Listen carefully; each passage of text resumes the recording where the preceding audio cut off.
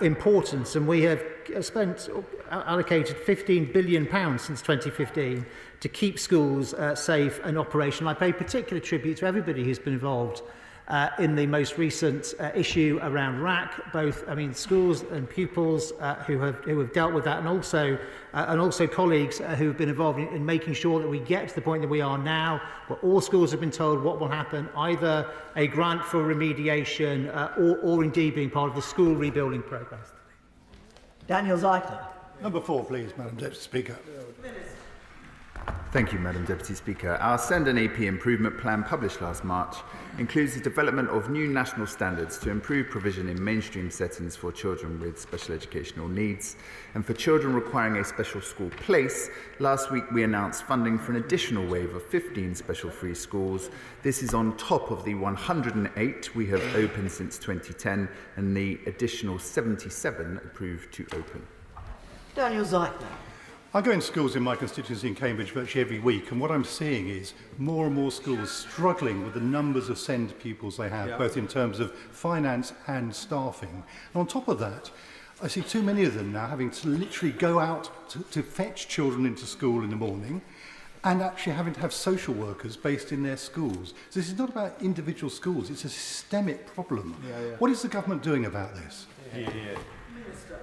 Well, what we're doing specifically in Cambridgeshire is there's been a 27% increase in the per head funding for special educational needs since 2021-22 over those 3 years. There's a pipeline special free school and 2 LA special competition free schools in Cambridgeshire. And Cambridge is also part of our safety valve programme, which helps authorities to run a sustainable special educational needs system.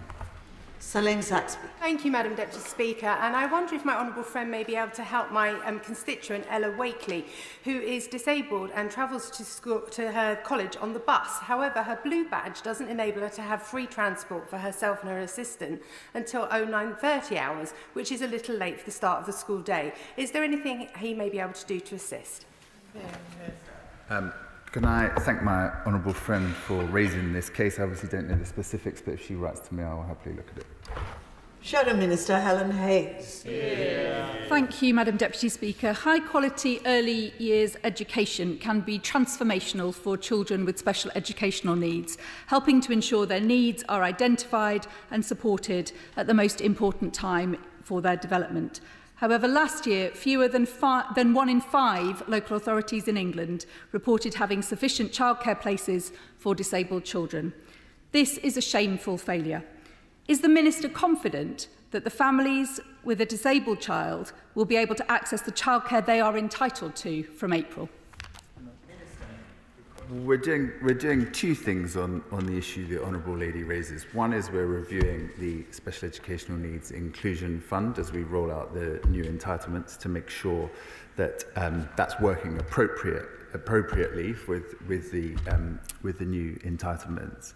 But the other thing we do is we put in place a contractor, because there's a statutory duty on local authorities to make sure they have the places for all children, including those with special educational needs, and they work with local authorities to make sure that those will be in place. John Penrose. Question number 5, Madam Deputy Speaker. Minister. It is essential that young people are equipped to make important financial decisions later in life. My right honourable friend will recall our curriculum reforms, and the National Curriculum for Mathematics and Secondary Citizenship does equip pupils with essential knowledge, understanding and practical skills needed to manage their money.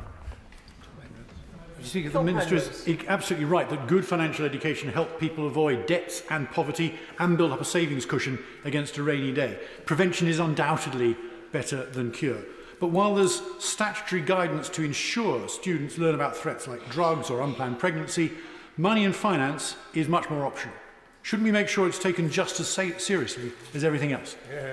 I do agree with him that it must be taken just as seriously, and there is content actually in various different parts of the curriculum, obviously in mathematics, which is statutory all the way through school from key stages 1 to 4, but also in secondary citizenship. Further, there are elements in computing, which is particularly relevant to things like online fraud. And in RSHE, we also cover some aspects of fraud and indeed other things like gambling. But I do absolutely agree with them that it's very important to keep these things under review. Chris Stevens. Number 6, Madam Deputy Speaker. Thank you, Madam Deputy Speaker. The Honourable Gentleman will know that higher education is a devolved matter and each administration is responsible for determining the student finance arrangements that apply to students eligible for funding. Thank you, Madam Deputy Speaker. New data reveals that in most areas of England, state school pupils who have received free school meals have less than 1 in 4 chance of entering higher education. And one reason for that is that poorer students decide not to pursue that path because of the prospect of being saddled with huge debts, which takes decades to clear. So does the Government believe that they should follow the Scottish Government's example and abolish tuition fees so that education can be made accessible to all?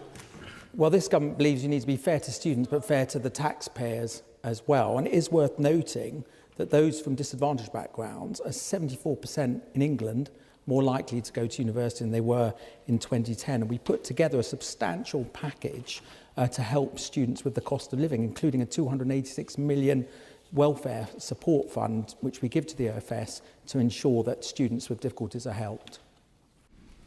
Shadow Minister Matt Weston. Thank you, Madam Deputy Speaker. Following last year's 2.8%, the Government has just announced a paltry 2.5% increase in maintenance loans this September. With a compound inflation rate of 15%, this amounts to a massive real terms cut.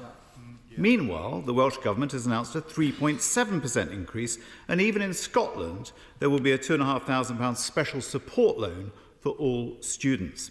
Across the country, students are being forced into working multiple jobs to try and make ends meet.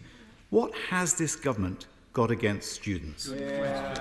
Well, I'm proud, Madam Deputy Speaker, that we have record numbers of students going to university. I already mentioned the disadvantaged 74% more likely to go to university than ever before. I'll tell you what we're doing to help students. We've got a £286 million welfare fund that we give to the OFS.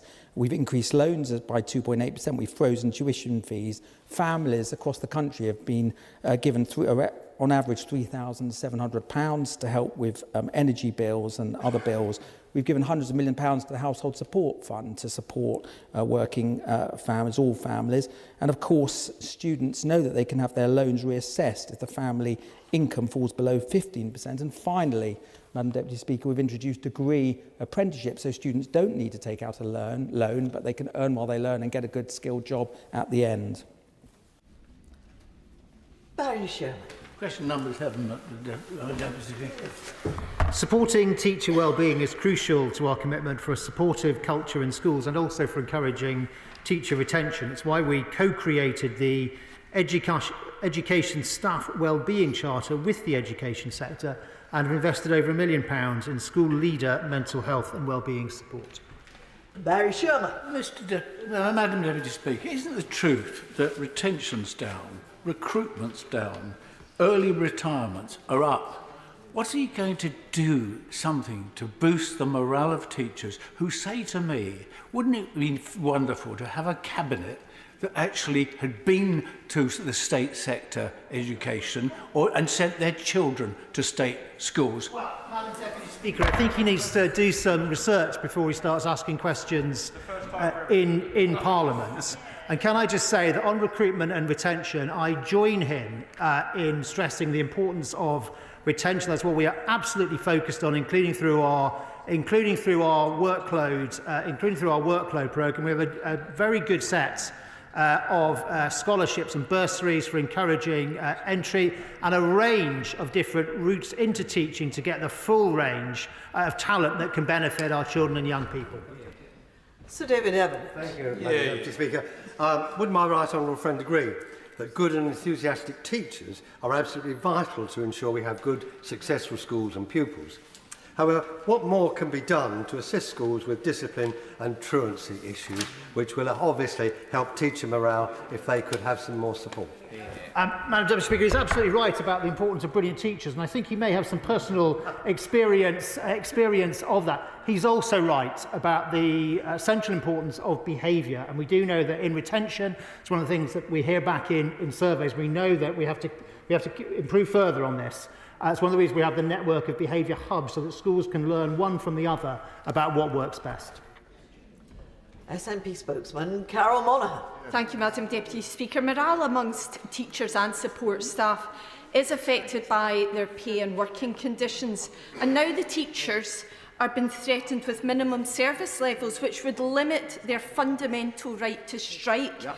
Surely he can recognise that this course of action will lower morale further and will ultimately impact the recruitment and retention of teaching staff. Well, Madam Deputy Speaker, nobody is talking about taking away the right which she referred to, which is the right to strike. All we are seeking to do is to balance that right, which we absolutely recognise and protect, with the right of a child to have an education.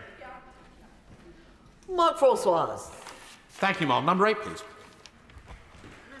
Thank you, Madam Deputy Speaker. I'm pleased to inform the House that 2 new special schools opened in Essex last year, with another in the pipeline. We have also provided £26 million of capital funding to Essex over the last 2 years to create more places for children with special educational needs or who require alternative provision. Mark Francois. Last July, standing here, I launched a campaign for a new special needs school in South Essex. In February this year, working very closely with Essex County Council, who I commend for their efforts, we were able to announce a consultation to build a brand new special needs school in Rayleigh for 100+ pupils, a through school for years 3 to 18, to open in the 2025-26 academic year. It's gone down very well locally, but the one concern is, at the moment it's 100+ pupils. Given the great demand for places, a lot of people would prefer something nearer 200. Is there any way, perhaps with a little help from the department, we might be able to achieve that too? Well, my honourable friend is running an excellent campaign, and we're very impressed with the speed with which Essex has moved to consultation. While I can't preempt the decision the department will make, what we've heard so far suggests it will be a very strong case that is put to the department. And we are also about to allocate the remaining £900 million of capital funding for special educational needs schools, of which Essex will, of course, benefit. Displacing. Dame Maria Miller. Number 9, Madam Deputy Speaker. Secretary of State. Thank you, Madam Deputy Speaker. Under the last Labour government, only 68% of schools were rated good or outstanding, letting down a generation of children. Thanks to this Conservative government, that number now stands at nearly 90%. In the last year alone, 214,000 more children now attend good or outstanding schools. And I was delighted that this now includes the Lord Derby Academy in Knowsley, where I visited last week. Our plan to give every child a world-class education is working. Labour have no plan. Remember, the party opposite has twice stood on a manifesto to abolish Ofsted, and it's clear that every time Labour get into power, children's education suffers. Dame Maria Miller. Madam Deputy Speaker, 9 out of 10 of the schools in my constituency are now good or outstanding, reflecting this government's commitment to high standards and the incredible hard work of staff and the school leadership. Special schools have struggled to achieve the same in my constituency. How is my right honourable friend helping them to get to where we want them to be, which is to all be good or outstanding?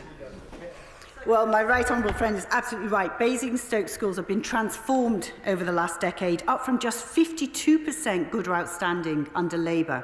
To drive improvement in special schools, we have recently brought in 2 of our strongest specialist multi-academy trusts. Solent Academy Trust is now responsible for Dove House School, whilst Chiltern Way Academy Trust will shortly be taking over 3 local underperforming special and alternative provision schools, 2 of which will receive significant capital investment from the department to support the education of vulnerable children. Toby Perkins. Number 10, please, Ma'am. Thank you, Madam Deputy Speaker. 65% of all apprenticeship starts so far this year have been at levels 2 and 3, with level 3 remaining the most popular level, accounting for 43% of all starts. Over 360 apprenticeship standards are at levels 2 and 3, more than half of all apprenticeships. Toby Perkins. I can understand why the Minister didn't refer to the trends, because he knows that level 2 apprenticeships are way down. The government's reforms have seen level 2 apprenticeship starts fall by 2/3 since 2012-13, and the number of people employed in an apprenticeship with an SME has fallen 49% since the introduction of the levy. Now, I know the Minister talks powerfully about apprenticeships, but why does he think that young people are half as likely to be on an SME apprenticeship now than they were when the levy was introduced? I know the honourable gentleman, and I respect him hugely, but I know he's a bruiser, but I have been looking forward to his question. You know, I thought he would be celebrating the 13,000 apprentices in his constituency in Chesterfield since May 2010, or the 11,270 in levels 2 and 3, or the 19.5 million investment in Chesterfield College. And if I were him, I would be urging his party to stop their plans to destroy the apprenticeship levy, which would actually halve the number of apprenticeship starts overall. Yeah, back to square one. Shadow Minister Seema Malhotra.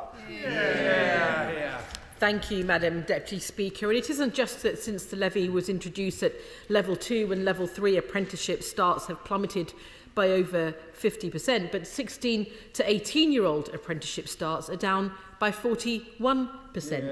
And the Sutton Trust and LSE research further shows that by 2020, the proportion of apprenticeship starts by those from poorer backgrounds had dropped significantly. Whilst under Labour, opportunities for all our young people to earn and to learn expanded every year, isn't it now painfully clear that the biggest barrier to opportunity is this Tory government? As always, the front bench is obsessed with quantity over quality. And what we have done is transform the quality of apprenticeships, 70% of occupations, over 680 apprenticeship starts. And there has been actually 6% increase over the same period last year in under 19 starts. Overall, starts up 3% over the same period last year. Achievements up. That's the crucial thing. Achievements up 22%. Female STEM starts up by 7.5%. Those with disabilities up by 6.3%. Those from ethnic minorities starts up to 15.4% compared to 10.6% in 2010. So not only are we focusing on quality over quantity, we're also improving the number of starts and achievements as well. David Simmons. Number 12, Madam Deputy Speaker. Thank you, Madam Deputy Speaker. We are removing one of the biggest barriers to parents working by vastly increasing the amount of free childcare that working families can access. By 27-28, we expect to be spending in excess of £8 billion every year on free hours and early education, double what we are spending now, to help working families with their childcare costs. David Simmons. Thank you, Madam Deputy Speaker. My constituent, Diane Bennett, who runs a small group of very popular local nurseries, tells me how appreciative she is of the government's plan for childcare and early education, in particular the £500 million of additional funding that's been secured. But clearly, as she and other nursery providers look ahead to make their plans, she is concerned that whilst there is a clear plan from this government, there is no clear plan coming from the opposition. Can my honourable friend set her mind at rest? Absolutely. Thank you, Madam Deputy Speaker. My honourable friend is right. The Chancellor last week announced that we will be increasing rates until the end of 2027 for early years providers, something they very much asked for. And I can't give my honourable friend any reassurance about Labour's plan because they have no plan. The Shadow Secretary of State says that childcare is her top priority, and yet she has no plan for it. So what does that say if that's her top priority? Parents should be very worried about Labour getting into power, both about the childcare they rely on and about every other area of education. Alistair Strahan. Thank you, Madam Deputy Speaker. Families right across my constituency find it increasingly hard to access affordable childcare locally. And speaking to two providers last week, it's clear the current level and structure of free hours funding, even with the government's recent announcement, isn't going to go far enough to allow them to expand with the capacity and staffing costs that would entail.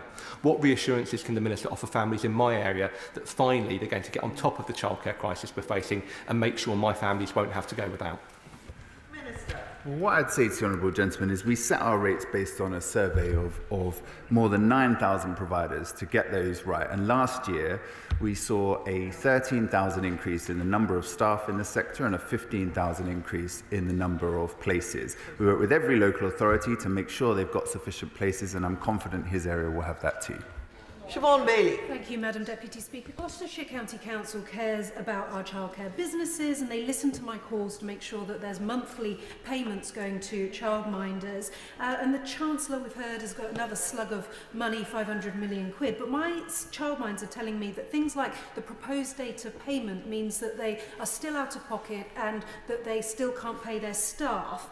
So the kind of all the work is not being felt on the ground. Will the Minister meet GCC and I to iron out some of these mechanical issues at local authority level so that everybody can benefit from what the government is doing? Can I thank my honourable friend for continuing to champion this sector? She's absolutely right about the importance of paying on a monthly basis, something we encourage all local authorities to do, and we'll be saying more about that in the coming weeks, and I'll be happy to meet with her to discuss this further.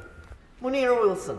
Thank you, Madam Deputy Speaker. The Minister will already be aware that private equity firms have been causing great damage in other parts of the education sector, such as children's homes and special schools, but we're now starting to see this in childcare. Oakley Capital have acquired Lilliput's nursery in Hersham and Elmbridge and hiked up prices by a staggering 25%. That's an additional £365 per child per month, which parents simply can't afford. So does the Minister agree with me that it's quite wrong for private equity firms to be making these eye-watering profits on the backs of hard-working parents? And what is he going to do to stop this happening? Well, the Honourable Lady is right to raise the issue of profiteering that we have seen in some areas of children's social care, which we will be setting out some steps we will be taking on that shortly. I don't know the specifics of the case she's just referenced, but again, if she writes to me, I'll be happy to look at it. Sir Simon Clarke. Thank you, Madam Speaker. Number 13, please.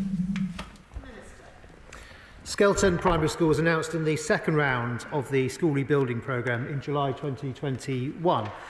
It's the second school in a batch being delivered by the contractor Tilbury Douglas. Therefore, we expect construction works on this complete new build will begin in late summer and completing next year. Simon Clarke. I thank my right honourable friend for his answer. That's really reassuring news because Skelton Primary is a very good school, but it is in need of a comprehensive rebuild. And the head teacher, Mrs Walker, worked through last summer in the expectation that the rebuild could begin as soon as this Easter. That hasn't happened because the builders came back in saying that more money was required. Can my right honourable friend assure me that that date of the end of this summer is something which is now fixed? And would it be possible for me, please, to meet the civil service team in charge to discuss this with them further? Thank you, Madam Deputy Speaker. Look, I acknowledge all that he says. I can reassure him that the scope of works, including all funding committed, has been confirmed on this new bill. But of course, if it would be helpful to have a meeting, of course I'd be very happy to. Greg Smith. Thank you, Madam Deputy Speaker. Number 14. It's not me. Sorry. Apologies, Madam Deputy Speaker.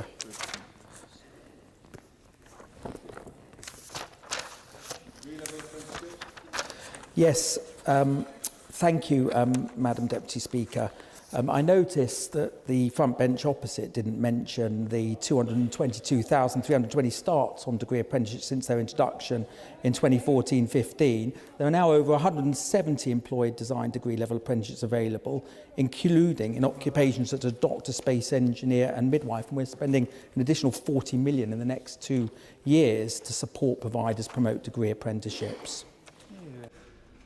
Greg Smith. Thank you, Madam Deputy Speaker. I thank my right honourable friend for that answer. And businesses in my constituency regularly tell me that they much prefer apprentices and those that have taken degree-level apprenticeships to traditional graduates. That came up time and time again in a recent engagement event I had with Buckinghamshire Business First at Urcol in Prince's Risborough. So can my right honourable friend tell me what more the government is going to do to send a clear signal to all pupils across the whole country that degree-level apprenticeships are out there, they should sign up for them and have fantastic careers ahead of them? Yeah. So my honourable friend is absolutely right, and I know that he is a champion of the automotive industry and motorsport industry in his constituency. He will be pleased to know that we now have UCAS for apprenticeships, which will transform the apprenticeship scheme when people and students apply for university or apprenticeships. We've got the Apprenticeship Skills and Knowledge Network going to thousands of schools, having interaction with many hundreds of thousands of students. And as I've mentioned, we've also spending 40 million to promote degree apprenticeships amongst providers. And we've strengthened legislation to ensure that schools do more to promote apprenticeships and technical and vocational education. Andrew Selous. Number 15, Madam Deputy Speaker. I thank the honourable gentleman for his question, and I know that he also is a champion of FE and skills and has asked a lot about these over the past months. We want apprenticeships to be part of the career conversations in every school. We've strengthened the law so that schools must offer pupils at least 6 education and training providing encounters. We've invested £3.2 million in the Apprenticeship Skills and Knowledge Network that's reached over 2,300 schools and colleges in 2022-23. Andrew Selous. So Van Dyke Upper School, which I visited last week in Leighton Buzzard, tells every student about apprenticeships and has an excellent apprenticeships ambassador. But the Minister will know that sadly not every school does this. Most teachers have been to university, they may not know about apprenticeships. So what can we do to make sure that every school does what Van Dyke does, tells every student about apprenticeships? As for the right students, they can be completely life-transforming. Again, my honourable friend speaks with a lot of wisdom. I congratulate the work of Van Dyke Upper School. I've seen apprenticeships fairs and apprenticeship careers days in the Oasis Academy in Brislington, and there's huge amounts of work going on with the Careers Enterprise Company and the Apprenticeship Ambassador Network to have a network member engaged with every secondary school and college. And I've mentioned some of the other things we are doing to promote careers and apprenticeships in all our schools. Jane Hunt. Number 16, Madam Deputy Speaker. Thank you, Madam Deputy Speaker. We know that with the right preparation and support, the overwhelming majority of young people with SEND are capable of sustained and paid employment. The National Careers Service offers young people with SEND aged 19 to 24 tailored support from Careers Advisor, and we're investing 80 million until 2025 to build capacity in the supported internship programme. We've also launched a mentoring pilot for disabled apprentices. Jane Hunt. Thank you, Madam Deputy Speaker. Homefield College, based in Mount Sorrel and Sileby in my constituency, is a community-based independent specialist college that offers education, training and independent living skills for people with learning disabilities and communication difficulties. What steps are being taken by the department to not only promote and support these excellent FE colleges, but also help create opportunities for work experience, life skills and development for students so that they may go on to live happy and fulfilling lives as an integral part of their local community? So I was very pleased to visit Loughborough not so long ago with my honourable friend, and she's hugely passionate about FE and skills, and I know well about Homefield College. It's a brilliant college. I'm glad it was allocated £95,000 for capital spend recently. We have the £18 million supported internship scheme for those with special educational needs. We've got an FE bursary scheme for special needs teachers. We've got specialist National Careers Service advice for young people, and we've got the SEND Code of Practice to prepare young people for adulthood. So we're doing everything possible to ensure that we support FE and those with special education needs to get on the ladder of opportunity. Steve Tocqueville. Question 17, Madam Deputy Speaker. Madam Deputy Speaker, great teaching is truly transformational in children's lives. Thanks to our brilliant teachers and the focus on high standards in the curriculum, attendance and behaviour, 9 and 10-year-olds in England are now the 4th best in the world for reading. Steve Tocqueville. Thank you, Madam Deputy Speaker, and I thank my honourable friend for their answer. We have seen how children in English schools are the best readers in the Western world thanks to this government. In Uxbridge and South Ruislip, we see how this work is being translated into outstanding or good Ofsted ratings. Will my honourable friend join me in congratulating the teams at Ruislip High School and the Children's Services team at Hillingdon Council for their recent outstanding rating, as well as pledging to work with me to ensure that the children across Uxbridge and South Ruislip have the best possible education? Well, Madam Deputy Speaker, I do join my honourable friend in congratulating both Ruislip High School and Hillingdon Council's Children's Services team, nearly 90% of schools now in Uxbridge and South Ruislip are Ofsted good or outstanding, up from under 70% in 2010, following the great work of teachers and our relentless focus on improving school standards. Stella Creasy. Question number 19, Madam Deputy Speaker. Thank you, Madam Deputy Speaker. To ensure high-quality childcare for children with special educational needs, we're investing hundreds of millions of pounds to increase hourly funding rates, increase dedicated additional SEND funding, such as the Disability Access Fund for all eligible children, and funding training of early years special educational needs coordinators. Stella Creasy.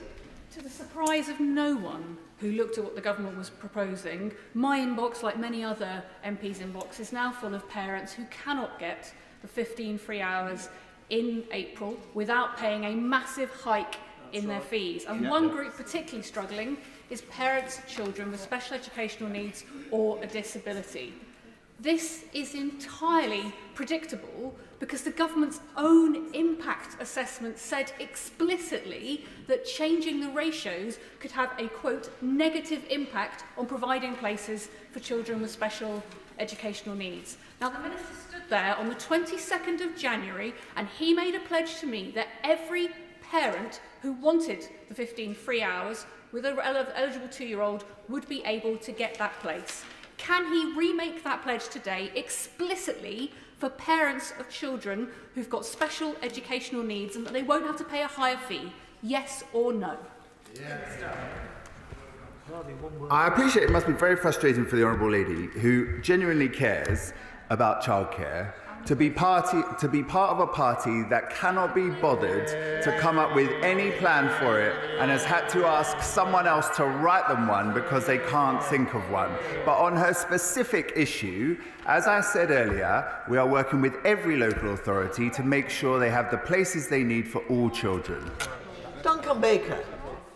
Question number 20, please, Madam Deputy Speaker. Thank you, Madam Deputy Speaker.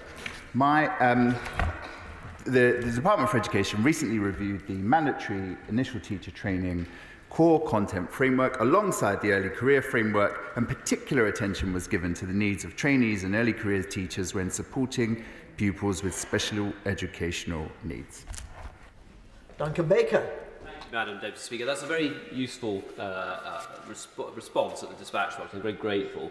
I recently brought my 10-minute rule bill to the House, which was specifically about mandating autism training into the initial teacher training framework, because we all know that early identification is absolutely vital. And if education staff all had autism training right from the very start, we could put in place a system so that autistic children get that support very, very early on in their school career.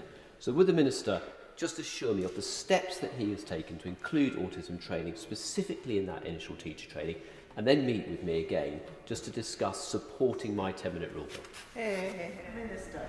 Thank you, Madam Deputy Speaker. My honourable friend's running a very strong campaign. From September 2025, the initial teacher training and early career framework will contain significantly more content on supporting pupils with special educational needs, including autistic pupils. And we've also committed 12 million to the Universal Services programme, which has so far given training to over 135,000 professionals regarding autism awareness. But I'm happy to meet with my honourable friend again. Thank you. We now move to topical questions. Darren Henry. Topical 1, Madam Deputy Speaker. Madam Deputy Speaker, we are delivering the largest ever expansion of childcare in England's history, which begins rolling out in just 3 weeks' time from the 1st of April. We've done this before, when we more than doubled the entitlements of the last Labour government, and I'm delighted to update the House that our latest projections show more than 150,000 new funded places will be secured by early April. We expect that number to grow further throughout the months ahead, saving parents over £550 million in childcare costs. April is just the first phase. From September, parents with children from 9 months until they start school will be able to benefit from this support. Only the Conservatives have a plan for hard-working parents, which they can rely on as they grow their families. Labour have no plan, so why don't they support ours to give families the certainty they deserve? And Henry. Thank you, Madam Deputy Speaker. I recently visited Fairfield Spencer Academy in my Broxtowe constituency, where I met with Craig Jones, doing good work with the Junior Adventures Group, a leading provider of school-age childcare. During my visit, I was able to observe staff as they provided crucial support to children beyond regular school hours. However, it is evident that this level of support is not consistent around the country, and the school-age childcare sector needs reforms in terms of funding. I welcome the £289 million for the wraparound care sector, but can my right honourable friend commit to introduce a universal funding model linked to parent earnings similar to that of early years, which would allow for providers to remain affordable and sustainable? I thank my honourable friend for his questions. We're making wraparound childcare available for all parents who need it and supporting hard-working parents to balance having a family and a successful career. Our £289 million investment, as mentioned, will help schools develop exciting programmes before and after school, which will provide more flexibility for working parents. And I'm sure the Minister for Children, Families and Wellbeing will be happy to meet with him to keep him updated on progress. Shadow Secretary of State, Bridget Phillipson. Thank you, Madam Deputy Speaker. Neither the Secretary of State nor any Treasury Minister met with representatives of the early years sector in the months before last year's budget announcement on childcare. Now, with just 3 weeks to go, parents, providers and even their own civil servants are sounding the alarm. Over 7 in 10 providers say they're not going to offer additional places. A quarter say they're likely to close within a year. So will the Secretary of State now guarantee that all parents will be able to access the childcare places that she promised? Absolutely, and I set out in my topical statement. And we're working with every local authority to ensure that the places are available. But I'm glad the Honourable Lady mentions childcare, because it's yet another policy that the Labour Party have no plan for. We're delivering the largest expansion of childcare in history, so working parents of children from 9 months to starting school will get 30 hours childcare a week. The real question is, what is Labour's plan? Well, nobody knows, because they don't have one. It's very clear. The Conservatives are the only party with a plan for working parents. Phillipson. Well, Madam Deputy Speaker, there's one way we can find out what the public think, and that's by calling a general election. Last week, we heard another promise from the Chancellor, a new funding mechanism for early years providers. Talk of hundreds of millions of pounds more for the sector. But strangely, Madam Deputy Speaker, no news on where that promised £500 million will actually be coming from. Nothing at all in the budget documents. So will the Secretary of State tell us today where is the money coming from? Or is this yet another reckless, unfunded pledge without a plan from the Conservatives? Well, the Honourable Lady, there would be no childcare on the table if the party opposite were in charge. So, no, I would urge all working parents to support this party that has a plan for working parents. And the £500 million will be fully funded as everything we do, and it secures the rates in the future so that we can ensure that businesses up and down the country have the confidence to invest. The party opposite have absolutely no plan for childcare and absolutely no plan to support working parents in this country. Chairman of the Select Committee, Robin Walker.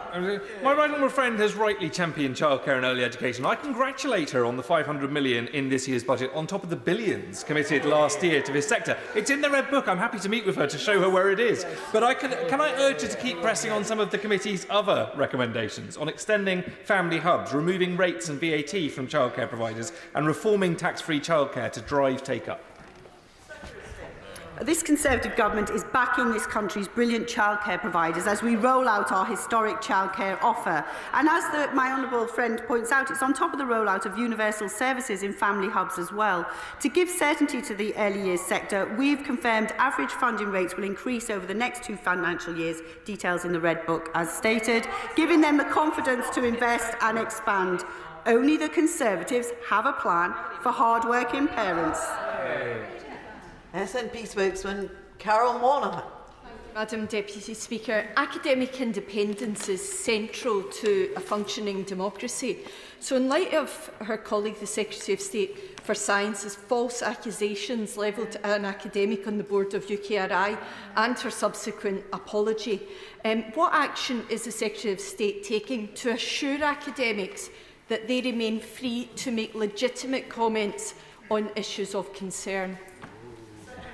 Well, of course, academic independence and the ability to speak and speak freely is very important. It's something that we hold very dearly and we must protect at all costs within our universities and in our academic institutions. That is why we did actually bring forward the Free Speech Act and also have a Free Speech Director in the Office for Students who has taken up post and will obviously be there to ensure that we do whatever we can to ensure we protect that in our country. Gareth Johnson. Madam Deputy Speaker, I have 4 grammar schools in my Dartford constituency, and they provide an important and very popular element to a diverse education system. So therefore, will the Minister please commit today to continue her support of grammar schools both now and in the future? Madam Deputy Speaker, yes, I support all great schools in our diverse school system, including strong grammar schools, and I do continue to encourage grammar schools to increase the access for disadvantaged pupils, which can help so much with social mobility. Graham Morris. Acre-Rig Primary School in Peterlee was given a 25-year life expectancy when it was built in 1950. It has asbestos in every wall and a metal structure made from recycled World War II aircraft. Trinity Primary School in Seaham has lifting floors, rising damp, black mould caused by a faulty roof, leaking pipes and poor screeding. It's a 5.3 million school that was built in 2008 by Sergo. Can the Schools Minister explain to parents how their children are supposed to flourish and prosper in such an inadequate educational environment? Well, Madam Deputy Speaker, in the Spending Review 2021, we did commit £19 billion for school capital over the 3 years. I do not know the specifics offhand of the schools that he specifically mentioned. I will be very happy, of course, to meet with him to hear further. Mark Eastwood. Thank you, Madam Deputy Speaker. I recently held my 3rd annual Skills and Apprenticeship Fair at the iconic Pioneer House at Kirklees College building in Dewsbury. Would my right honourable friend agree to come visit the college and meet some of the apprentices, employers and the college staff who helped make the event a great success? Thank you, Madam Deputy Speaker. I'd be absolutely delighted to visit Kirklees College. I congratulate my honourable friend for his apprenticeship fair. I know that the college has a great record on apprenticeship achievements, but also that 970 apprenticeships have started their future, and that overall in Kirklees since 2010 you've had something like 12,300 apprenticeship starts in the honourable gentleman, my honourable friend's constituency. Alex Cunningham. Thank you very much, Madam Deputy Speaker. There are an estimated 6,000 children in England attending illegal or unregistered schools that provide limited or no appropriate education, often in an unsafe environment. Does the Minister agree that while efforts to introduce a home education register to keep track of children outside of a school setting are welcome, more legislation is needed to close loopholes exploited by proprietors of illegal schools and ensure children are kept safe and educated appropriately? Madam Deputy Speaker, the honourable gentleman will know, of course, of our plans and our support for the private members bill. He will also remember, he and I used to serve together on the Education Select Committee back in the day. These have been issues that have been long-standing, including under previous governments. He will know from the Schools White Paper the other things we have committed to when legislative time allows.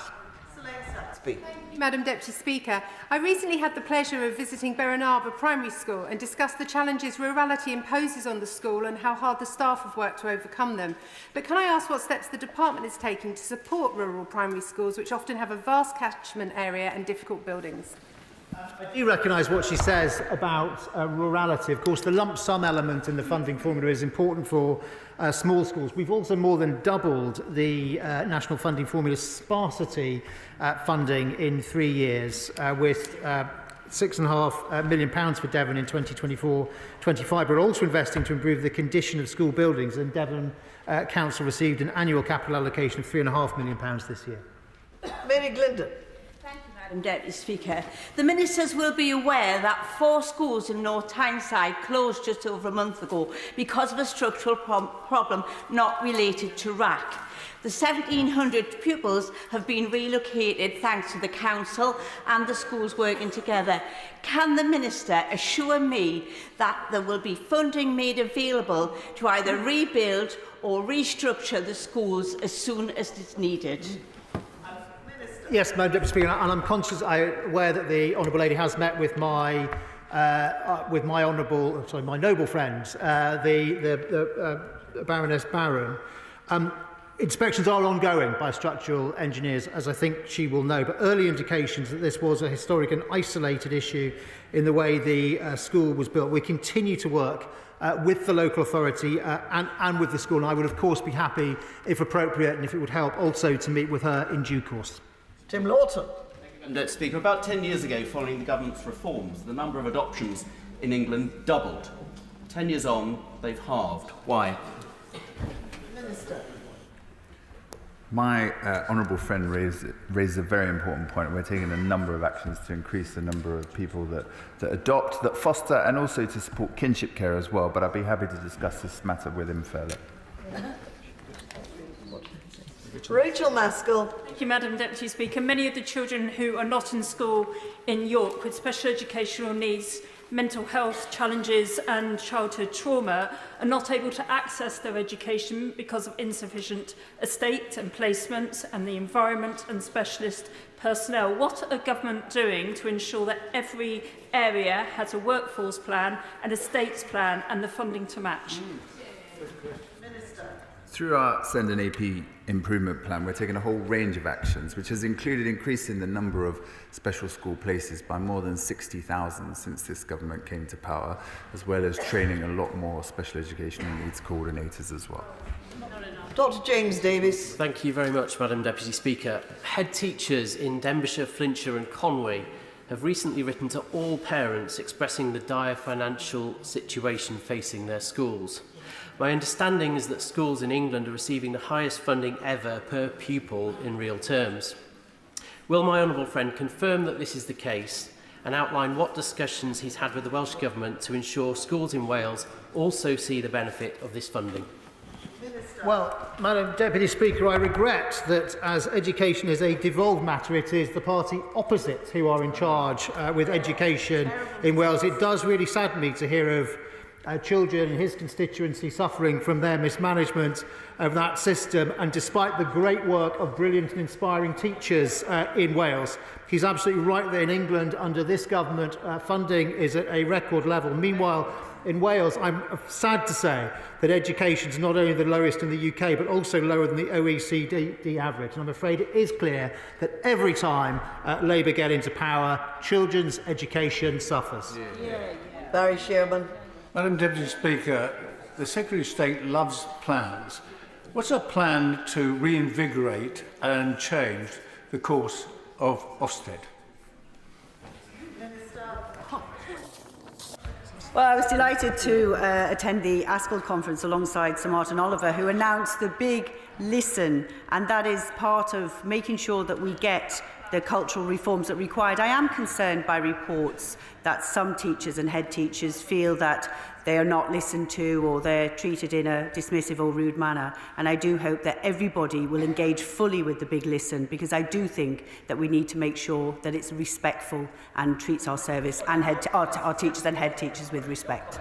Sir Michael Ellis. Thank you, Madam Deputy Speaker. At Cambridge University, a barbaric vandal wearing a £1,000 Mulberry backpack destroyed an historic painting because she was so full of hate for Jews that Lord Balfour's letter of 1917, she felt, gave her the moral superiority to destroy a valuable painting of him. Now, this shines a light on the pernicious atmosphere faced by Jewish students in this country, at universities across the country, with calls for Zionists off our campus now shamefully normalised, and this Zionist really means Jews. So what steps does my right honourable friend propose to take to convey to university heads that they have a legal and a moral obligation to stamp anti-Semitism out? I thank my right honourable and learned friend for his question. I would say that Arthur Balfour was a great man, identified the need for a homeland for the British Jews, and that's why the anti-Semites don't like it and are slashing his picture. We're spending a lot of time with Jewish student groups, myself and the Secretary of State. I've been to universities like Leeds to spend time with Jewish students because of the chaplain being attacked there. We're working with Universities UK. We've announced a £7 million package to give to Jewish student groups and the Jewish chaplaincy service and other groups to try and stop anti-Semitism on campus. We're developing a quality seal as well to ask universities to adopt so that they deal with anti-Semitic incidents properly. And last week, myself and the Secretary of State had a meeting with the Office for Students to make it very clear to the regulator that anti-Semitism across our universities is not acceptable. Thank you. I appreciate there were two honourable members still trying to ask questions, but maybe they've forgotten they've already had an opportunity and have each asked a question earlier this afternoon. And I know that the honourable gentleman for Huddersfield got away with having 2 questions, but I often make an exception for him due to his longevity in this place. And so it's been suggested to me that I should use the word seniority. I think that does have a better ring to it. The honourable gentleman for Huddersfield's seniority in this place. And so we progress to the urgent question. I'll pause for just a moment to allow for a change of dramatis personae on the front benches. And to ask his urgent question, John Healy. Thank you, Madam Deputy Speaker. To ask the Secretary of State for Defence to make a statement on the state of the UK Armed Forces. Minister. Thank you, Madam Deputy Speaker. And it is an honour to be able to stand up and set out how our outstanding armed forces are doing incredible work around the world, protecting the UK and our allies. This includes operating on every single NATO mission, supporting Ukraine against Putin's aggression, and tackling Houthi attacks on shipping in the Red Sea. We are spending a record amount on defence.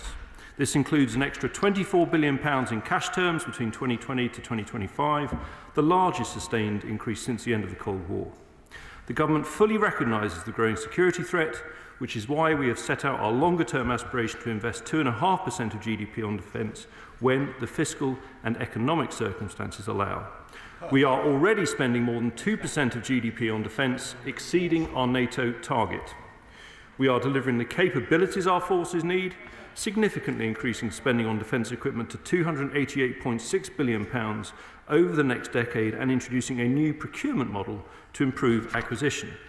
For the Royal Navy, this includes Dreadnought, Astute and AUKUS submarines, as well as Fleet Solid Support Ships Type 26 and Type 21 frigates. For the Army, the Future Soldier will deliver the largest transformation in more than 20 years, re-equipping and reorganising to be more deployable and lethal. And the RAF will become an increasingly digitally empowered force, with GCAP providing a 6th-generation fighter jet capability, building upon that provided by our Typhoons and F-35 5th-generation aircraft today.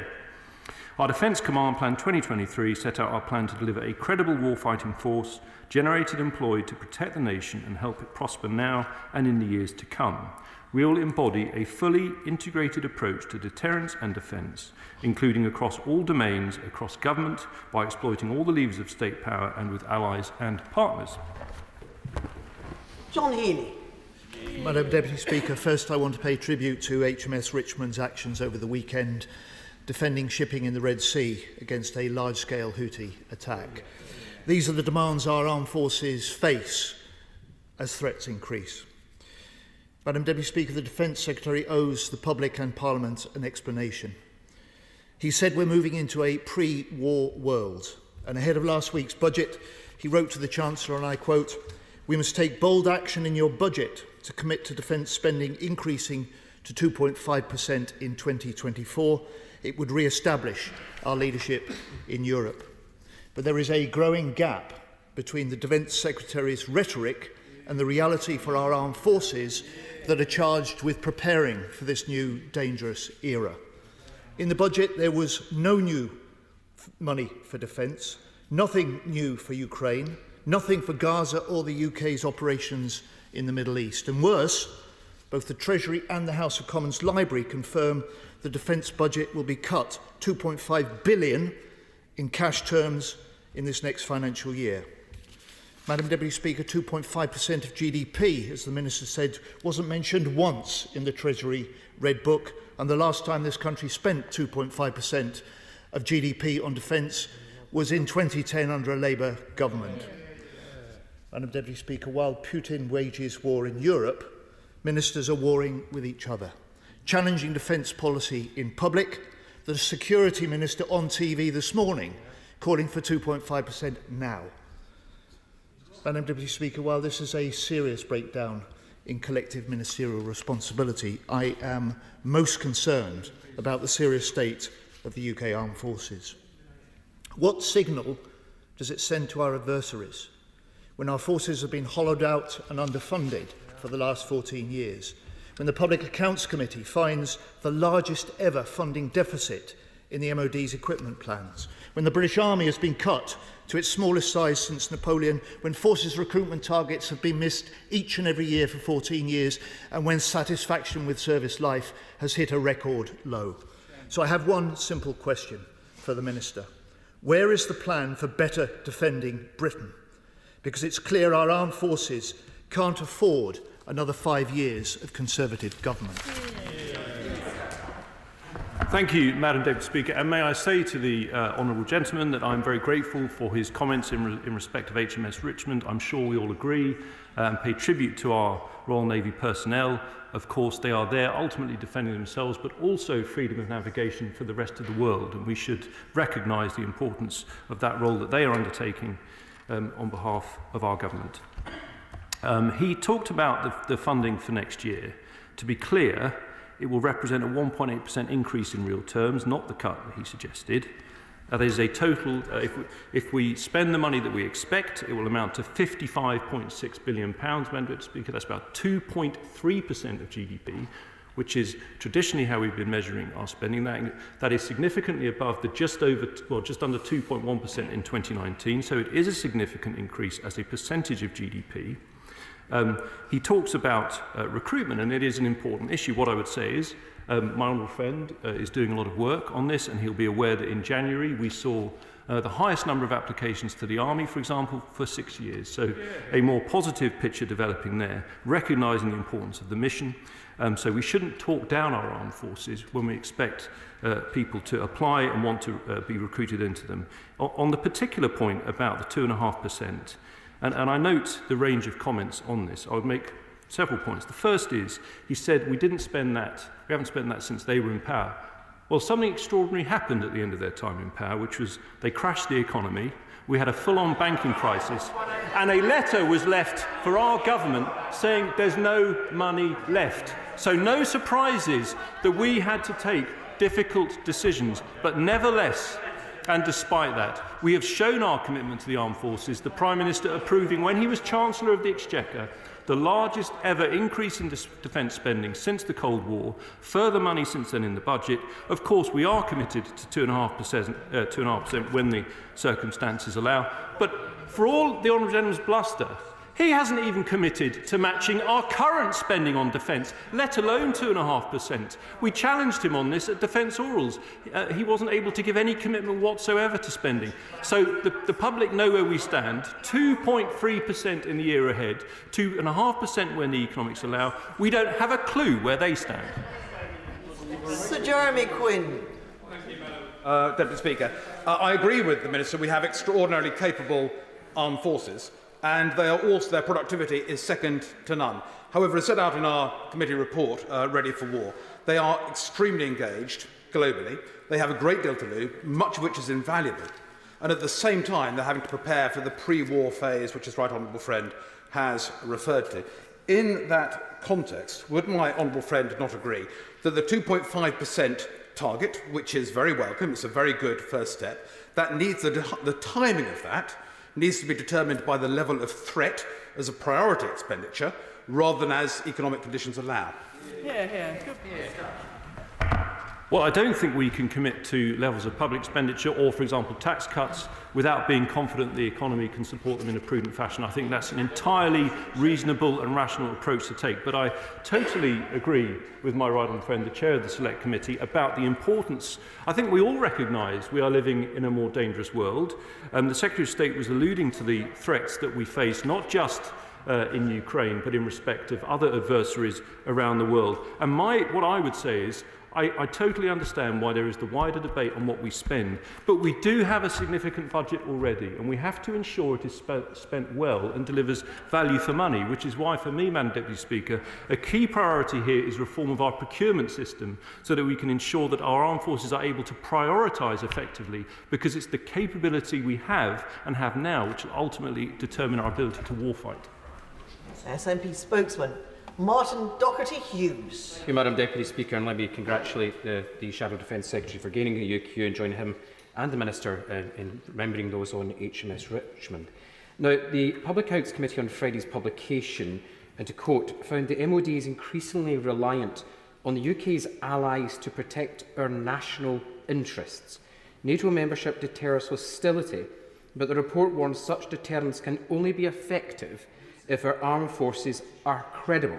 And to paraphrase the report, Madam Deputy Speaker, given that many of our allies face similar capability challenges, I wonder if the Minister could advise, is the Ministry of Defence developing mitigations for how to deal with the risk of allied support being curtailed or withdrawn, critically if there's a change of administration in Washington come November? Well, to be fair to the Honourable General, he does make an important point about the importance of alliances. NATO is fundamental to the defence of our country and to the wider Western world and our allies beyond. And what I would say critically, if we want to put in context, when we talk about the state of the armed forces, which is what this UQ is about, and in terms of the alliances that the SNP spokesman refers to, just remember, we have just launched one of the largest ever NATO exercises, Steadfast Defender. There are 96,000 personnel involved, Madam Deputy Speaker, of which almost 20,000 are from the UK, and I believe we make up 40% of the land forces. That is an extraordinary contribution by the UK. We offer our nuclear deterrent to NATO. We are supporting our allies. We stand together under Article 5, and we should all do everything possible to support NATO in its 75th anniversary year. Sir Julian Lewis. May I commend to anyone interested in the historical context a report produced by the Defence Select Committee in July 2019, HC 2527, called Shifting the Goalposts and Update, which shows that for the last 20 years of the Cold War, this country spent between 5.6 and 4.1% of GDP calculated as in the same way that we do today as a proportion on defence. And does that not show both sides of the House that we have an awful long way to go now there's a hot war in Europe before we match what we used to do when there was a Cold War in Europe? Well done. Well, I have to say to my right friend, he does put that very eloquently, and of course he speaks with great passion and expertise on the Cold War and our recent modern history. What I would say to him is, I mean, he knows this, of course, in the Cold War era, we had a working assumption of an invasion that could be, or certainly confrontation that could be launched on the border in Germany very quickly. We had huge forces deployed, and understandably, given the threat, we had a higher percentage of GDP on defence. Now, since then, we thought we had a more peaceful era. Those illusions have been shattered by Putin. We've all had to wake up to that, which is why we've done so much to support Ukraine, and yes, why we'll do everything possible to support our armed forces. Emmanuel Buck. Thank you very much, Madam Deputy Speaker. The Secretary of State said he wanted to ensure our entire defence ecosystem is ready to defend. But here's the reality of our armed forces under this government. Capability delays and shortfalls, stockpile shortages, losing personnel, woeful recruitment levels, a £29 billion black hole in finances, and as of last week, no real boost to the MOD's budget. The Secretary of State is failing, isn't he? Yeah. Well, when the Honourable Lady talks about procurement and delays, I would have thought she could at least recognise that if we look at the support we've given to Ukraine, we have procured an extraordinary amount of ordnance into the country to help them defend themselves, and much of it at great pace, not least from gifting, for example, RAS-90s, a whole range of munitions, 300,000 artillery shells. And if it hadn't been for the role of this country, I think we can safely say Russia would have been successful. Tobias Elwood. Thank you, Madam Deputy Speaker. Whether it be COVID or war in Ukraine or indeed the Middle East, it's all very clear that our world is becoming more dangerous, not less. Many of us in the House have been calling for increased defence spending and to also recognise the symbiotic relationship between our economy and our security. And that's been illustrated by what's been going on in the Red Sea. That's why we need to spend more. But how might we spend it? Could I ask the Minister to consider that we need to look at a defence review, because Ukraine has illustrated, and indeed continues to illustrate, how the character of conflict is changing. And on that note, would he agree that the biggest international security threat is Russia as it moves to a war footing? We've done well to slide across £12 billion of support, but unless more is done, then the tide will turn in Ukraine, and that will change the economy and security of the whole of the continent. Well, my right friend, as ever, makes some excellent points. And I think he's right, actually, to mention this point about how we spend it. It's one thing to talk about GDP figures and spend, but what are our priorities? And for me, as Procurement Minister, something we need to see more of, which I set out in my recent statement on the integrated procurement model, is a much greater use of data, particularly from the front line in Ukraine, to inform our own defence industry, so that we can bring forward at a much greater pace those technological innovations, whether in uncrewed systems, in complex weapons, that will truly help strengthen our defence. As to a review, he'll appreciate that's for the Prime Minister and the Secretary of State for Defence, but he makes an excellent point. Nick Smith. Thank you, Madam Deputy Speaker. We have the smallest army since the Napoleonic era. So can I press the Minister? Was there a cut of £2.5 billion in cash terms announced in the budget last week? Well, I hear this point about Napoleon many, many times. Of course, if it is the position of the Labour Party to significantly increase the size of the standing army, that is a massive, massive financial commitment. And yet, to date, he needs to have a word with the Shadow Defence Secretary and the Shadow Chancellor. They haven't once committed to current spending levels, let alone 2.5% when the economic conditions allow. James Gray. Madam Deputy Speaker, I strongly support my honourable friend's powerful commitment to defence in general, but I'm rather disappointed by his tepid promise to move to 2.5% of GDP. I also find myself in the career-wrecking position of strongly agreeing with the Shadow Secretary for Defence, who seemed to me to put the arguments extremely well. The fact of the matter is that last week's budget did reduce both kinds of defence expenditure by 2.5%, to 2.5 billion, and we are not facing any kind of move towards what no less a figure than the Minister of the Armed Forces last week publicly called for 3%, and two serving government ministers both said how disappointed they are by what the budget said. So by what possible arithmetic does the Minister conclude that we are in fact increasing defence spending when quite blatantly every expert there is in the world says we're not? Well, I'm very grateful to my honourable friend who always speaks with such expertise on defence matters, of course. I would just make, first of all, in terms of the 2.5% and it being tepid, it will represent, we'd have to be able to sustain that. If it's a one-off, the Army, the Navy and Air Force are not going to be able to plan accordingly. It has to be able to be an investment we can sustain, and thereby the economy of the country has to be able to sustain it. So, and forgive me for sounding like the person in my previous job at the Treasury, but the country does have to be able to afford it, and we do have to be prudent in commitments we make on public expenditure, not least so that they are sustainable in the long term and not a one-off. That would be the worst thing we could do. Derek Twigg. Mr. Speaker, the Minister keeps quoting not talking down our armed forces. We're not talking down our armed forces. They're doing a splendid, brilliant job. What we're doing is running down what the government's doing, which is not enough. Let's put it that way. Now, Madam Deputy Speaker, we have the gravest threat we've had since the Cold War. We've got a war in Ukraine. We've got the Middle East in disarray. We've got China increasing expending. Now, can I ask, and the real blame for this, by the way, is the Prime Minister and the Chancellor. So can I ask the Minister, does he think in those circumstances most reasonable people would have thought it was okay not to put extra resources into the budget for defence? Yeah. Well, I mean, when the Prime Minister was Chancellor, as he knows, he oversaw the biggest increase in spending since the Cold War. The Chancellor himself, the current Chancellor, has increased spending in the previous budget significantly over the years ahead. We are not cutting defence spending, as I said. If you take the figures in totality, it will rise by 1.8% in real terms, and if we spend what we expect to next year, we will spend 2.3% of GDP on defence and around £55.6 billion. Sir Bernard Jenkins. Madam Deputy Speaker, can I make a suggestion to my right honourable friend? As it is perfectly clear that both the government, MOD, and the opposition spokesman on defence want to increase defence spending, if we are to take his criticisms at all seriously. Isn't the right question to ask is, are we spending enough to prevent war, not to fight a war? And how much more do we need to spend in order to be an effective deterrent, which we don't appear to be at the moment?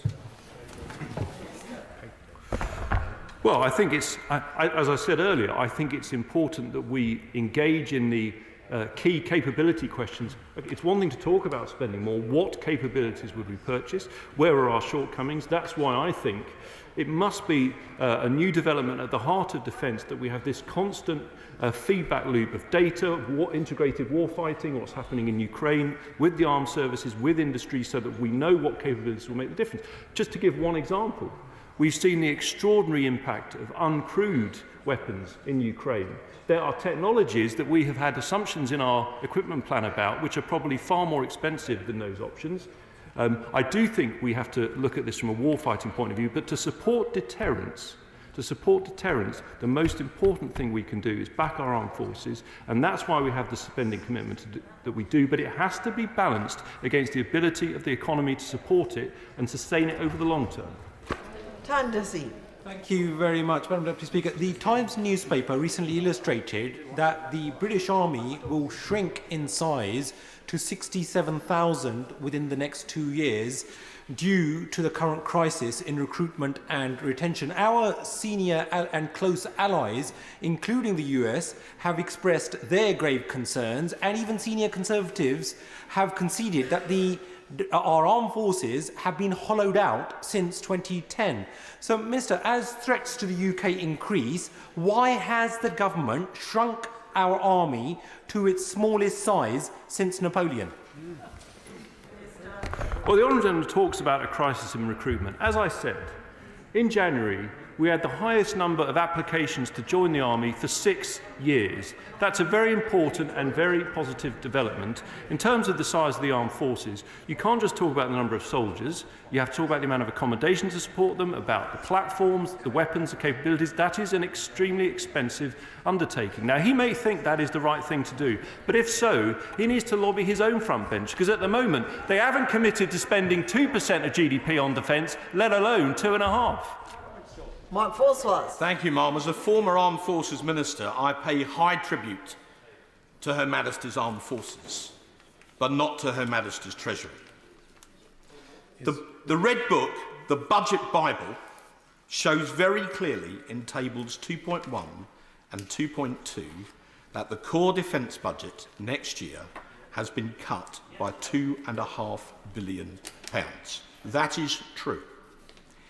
It ill-behoves any government, let alone one which purports to call itself conservative, to then try and use one-off payments to Ukraine or for overspends in the nuclear budget from the consolidated fund and pretend they're part of the defence budget when everyone in this House knows they're not. So I say to the government, if not to the Minister, who I have great regard for, as the son of a D-Day veteran, more in anger than in sorrow, what the government have done is deeply dishonourable, and they should be ashamed of themselves. Well, my right honourable friend, who was, of course, a defence minister, and I respect his great passion about all things related to the armed forces, particularly because of his father, that when we talk about spending on the nuclear deterrent or spending to support Ukraine, which is purchasing weapons, providing ordnance to them to help ultimately defend ourselves, I do think they are legitimately described as defence expenditure. After all, how else are we to pay for them? From which budget are we supposed to be paying for them? So on that basis, and comparative with last year, it is an increase of 1.8% in real terms, which will amount to £55.6 billion if we spend what we expect to, and 2.3% of GDP. Kenny McCaskill. Deputy Speaker, many citizens will be rightly concerned about the use of the phrase pre-war stage, but it's not simply the scale of the British military to come, but where they are currently deployed and what they are operating at the present moment that requires clarification.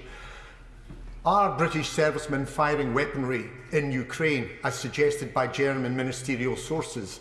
Are British forces assisting Israel in its genocide through the provision of military intelligence? These are all fundamental to our security and indeed to the UK upholding international law, never mind being a basic democratic right which our citizens are entitled to know. Well, the Honourable Gentleman knows we don't comment on speculation, particularly in relation to operational matters that are sensitive in relation to our armed forces. That's the right approach, because yes, we have a duty of candour, but we also have to protect those serving on the front line. Sir Desmond Swain.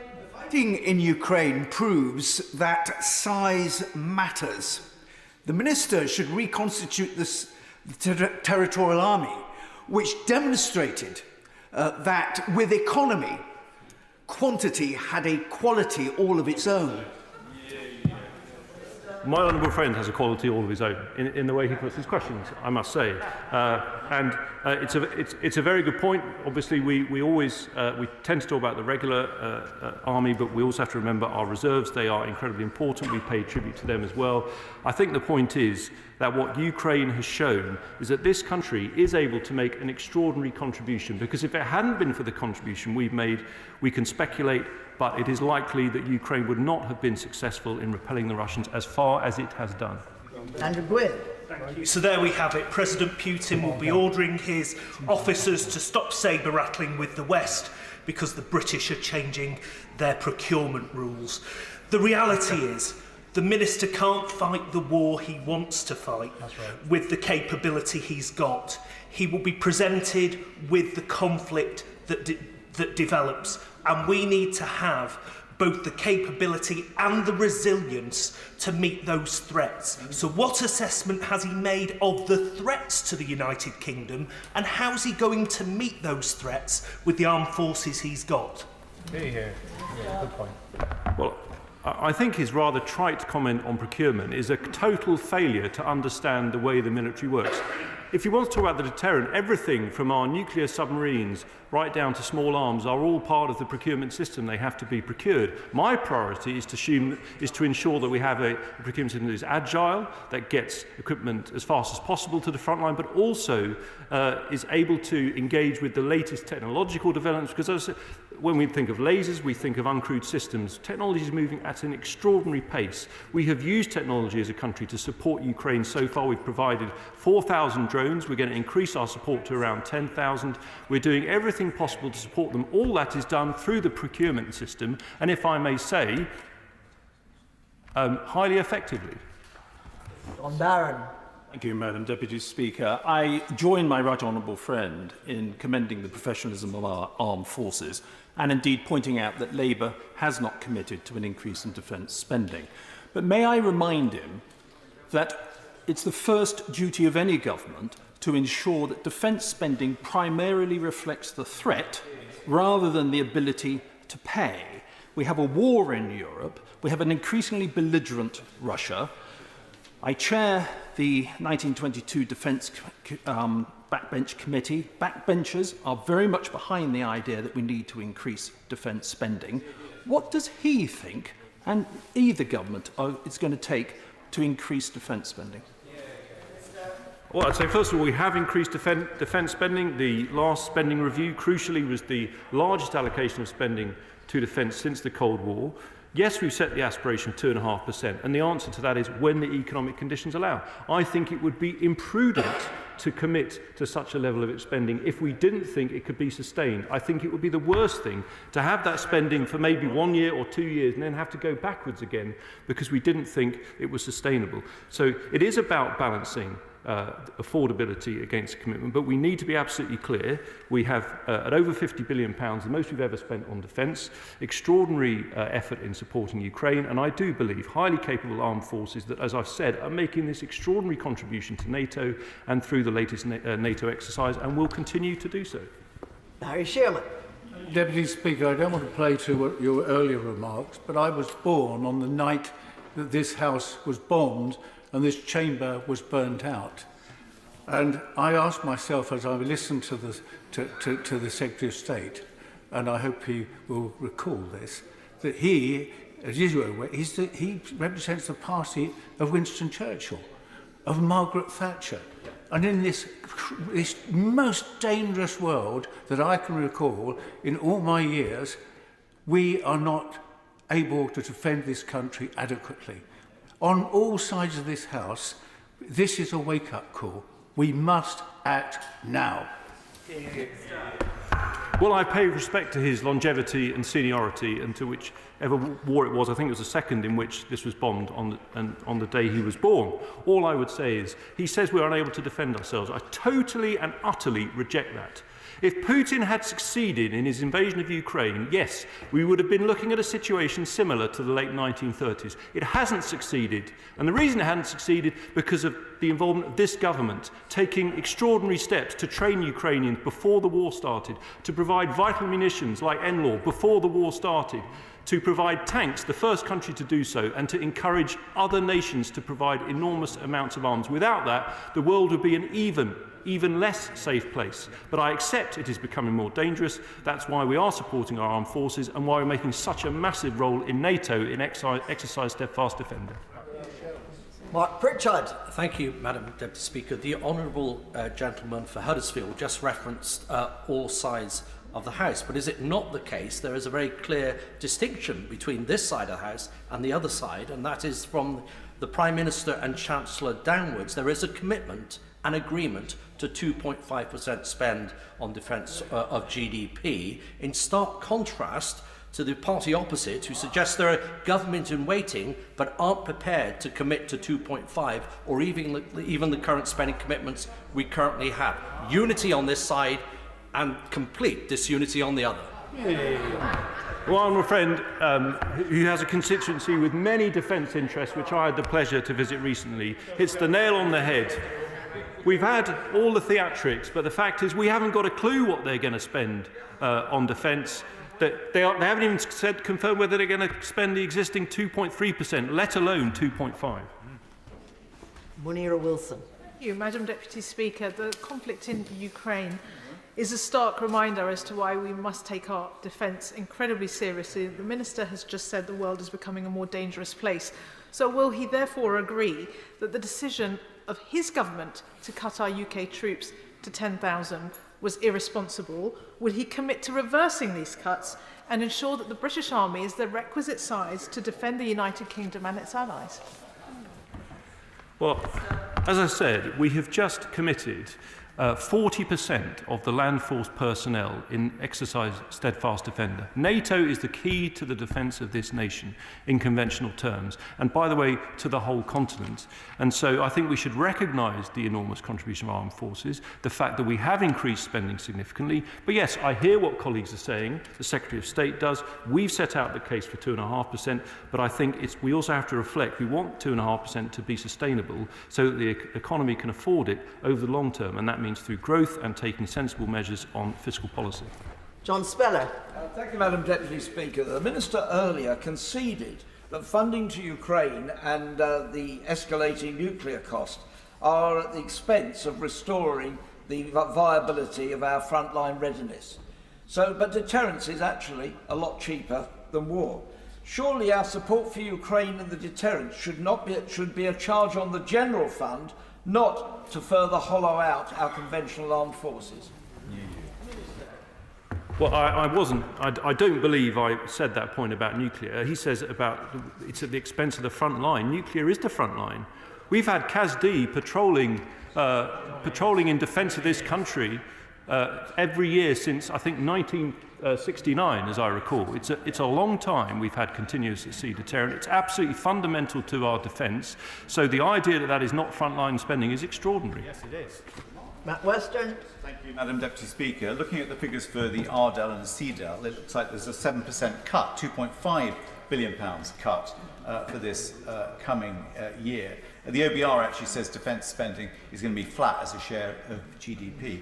So will the Minister explain, with Russia's expenditure on its military at 40% of its total economy, why did the Secretary of State accept this reduction from the Chancellor and the Prime Minister? Yeah, good question. I think I've explained why we don't believe there's been a reduction. We believe there will be a 1.8% increase in real terms. He says the percentage of GDP is flat. I would just point out, in 2019 it was, I think, 2.08%, so just under 2.1%. We believe if we spend everything we expect to in the next financial year, it will be 2.3%. That is a significant increase.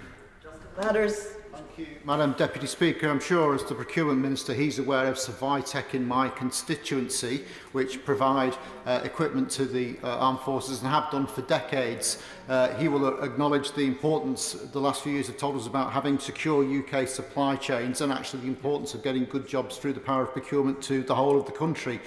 I would invite him to come and speak to Survitec to hear from them directly about some of the frustrations that they have about the current procurement process.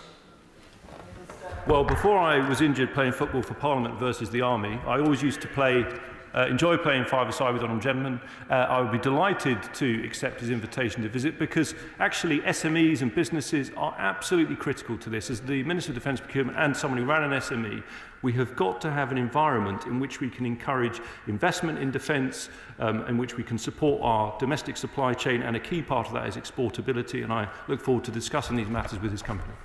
Alistair Strathern. Thank you, Madam Deputy Speaker. We know that the shocking state of a lot of army accommodation at the moment is a big driver of some of the recruitment and retention challenges we currently face. So it won't come as a surprise that I'm yet again raising the shocking standard of accommodation at Chicksands Base.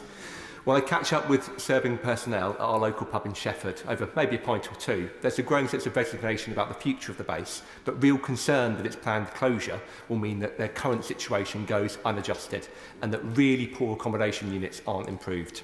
To do right by these personnel, will the Minister commit to revisiting the current decision not to upgrade the grade of either of the two service bases that I currently have in my constituency, where hundreds of beds currently fall into grade 3 or 4? Minister. I'm grateful to the honourable gentleman. We engaged on this in his Westminster Hall, his Westminster Hall debate on accommodation, and where I announced about our plans in relation to Chicksands.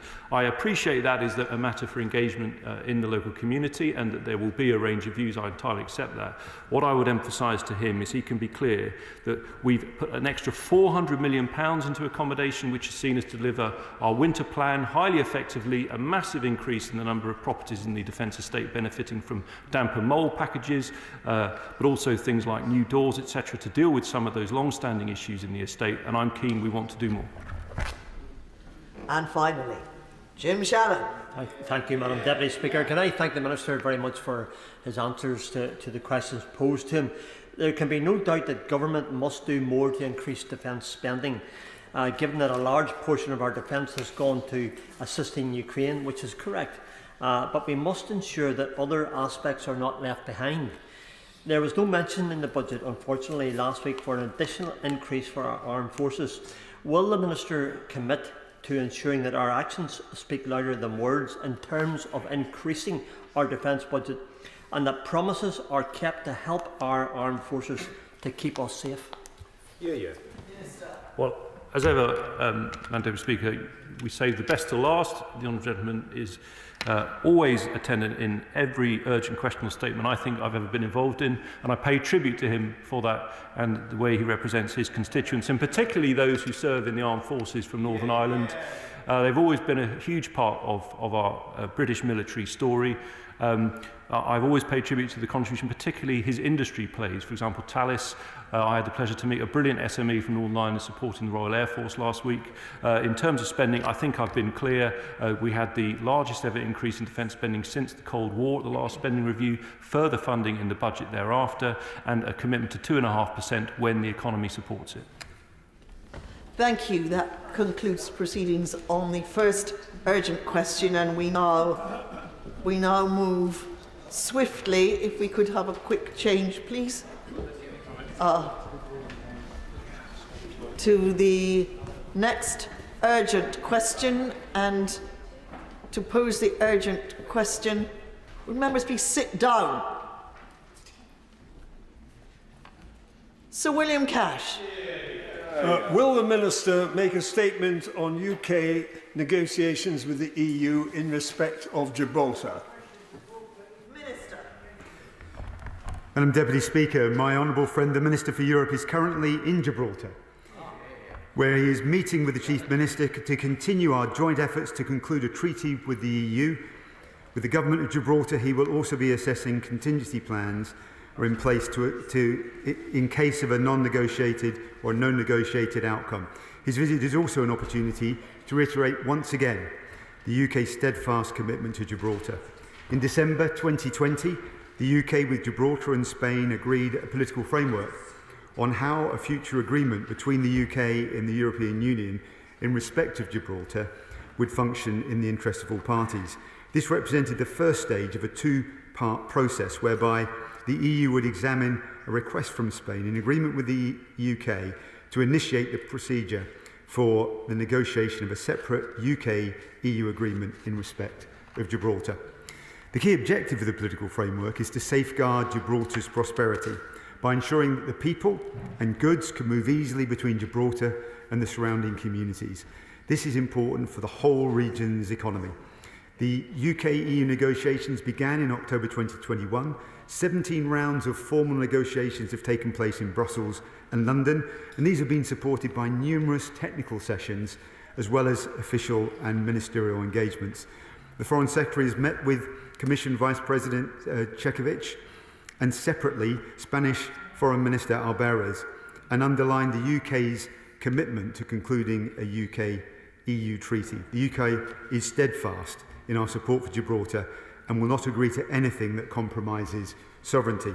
While negotiations have been technically and politically complex, significant progress has been made. Both the UK and EU have presented texts throughout the negotiations. Agreement can only be achieved by respecting the balance of the political framework. Throughout this process, the UK government has worked side by side with the government of Gibraltar. Throughout our negotiations with the EU, the government of Gibraltar have formed part of our negotiating team. Alongside our joint efforts to conclude negotiations, the Foreign Secretary and Chief Minister agreed that it remained prudent to continue working together to ensure robust plans were in place for all scenarios, including non-negotiated outcome.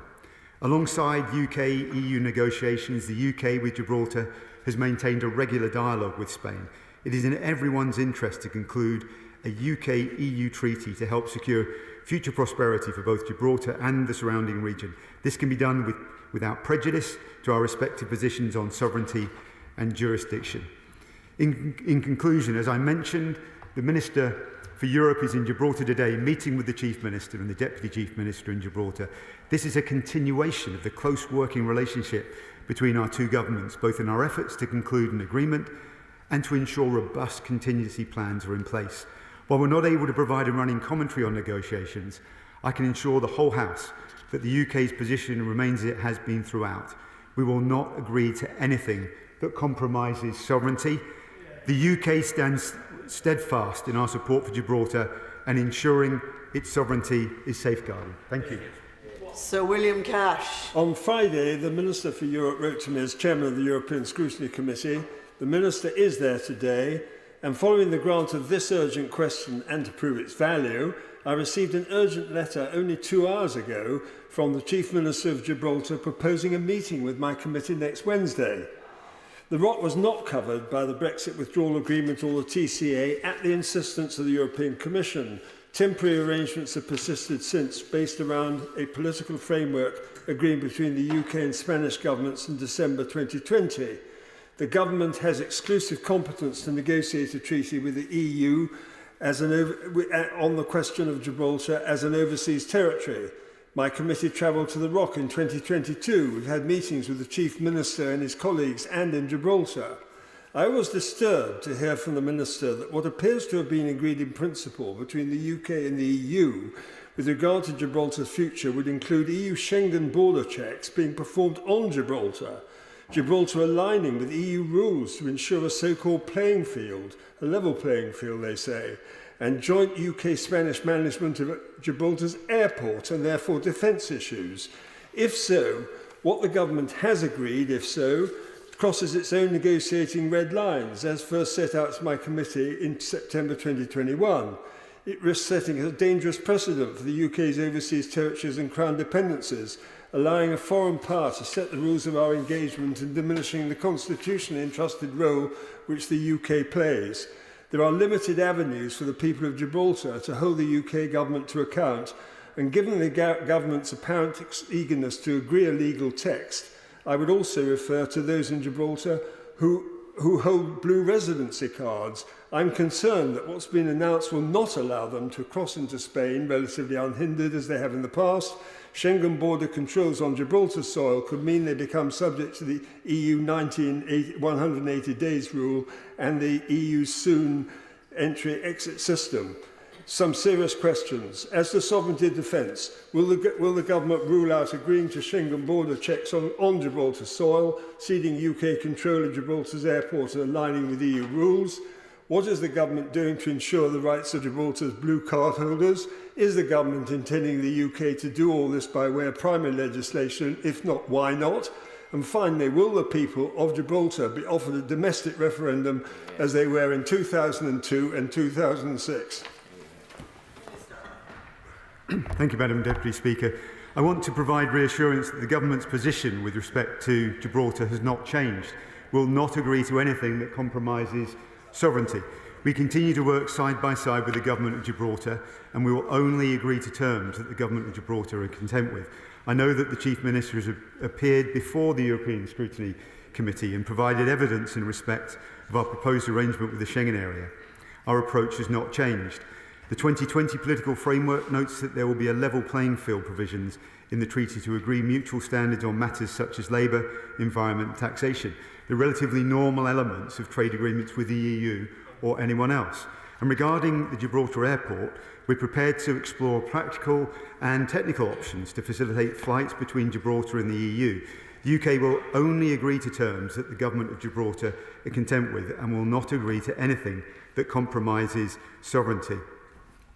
Madam Deputy Speaker, I think it's worth highlighting that in the letter the Chief Minister sent to my honourable friend, the member for Stone, he said that the UK and Gibraltar have never worked more closely together in delivering the outcome that the people of Gibraltar want. That's how it should be. Stephen Doughty. Well, thank you, Madam Deputy Speaker, and I'd like to thank the honourable members for Stone for securing this urgent question and draw attention to my own declarations as Shadow Minister and membership of the Gibraltar APPG. And let me be clear, Labour's commitment to Gibraltar and indeed to our wider family of overseas territories is unwavering. And since I've been in this role, I have had the pleasure to meet with Chief Minister Fabian Picardo and his ministers and with other Gibraltar parliamentarians. I've visited the Rock myself as well as the Campo, and I've discussed these matters in Madrid too. Gibraltar is integral to the UK's history and to its future, with robust democratic institutions and a dynamic economy, and it also remains an important base for UK forces. So let me be clear, Madam Deputy Speaker, if there is a new government here in the UK, there would be no change. The sovereignty and self-determination of Gibraltar are not up for debate. We believe in the right of the people of Gibraltar to choose their own future, as they have made clear, and this must be the bedrock of any negotiations with Spain, which of course is equally a close friend and ally of the UK and a critical partner in NATO and in many, many other respects. And we therefore hope and believe that an agreement can be reached to the mutual benefit of Gibraltar, Spain, the UK and the EU. Now, these negotiations have gone on longer than anticipated. It's critical that the government now works hard to get a good deal over the line and provides people, businesses and communities on both sides of the border with the clarity and stability that they need. I have a few short questions. Can the Minister explain in a little bit more detail where negotiations are on some of the key issues in relation to movement of goods, law enforcement and citizens' rights? Secondly, could you give us a little bit more detail on the Minister's visit to Gibraltar today and indeed any recent discussions he's had with Spain and the EU on outstanding matters? Perhaps the Minister could make a statement on his return from Gibraltar. That would be very helpful. And finally, what support is the government giving to Gibraltar in terms of the NNO contingency planning? It's important, of course, that however we don't want to see that happen, that we're prepared for all outcomes. Gibraltar has a distinctive and proud place in British history, and I hope the government and all parties can get a deal that works for its people going forward.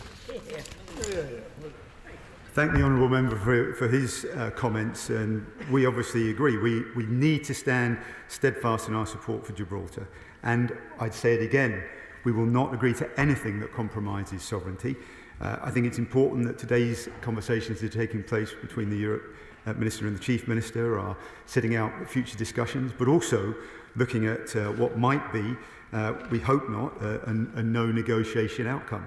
And we'll be working very closely with the government in Gibraltar, and we'll continue to see what support they might need in any particular scenario that might arise. But we're working in good faith towards a deal. Sir Robert Neal. Thank you, Madam Deputy Speaker.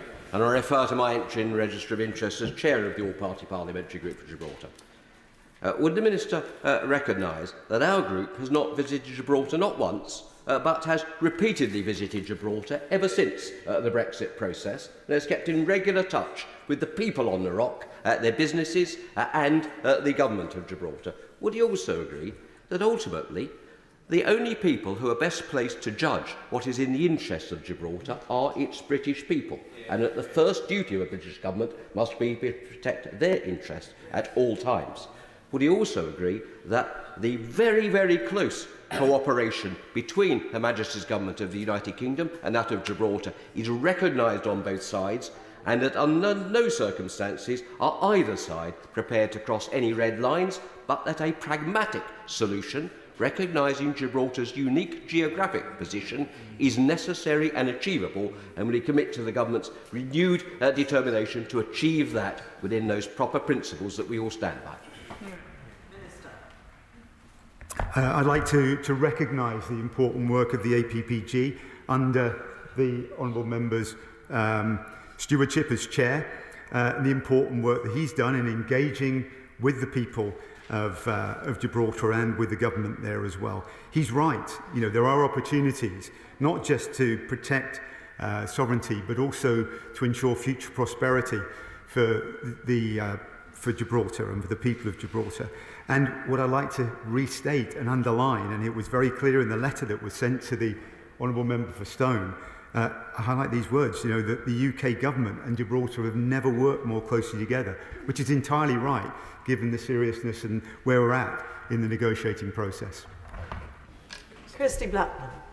Thank you very much. I'm delighted to hear the cross-party outbreak of support that there is for nations choosing their own future. It's very unusual in this place. The UK has, over recent years, managed to trash its international reputation. Will the Minister let us know how much Brexit has cost Gibraltar so far? And will the Minister promise this House that the government will, this time, stick to its agreements, stick to the statements that it made to the member for Stone's committee, for example, stick to those positions that it held, and negotiate in the interests of the people of Gibraltar, not in the interests of ideological power trips?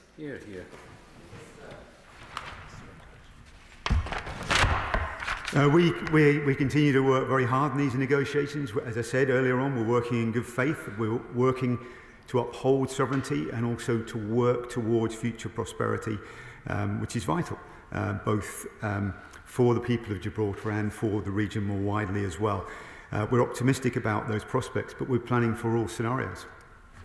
Sir Michael Ellis.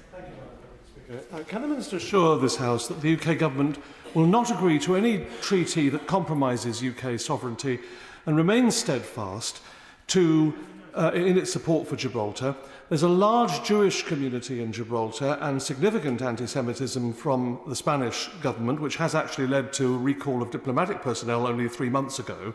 It's particularly important that in our negotiations with the EU and anyone else, that the sovereignty of all of the people of Gibraltar is respected. Would you agree? I absolutely agree. We need to respect that sovereignty, and I stand shoulder to shoulder with my right honourable friend. Anti-Semitism has no place in our society. Andrew Gwynn. Thank you, Madam Deputy Speaker. I agree with the Minister. We cannot compromise on the sovereignty issues that Gibraltarians hold so close to their hearts. He was right to point out the practical and technical options in respect of the airport, which also serves as RAF Gibraltar. Can he perhaps outline some more on what practical and technical options he's thinking of in relation to the airport? And before I do so, Madam Deputy Speaker, I really should also have drawn members' attention to my entry in the Register of Members' Interests as well. The point I was making about practical and technical options are in relation to facilitating flights between Gibraltar and the EU more widely. The UK will only agree to terms that the government of Gibraltar are content with, and will not agree to anything that compromises the sovereignty within that aspect. Sir Julian Lewis. Can the Minister explain to us its assessment of the attitude of the European Union towards the continuing sovereignty of Gibraltar, bearing in mind Spain's long-standing ambition to infringe that sovereignty? Our negotiations are with the EU, and we continue to take those negotiations forward, and will do, as I said repeatedly, with the sovereignty of the people of the Gibraltar at the front of our minds. Stella Creasy. Thank you, Madam Deputy Speaker. Of course, one of the things that we do need to recognise in this debate, and I thank the member for Stone for organising this question, along with those of us who support the sovereignty of the people of Gibraltar and their rights to self-determination, is, of course, 96% of them didn't vote for Brexit to happen. So this whole scenario, when the member opposite talks about giving them a voice, perhaps he needs to listen to why. I'm very struck by what the Minister said about the value of a level playing field and the concept of alignment of trade, economic rights and standards to be able to encompass that. Can he just clarify then, for avoidance of doubt, like many of us feel, there is no conflict between supporting sovereignty and supporting alignment, and the lessons that might have for other negotiations coming forward in this field? The point I made is that these issues that the honourable member talked about in terms of level playing field provisions are normal elements of trade agreements with the EU or anyone else. In line with what the UK agreed with the EU under the Trade and Cooperation Agreement in this area, commitments should be bilateral and reciprocal and not based on the rules of either party. David Jones. Thank you, Madam Deputy Speaker. By my reckoning, my honourable friend has this afternoon said no fewer than 5 times that the British government will not agree to anything that compromises British sovereignty. But it's clear from the letter from the Minister for Europe that travellers arriving in Gibraltar will have to pass through Schengen immigration arrangements. How can it be the case that British travellers arriving in British territory will have to deliver their passports for inspection to a foreign border official, and that not be incompatible with British sovereignty? We're seeking a mobility arrangement with the Schengen area to facilitate flow at Gibraltar and the Spanish border. This arrangement would remove checks from the Gibraltar-Spain border. Instead, those arriving in Gibraltar would pass through Gibraltar immigration, followed by Schengen immigration. The exact details of arrangements form part of the ongoing negotiations. In line with the December 2020 political framework, as a default, those travelling to Gibraltar will undergo both Gibraltar immigration controls and Schengen entry checks. Thank you very much, Madam Deputy Speaker. During my visits to Gibraltar, including recently with the excellent Armed Forces Parliamentary Scheme, I appreciated not merely that it's an incredible place, but also in the Gibraltarians' firm commitment to uphold their sovereignty. But Minister, what assessment has been made of the ongoing impact of the uncertainty on the economy of the ROC, and what steps are being taken to catalyse growth in the region? That is why we're taking forward these negotiations. It's about future prosperity and about protecting sovereignty. That's the fundamental part of it. And that's why the government in Gibraltar are keen to be working with us and have said that they're working in good faith and feel that our relationship is stronger than it's ever been. Andrew Percy. Mr. Speaker, as the House will be aware, Goole is twinned with Gibraltar, and I was in Gibraltar on Friday. The Minister looked shocked. I'm sure he realises it's a match made in heaven. I was in Gibraltar on Friday in the Parliament, a meeting with their Mayor, Carmen Gomez, and the very clear message sent to me on this issue was the importance of a resolution, not least because of the large number of Spanish workers who make their living in Gibraltar, and that is a point worth remembering and emphasising in these negotiations. But will the Minister also confirm that any arrangement will not make any difference to the rights of a British national to live and work in Gibraltar? Madam Deputy Speaker, I don't know why I look shocked, because it's pretty obvious from the hard work of my honourable friend that where Goole leads, the rest of the UK follows. We're working hard on the as I said earlier on, the border issues at the airport and more widely, and the aim is to reduce the friction that will be in place. Jim Shannon. Mr. Speaker, can I thank the Minister very much for his answers to the questions and a clear commitment. We have always had a great relationship with Gibraltar, and I'm a big supporter of that, as indeed others are in the Chamber as well. It is so important our relationship is maintained with strength and pride as we are able to work better together. Will the Minister ensure that all efforts are made to continue our much valued relationship with Gibraltar, and that we do all that we can to support them as a British overseas territory with the same rights as everyone else? Now, I recognise my honourable friend's commitment to Gibraltar, along with that of most people in the Chamber today. I think there's a huge amount of work, and not least of which the work that the Speaker does as well, to foster that relationship, which we're very proud of. He can be assured we'll continue to work that way. I think the best feedback that we received today as well from the Chief Minister is that actually they believe they've got a good working relationship with us, probably the best we've had, and we'll continue to work together in their interests on that basis. Ranulph Jayawardena. Thank you, Madam Deputy Speaker. What is my honourable friend's assessment of the joint declaration signed with the British Overseas Territories? Does it provide, in his view, the right basis to work with them more closely in the future, including Gibraltar? And given the threats faced by Britain and her allies around the world, does he agree with me that our overseas territories are more important than ever? No, I completely agree with him on the latter point, no question. I think in terms of the joint declaration, that sets out a more modern framework for our relationship with the overseas territories. We're going to be setting out a strategy for the overseas territories with the overseas territories over the months ahead, and then we'll move on to partnership compacts. We need a more modern relationship where the accountabilities are clear, not just between FCDO and the overseas territories, but across the whole width of Whitehall. I think that's something we want to see on both sides of the House.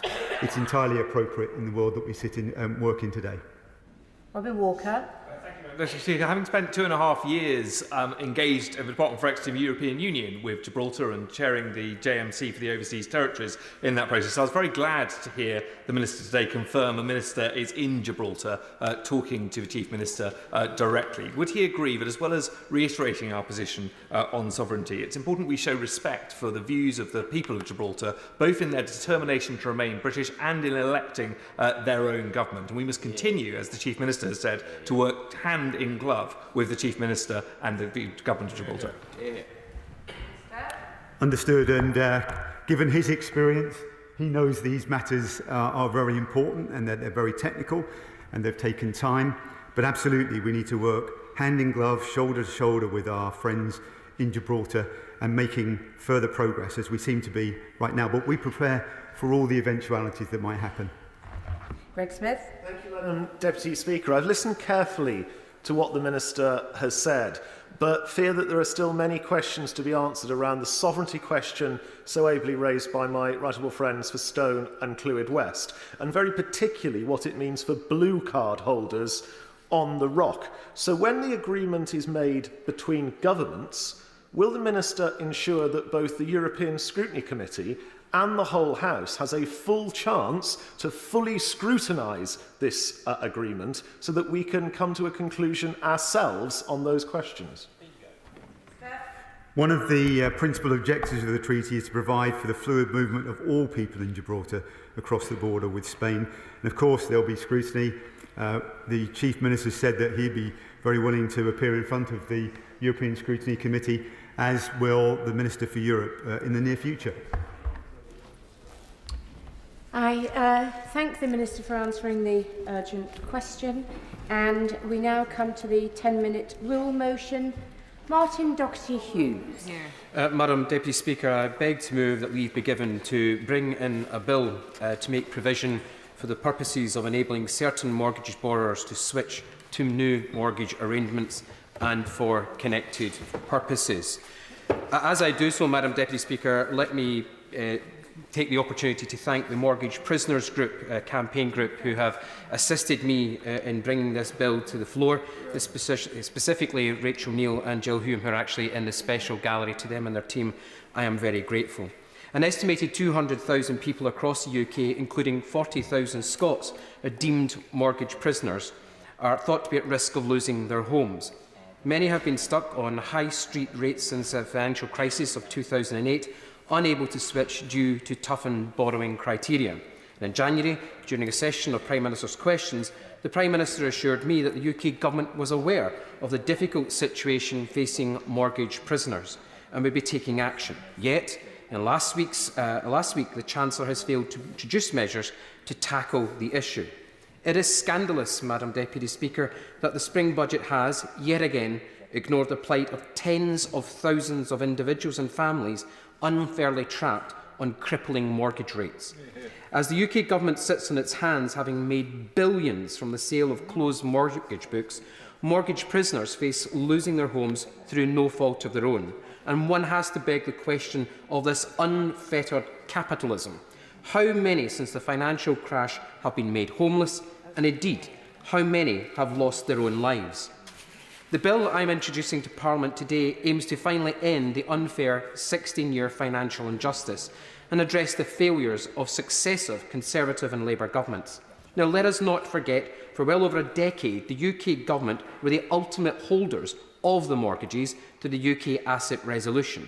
Now, I can imagine myself thinking that any government would not do anything so deliberately to harm hundreds of thousands of UK residents in this position, and that a sensible resolution would eventually be found.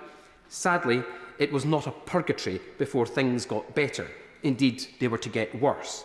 In 2019, the UKAR sold a tranche of books, including some of my constituents, to a company called Heliodor, as I have mentioned previously.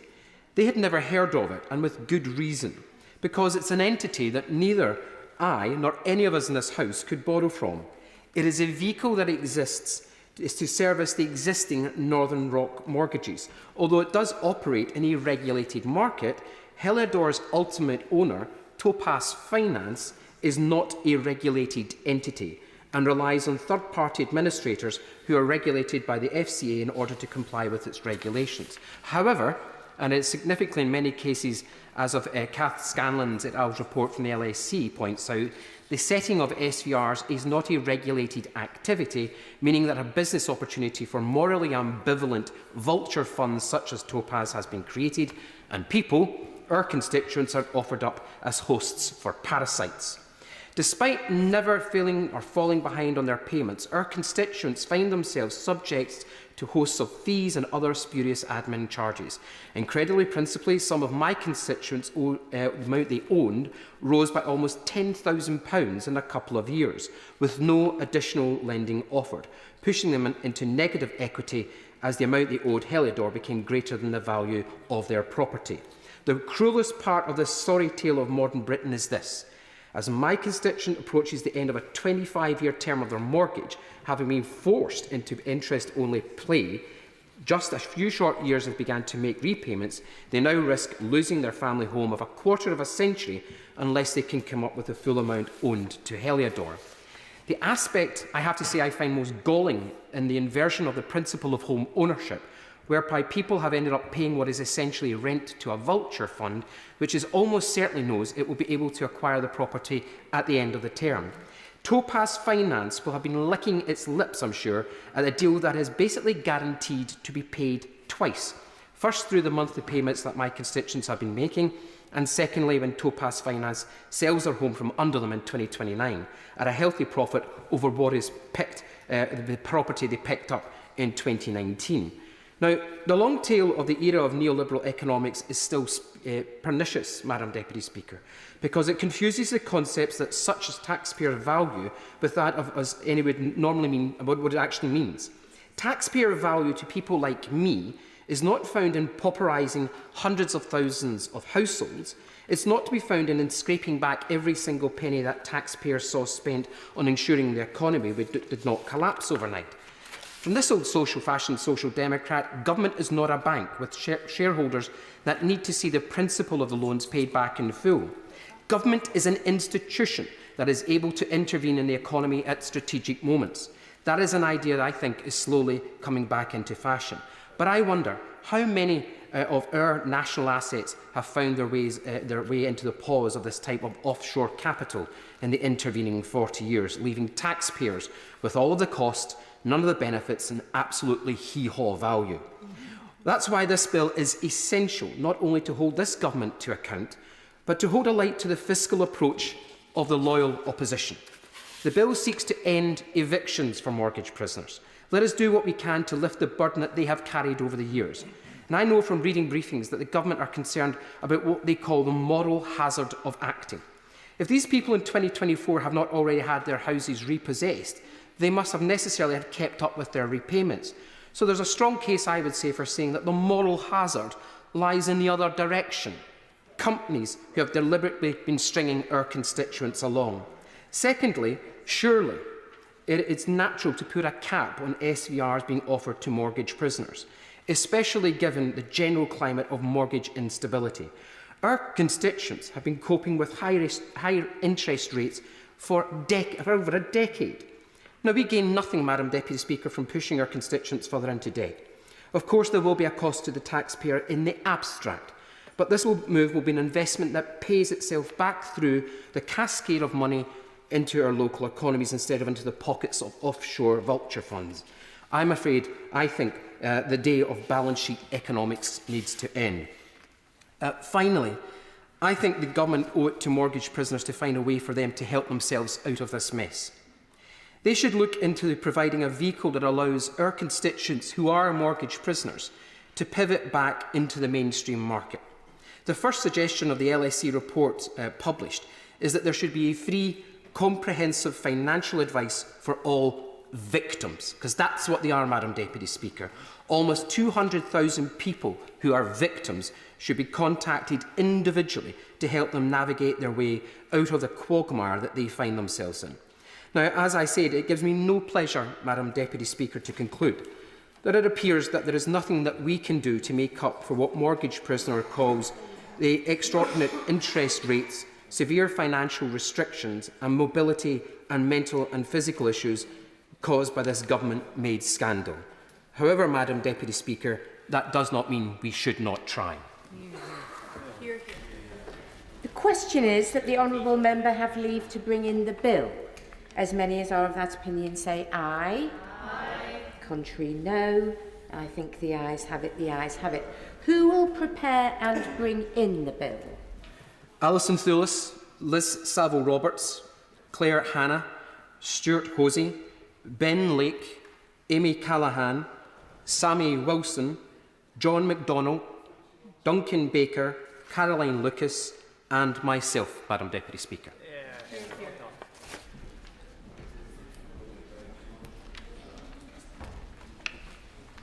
Martin Doherty-Hughes.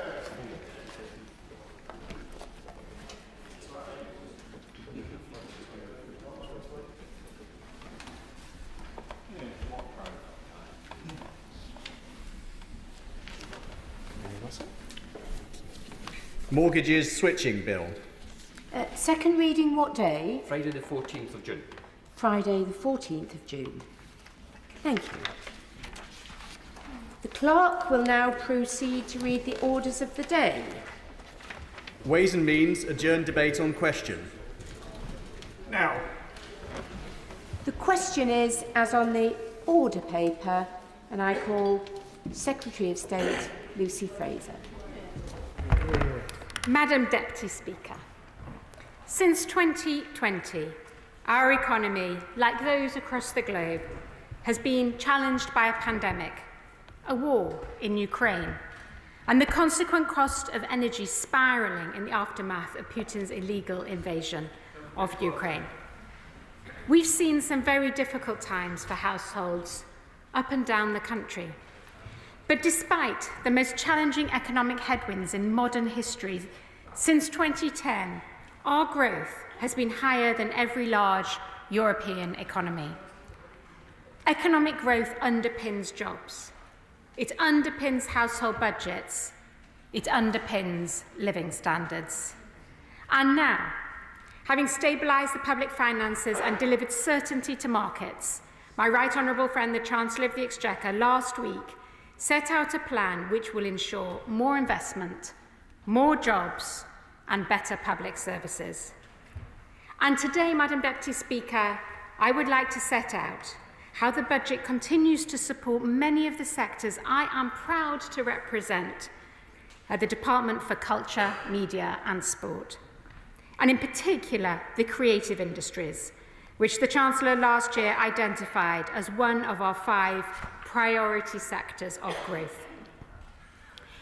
The creative industries don't just enrich our lives, they enrich the nation's finances, and they are an economic powerhouse. These industries are growing at twice the rate the rest of the economy. Industries responsible for over 2 million jobs and worth £124 billion to our economy last year alone. And I'd like to start by just recognising the UK's world-leading success in these industries.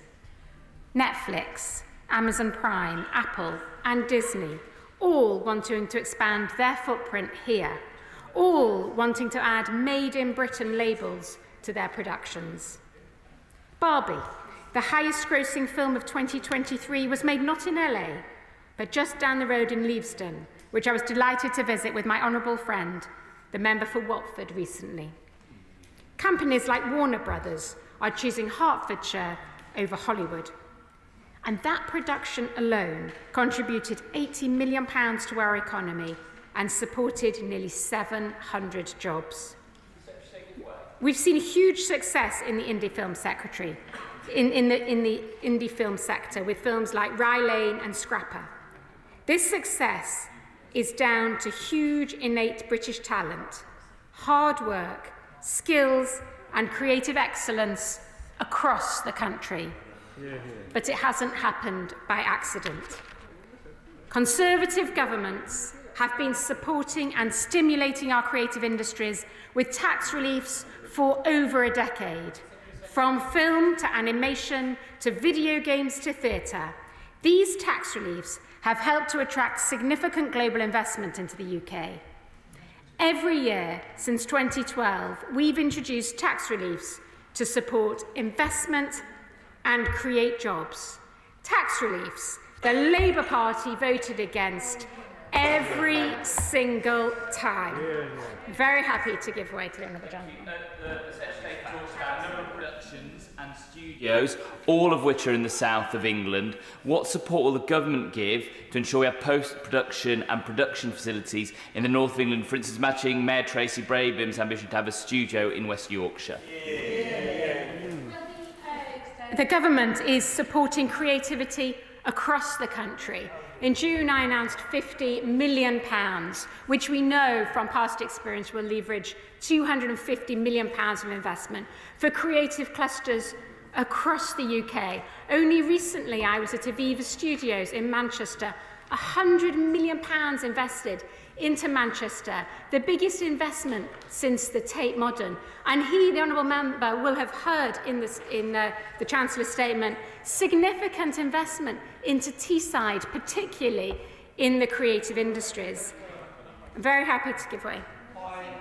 Thank the Secretary of State, but the Tories have truly wrecked the nation's public finances. Madam Deputy Speaker, under the Conservatives, debt has tripled from £1 trillion to almost £2.6 trillion. Does the Secretary of State agree with the respected independent statistics that despite the Chancellor's budget, households in Slough and across our country will be £870 worse off on average under the Chancellor's tax plan? Is that the Chancellor's tax plan is allowing people across the country to benefit from around £900 if they are an average earner. What we know from the Labour Party is that every single time they leave office, there is higher unemployment. And last time the Labour Party were in government, they left a note that said that there was no money left. But, Madam Deputy Speaker, let me tell you what the impact of the Conservative plan over the last decade has delivered.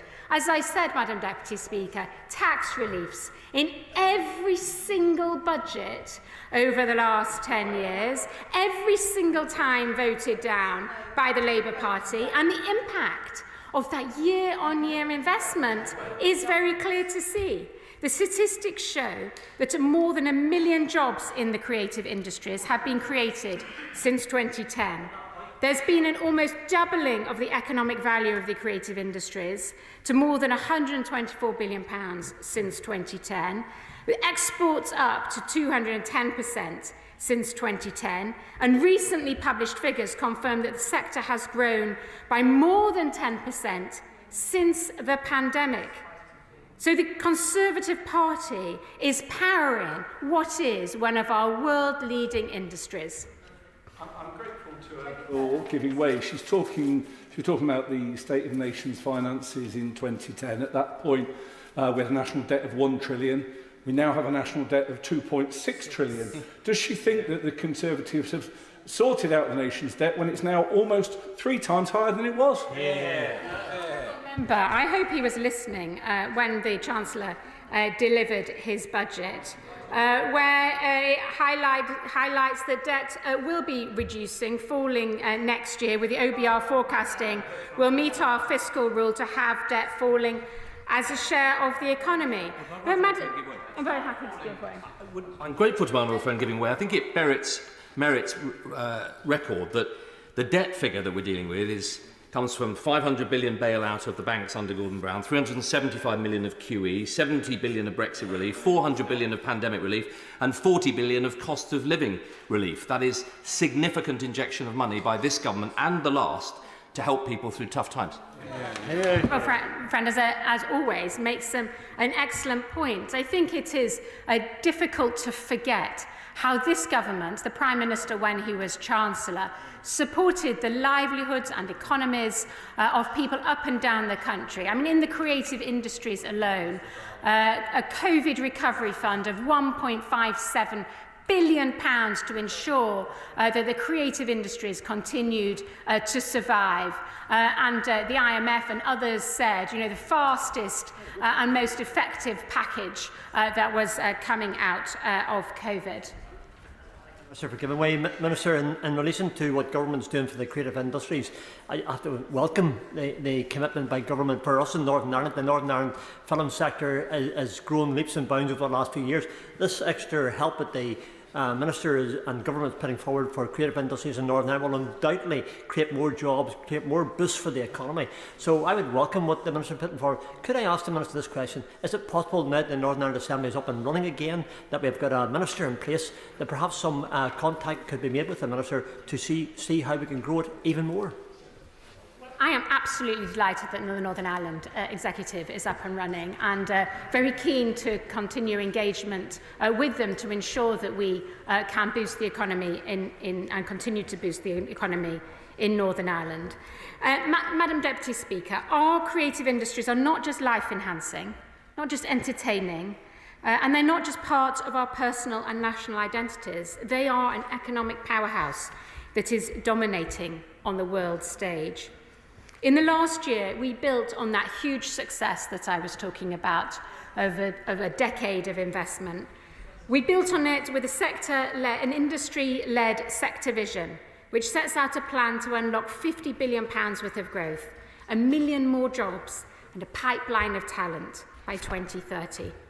And both the Chancellor and the Prime Minister recognise that the way we will extend our excellence long into the future is with sustained investment and commitment to these sectors.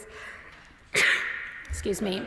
And that is why the budget continued that support. Why the budget that the Chancellor set out last week built on that recognition with a package of measures to cement our status as a cultural superpower. But don't just take my word for it.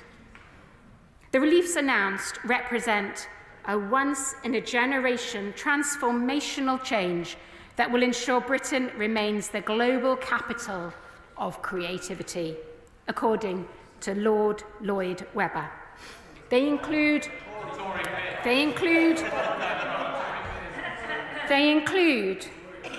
the most significant policy intervention since the 1990s, according to the Chief Executive of the British Film Institute, Ben Roberts. They are game-changing, according to James Bond producer Barbara Broccoli. And, Madam Deputy Speaker, they are all correct. £1 billion in additional tax relief for the creative industries over the next 5 years. We've set permanent higher rates of our cultural tax relief, set at 45% for touring and 40% for non-touring theatre productions and galleries exhibitions, and 45% for all orchestra productions.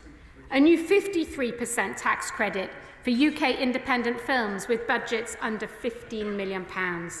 A 40% tax relief on business rates for film studios, and an increased tax relief for the visual effects sector. £26.4 million for the National Theatre to modernise its stages, and new funding for an extension of the National Film and Television School. Funding and tax breaks that are going to unlock huge investment into our economy, secure the long-term future of some of our great cultural institutions, and help us build a pipeline of talent for the future. We are only 5 days on from the budget, and these measures are paying dividends already. As later this year, filming of Jurassic World 4 will begin at Sky's Elstree Studios. Because, as Sir William Sargent, Chief Executive of the visual effects company Framestore, said, our decision to remove the 80% cap relief that productions can claim on visual effects has likely stopped the visual effects for Jurassic World 4 being made abroad. That is our long-term plan for growth, delivering growth within days of the budget. But our ambitions, rightly, stretch far beyond our world-class creative industries. At the last autumn statement, the Chancellor unveiled 119 growth measures that, taken together, could raise business investment by around £20 billion per year in a decade's time. And he's followed that up with a budget designed to deliver an economic gear shift for businesses across different industries, from life sciences to manufacturing to AI. Over £270 million of combined government and industry investment into cutting-edge automotive and aerospace R&D projects. Grants of £92 million of joint government and industry investment into the life sciences, up to 100 million in the Turing Institute, our National Institute for AI and Data Science, over the next 5 years. Strategic investments designed to unlock growth and propel our economy forward. Long-term decisions that will place us at the vanguard of these pioneering industries of the future, where we belong. This government recognises how hard the last few years have been on people and families' finances. That's why the Prime Minister set 5 clear and unambiguous priorities. Priorities consistent with those of people across the country who have battled with the rising cost of living. The Prime Minister, the Chancellor, and the entire Cabinet have been laser-focused on those priorities, and we've made significant progress in delivering on them. I'm very happy to give way. Secretary of State for giving way, and she speaks about tax reliefs and long-term decisions. But thanks to this government, we now have the highest tax burden since the Second World War. But will the Secretary of State confirm the figures which came out from the ONS showing 7 consecutive quarters of a fall in GDP per capita since 2022? Does she agree that that is the longest period of stagnation since the 1950s? Well, the Honourable Member makes a number of points. Just on taxes, we're sticking with a plan, and the plan is to get taxes down. And we're doing that by, yet again, lowering tax on national, by way of reducing the NICs, again, for reduction for 29 million people. Tax cuts for 27 million working people from April. And with the UK tax system remains competitive. He mentioned the tax to GDP ratio. We have a lower tax to GDP ratio than any other European countries in the G7. Germany at 39.3%, France at 46.1%, Italy at 42.9% based on 2022 figures. I'm very happy to give way. On tax cutting, there's always been a social contract in this country by which you pay national insurance until you become of pensionable age, but once you do become of pensionable age, you don't pay national insurance.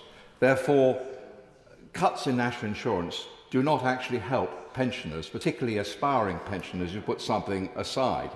So what I'd like to know, and I can see her honourable friend sitting beside her from the Treasury, who said this might take decades, I want to know what is the long-term plan to protect pensioners, because you cannot just abolish national insurance and replace it with nothing.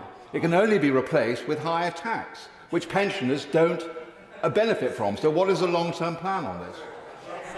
Well, my honourable friend knows that what we want to do is reduce taxes on working people, and it isn't right that they have double taxation. But he will also know the importance of protecting pensioners, which is why throughout our time in government we have protected pensioners, and one of the key ways of doing that is through the triple lock. But, Madam Deputy Speaker, I want to highlight on the progress that's been made on those 5 priorities that the Chancellor and Prime Minister set out some time ago. Debt is falling in line with our fiscal rules. Inflation has halved, and growth is a full 1.5 percentage point higher than predicted. And this has only been possible because of decisions taken by this government. Decisions like putting an average of £900 back into the pockets of 27 million workers in the space of 4 months. There is further to go, and this budget will help us get there, creating more success stories like our creative industries across our economy and across the entire United Kingdom. While the Labour Party snipe aimlessly and endlessly from the sidelines, we are targeting funding where it is needed most. While the Labour Party talk the economy and indeed the rest of the country down, we're backing working families and British businesses with tax cuts and tax breaks. While the Labour Party U-turn on their U-turns, we are putting our economy on track for new jobs, new growth and new investment. Madam Deputy Speaker, this Conservative government has a plan, and that plan is working, and I commend this budget to the House. Shadow Secretary of State, Wes Streeter. Thank you, Madam Deputy Speaker.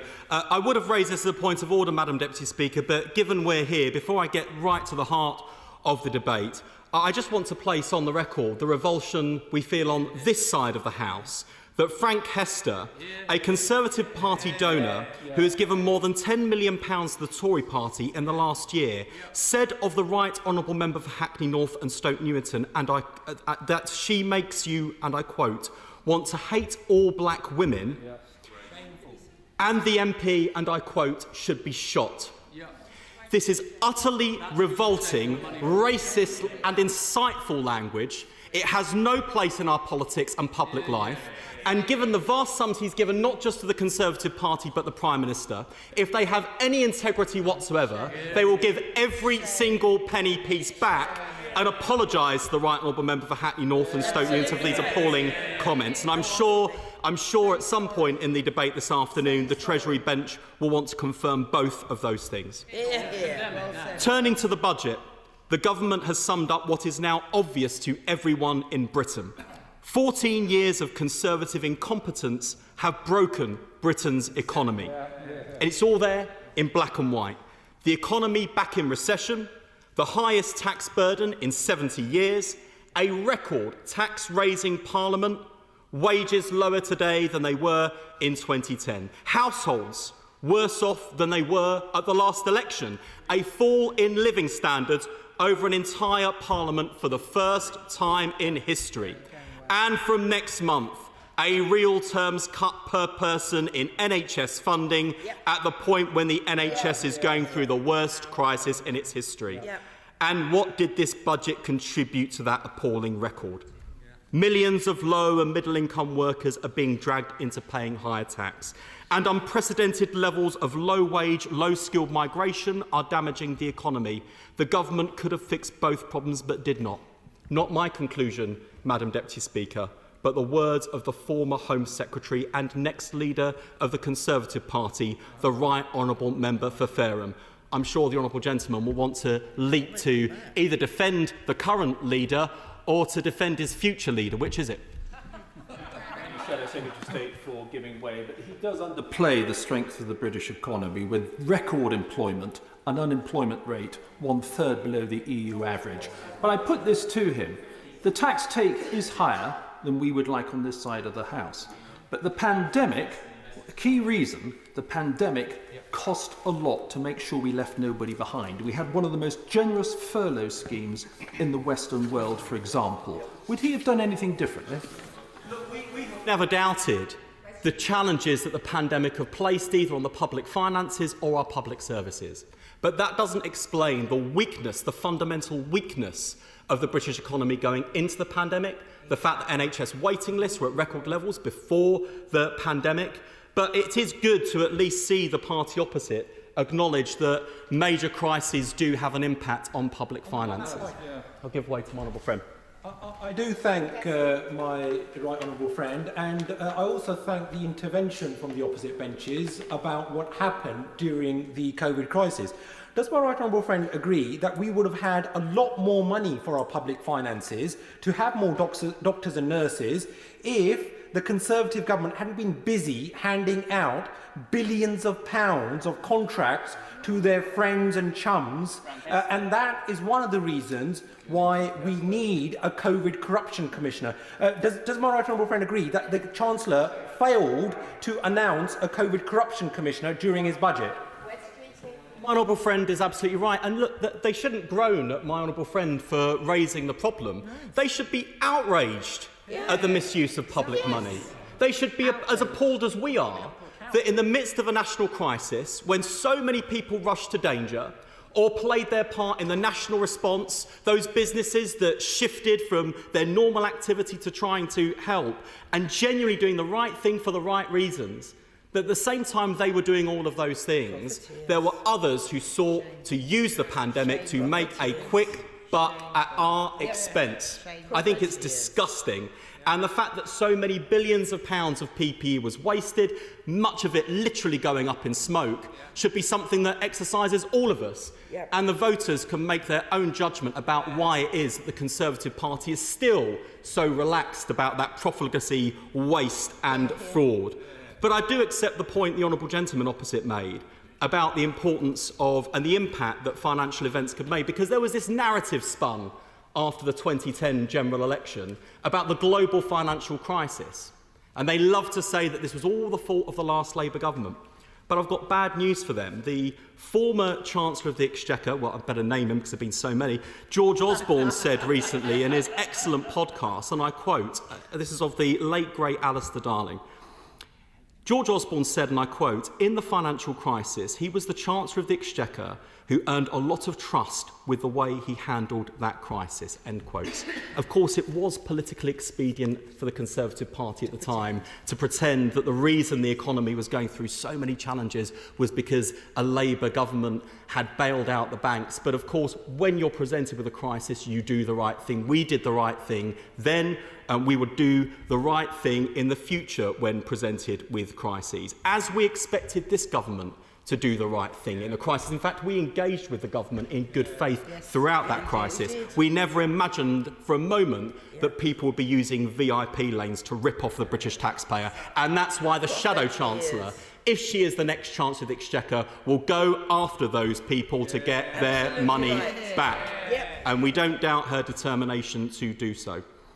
But, Madam Deputy Speaker, the budget was pitched as the Tories' last roll of the dice before the general election. This was meant to be the one to bamboozle the opposition and wow the public. But instead of starting the campaign with a bang, they are going out with barely a whimper. It was meant to bring millions of voters who have abandoned the Conservative Party back into the tent.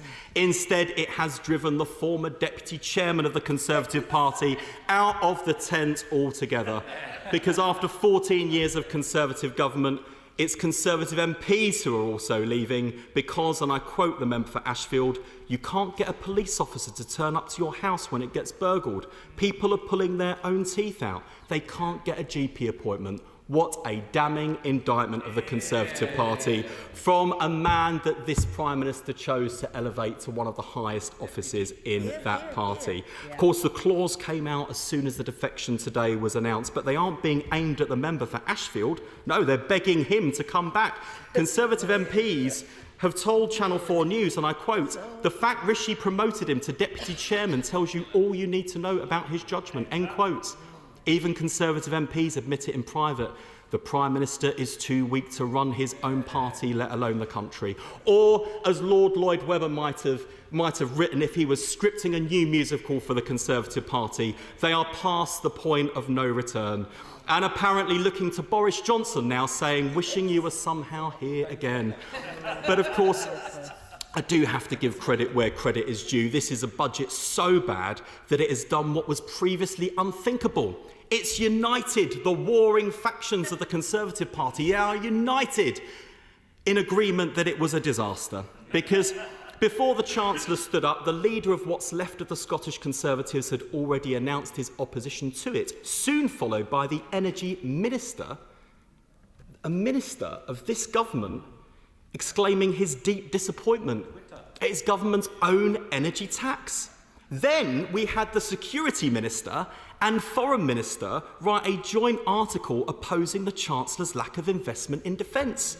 So the Energy Minister doesn't support the energy policy, the Foreign and Security Ministers don't support the defence policy, and even the Chancellor says he doesn't support the tax rises he's imposing on working people. So it begs the question, is there anyone left who actually believes in what this government is doing?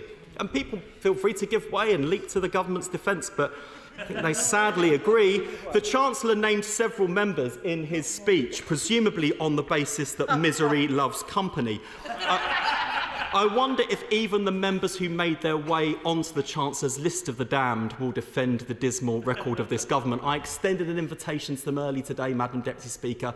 They've not shown up. I'm sure they're busy back in the office or in the constituency writing leaflets extolling the news about how great this budget was, or maybe not. I'll give way to my honourable friend. Well, 25 people who won't be extolling how wonderful it was are the New Conservatives. We know 25 Conservative MPs support that organisation. They said, we cannot pretend any longer the plan is working, we need to change course urgently. So does he share my question as to whether those 25 MPs who want to change course urgently will actually be voting for this budget? And if they are going to vote for this budget, how can they possibly suggest that they're changing course? Yeah. Who knows, Madam Deputy Speaker, and I've got to confess, I don't even know who the New Conservatives are. There are so many warring tribes now. It's so many. It's, you know, the families evolve every week. I mean, you know, it's a level of reproduction that even the former Prime Minister Boris Johnson failed to match. Indeed. Turning to the list of the damned who made their way into the Chancellor's speech, the member for Dudley North was identified in the budget speech as pushing the government to give in to the Shadow Chancellor's call to cancel their planned rise in fuel duty. Where Labour leads, Madam Deputy Speaker, the Tories follow. But I wonder if he will defend his government making pensioners in Dudley £1,000 a year worse off. The member for Truro and Falmouth was singled out by the Chancellor. Does she think her constituents earning £15,000 a year will forgive her for voting to pinch an extra £580 from their pockets in tax rises? The member for... Oh, she does. She wants to defend the Chancellor and fingerprints on the budget. I'll happily give way. I thank the honourable member for giving way. He seems to be taking the wrong tone with my constituents. It's not something we practice in Truro and Falmouth, being overly political with each other. He would know that if he spoke to my Labour opponents in Truro and Falmouth. The Chancellor singled me out because we have worked very hard across Cornwall to remove advantages for short-term holiday lets. That is all.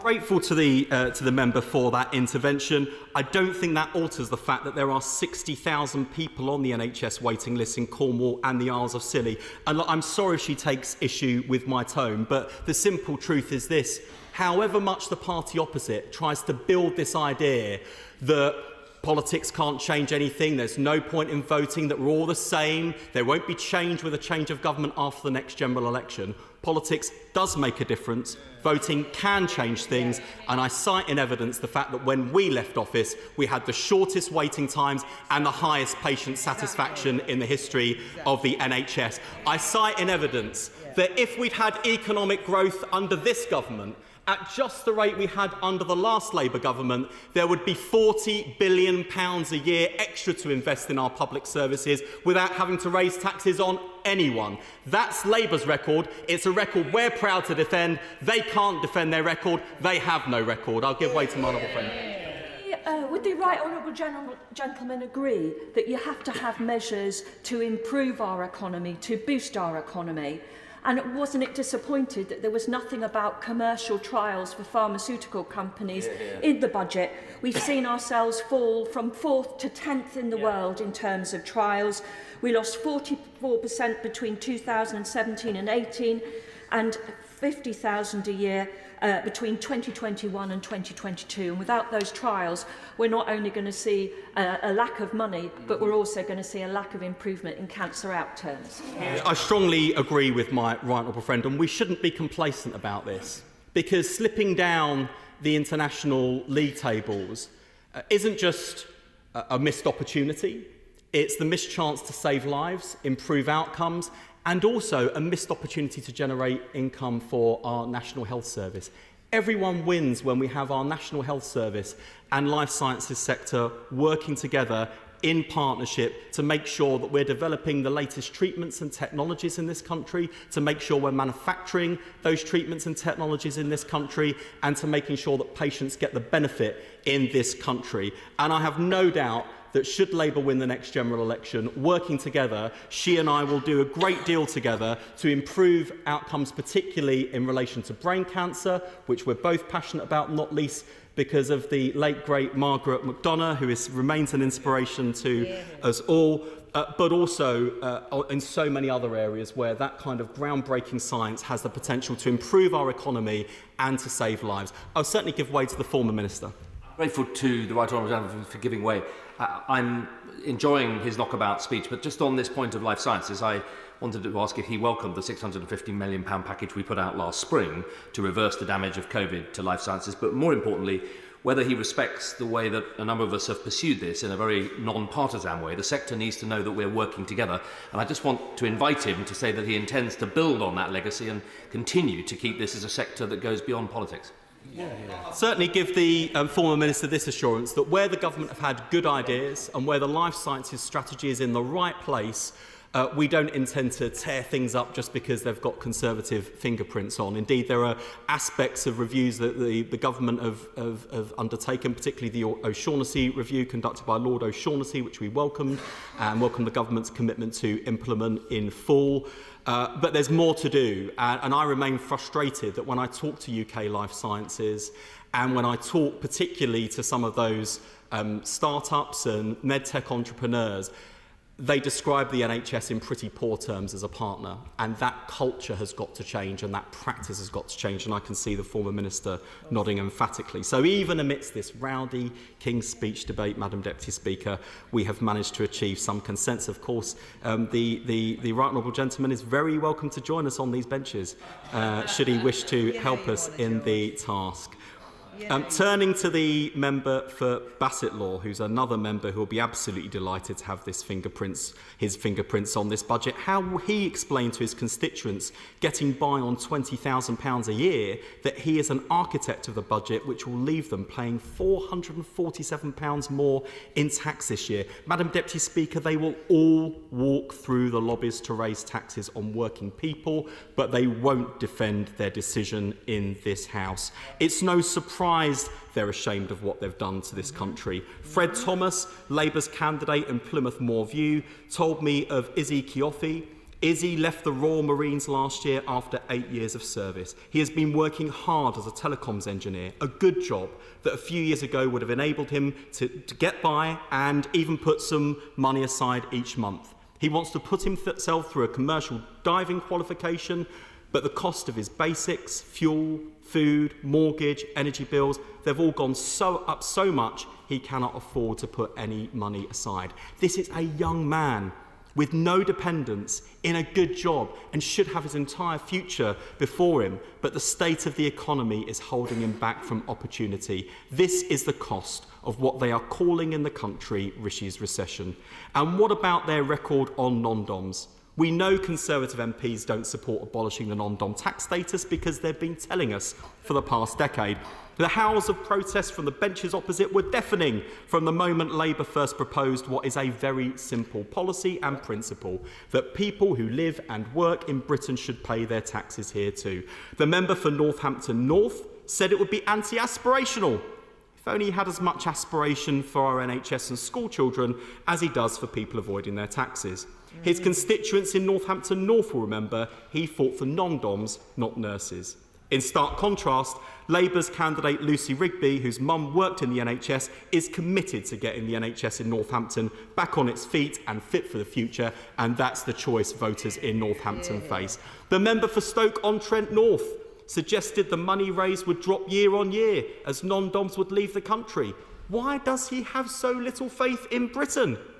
Why does he think the only reason people would want to live in this country is to avoid paying taxes? If he can't see that Stoke-on-Trent has so much more going for it than the non-dom tax status, I would suggest his constituents might prefer an MP who has some pride in their city, some pride in their country, and elect David Williams at the general election. And during the election campaign, when the Conservatives are touring the broadcast studios to criticise Labour's plans, never forget that the Chancellor said abolishing the non-dom tax status would not benefit the taxpayer. The Levelling Up Secretary said it would lead to talent flight. The Health Secretary said it would put at risk 230,000 nurses and Britain's place in jeopardy as the filming location for the Barbie movie. And the Health Minister, the member for Lewis, described it as about as much use as an ashtray on a motorbike. And now each and every one of them is preparing to vote for Labour's plan. The bright glow coming from the red-faced members opposite is blinding. But never forget, they criticised our policy, they criticised our costings, they've adopted our policy, they've adopted our costings, they don't have any credibility left. And that they have finally relented is further evidence that Labour is winning the battle of ideas again today. Never again can the Conservatives claim with a straight face that Labour doesn't have a plan. They wouldn't have the first idea what to do if they didn't have our plans to pinch. In fact, it seems to me that today the Labour Party has replaced the IEA as the Conservatives' most influential and favoured think tank. Look at the impact we're having on government policy. Labour's NHS workforce plan nicked. Labour's plan to recruit dentists to the most underserved areas nicked. Labour's plan for a progressive ban on tobacco nicked. Labour's plan for a windfall tax on oil and gas giants nicked. And now Labour's plan to abolish the non-dom tax status nicked. If the Conservatives are so desperate to see Labour's manifesto implemented, they should just call a general election.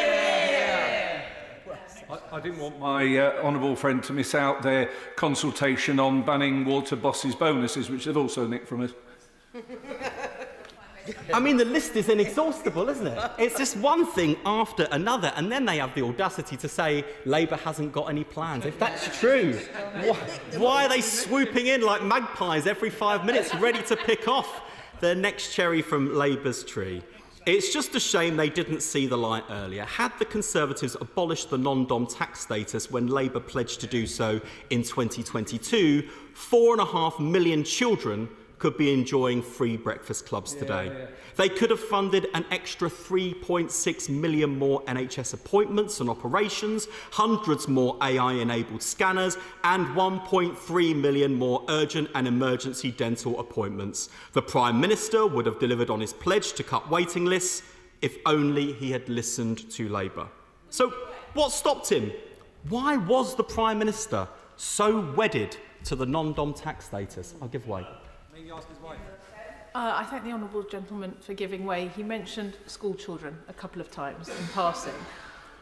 What was hugely disappointing to me was there was absolutely nothing in last week's budget about schools or colleges, and today's theme is about growing the economy.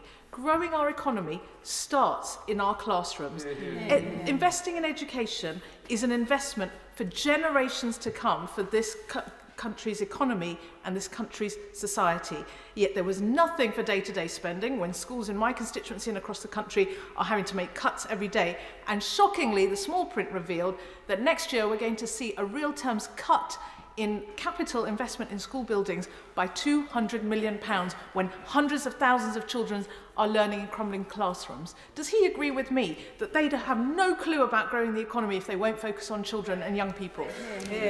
I agree with what the honourable member says, and I'd say two things in addition. Politics is about choices, and that is why we choose to end tax breaks enjoyed by private schools attended by the 7% in order to fund more teachers and education for the 93%. They've not nicked that policy yet, but I suppose it's any day now that one's coming. But it does say something about choices. And here's something else that I found really galling. When the government appointed Sir Kevin Collins as their catch-up commissioner, they couldn't have found someone better to advise on education, life chances, and how to correct the obvious damage that had been done to children's education as a result of successive lockdowns. Something that all of us, or most of us in this House across both sides, felt was necessary given the scale of the virus, but where we ought to collectively acknowledge that there was a consequence and a debt to be repaid to that generation. It was at that point when Sir Kevin Collins published his report, commissioned by the government to the Prime Minister, that this Prime Minister decided that no more. He couldn't do any more.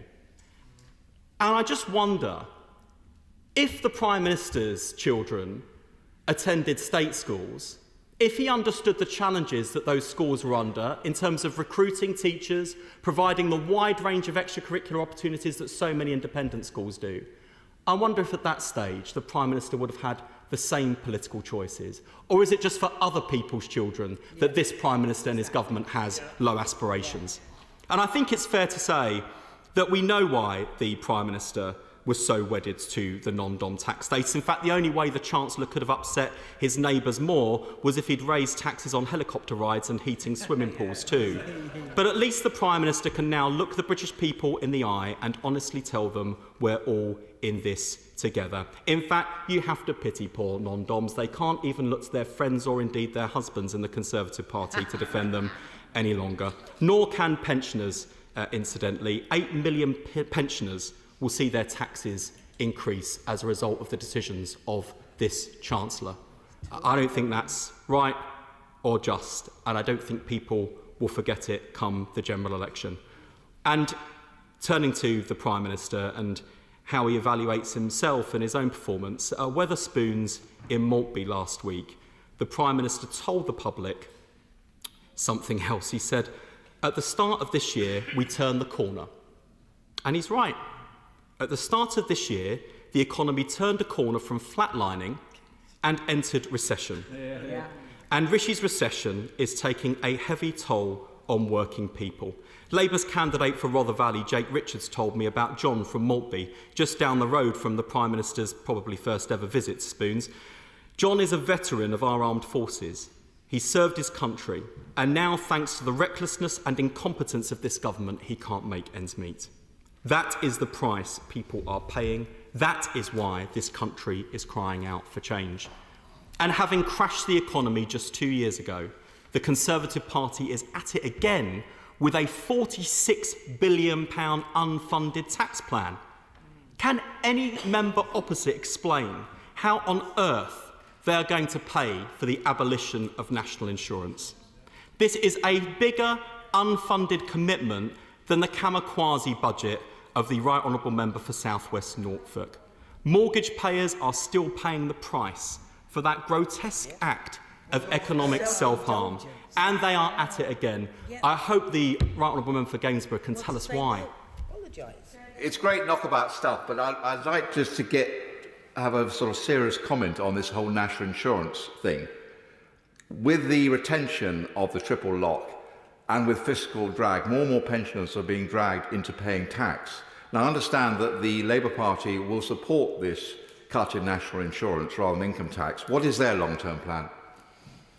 I'll just say to the Honourable Member for Gainsford that he made an absolutely right and fair point earlier about the cuts to national insurance and what's happening to pensioners in terms of their incomes at the moment. And I don't think a long-term plan, totally unfunded by the way, they can't tell us how they'll fund it, when it will be delivered by. If anyone wants to correct me on that, I'm very happy to give way. I'm sure the whole country would like an explanation about this £46 billion unfunded tax plan. But what we can't have is a situation where, once again, the Conservative Party gets away with an entirely unfunded gimmick. We saw where that led our country before. Labour will not play fast and loose with the public finances in the way the Conservatives had. And it's no use laughing. I'm amazed they still laughed. As people's mortgages are going up month after month after month, they still have the audacity to laugh at their recklessness and not take responsibility for their mistakes.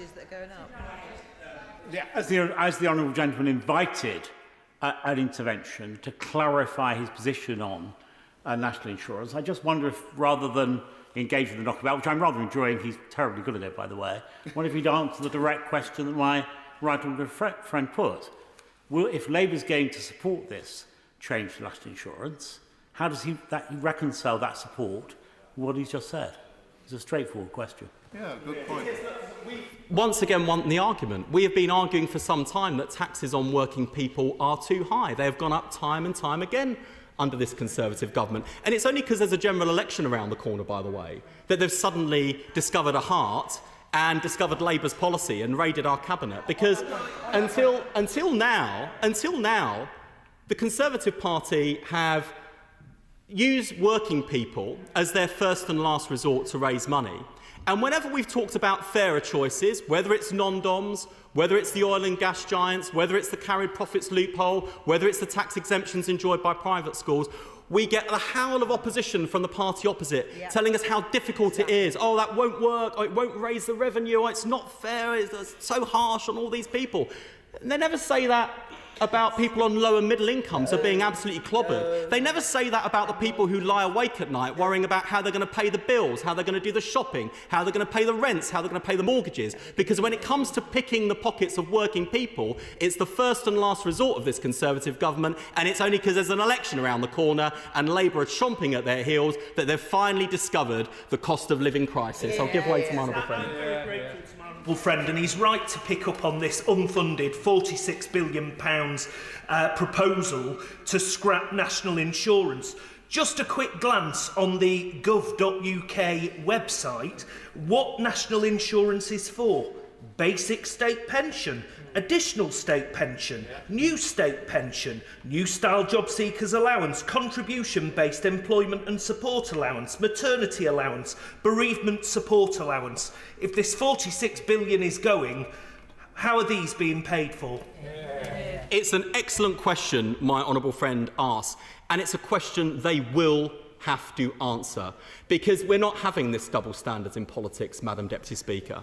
If the Labour Party had announced unfunded commitments of this kind, they would be the first to howl and complain, and it would be the question confronting every Labour spokesperson on every broadcast platform and in every national newspaper. And that is the question that should be levelled at them. Because this is not just hypothetical recklessness. We have seen where the Conservatives' ideological recklessness led our country. A disastrous mini-budget for which they have never apologised, never taken responsibility before, and apparently never learned the lessons. It is a disgrace. And if it's not coming from the sources that my honourable friend suggested in terms of pensions and support for people, let's just bear in mind the scale of £46 billion. It is a quarter of the NHS budget. Is that where the money for abolishing national insurance is going to come from? Because, Madam Deputy Speaker, they would have to close 130 hospitals, sack 96,000 nurses, sack 37,000 doctors and sack 7,000 GPs. Will these cuts be evenly spread across the country? Or will they just shut down the NHS in the West Midlands and Yorkshire and leave the rest of the country untouched? They are very welcome to tell us when this policy will be introduced, how they will fund it, and where the cuts or the alternative tax rises will come from, because these are the questions we are going to hound them with every day of the general election campaign. I'm very grateful to the Shadow Minister for giving way. In terms of this £46 billion, some of that could have been allocated to compensation payments for those impacted by infected blood. And does he share my concern that was not mentioned in the budget, and that those who are impacted by this feel very frustrated and very angry at the government's delays on dealing with that issue? Grateful to the honourable gentleman, because he brings me to the next section of my speech. That was another crucial detail missing from this budget. Where is the compensation for the victims of the contaminated blood scandal?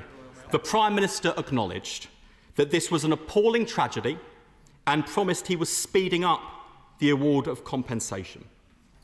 Sir Brian Langstaff gave final recommendations on compensation in April 2023, almost an entire year ago. Why is it the Prime Minister can act quickly to help the Science Secretary with her legal fees, but he drags his feet when it comes to helping the poor victims of this scandal?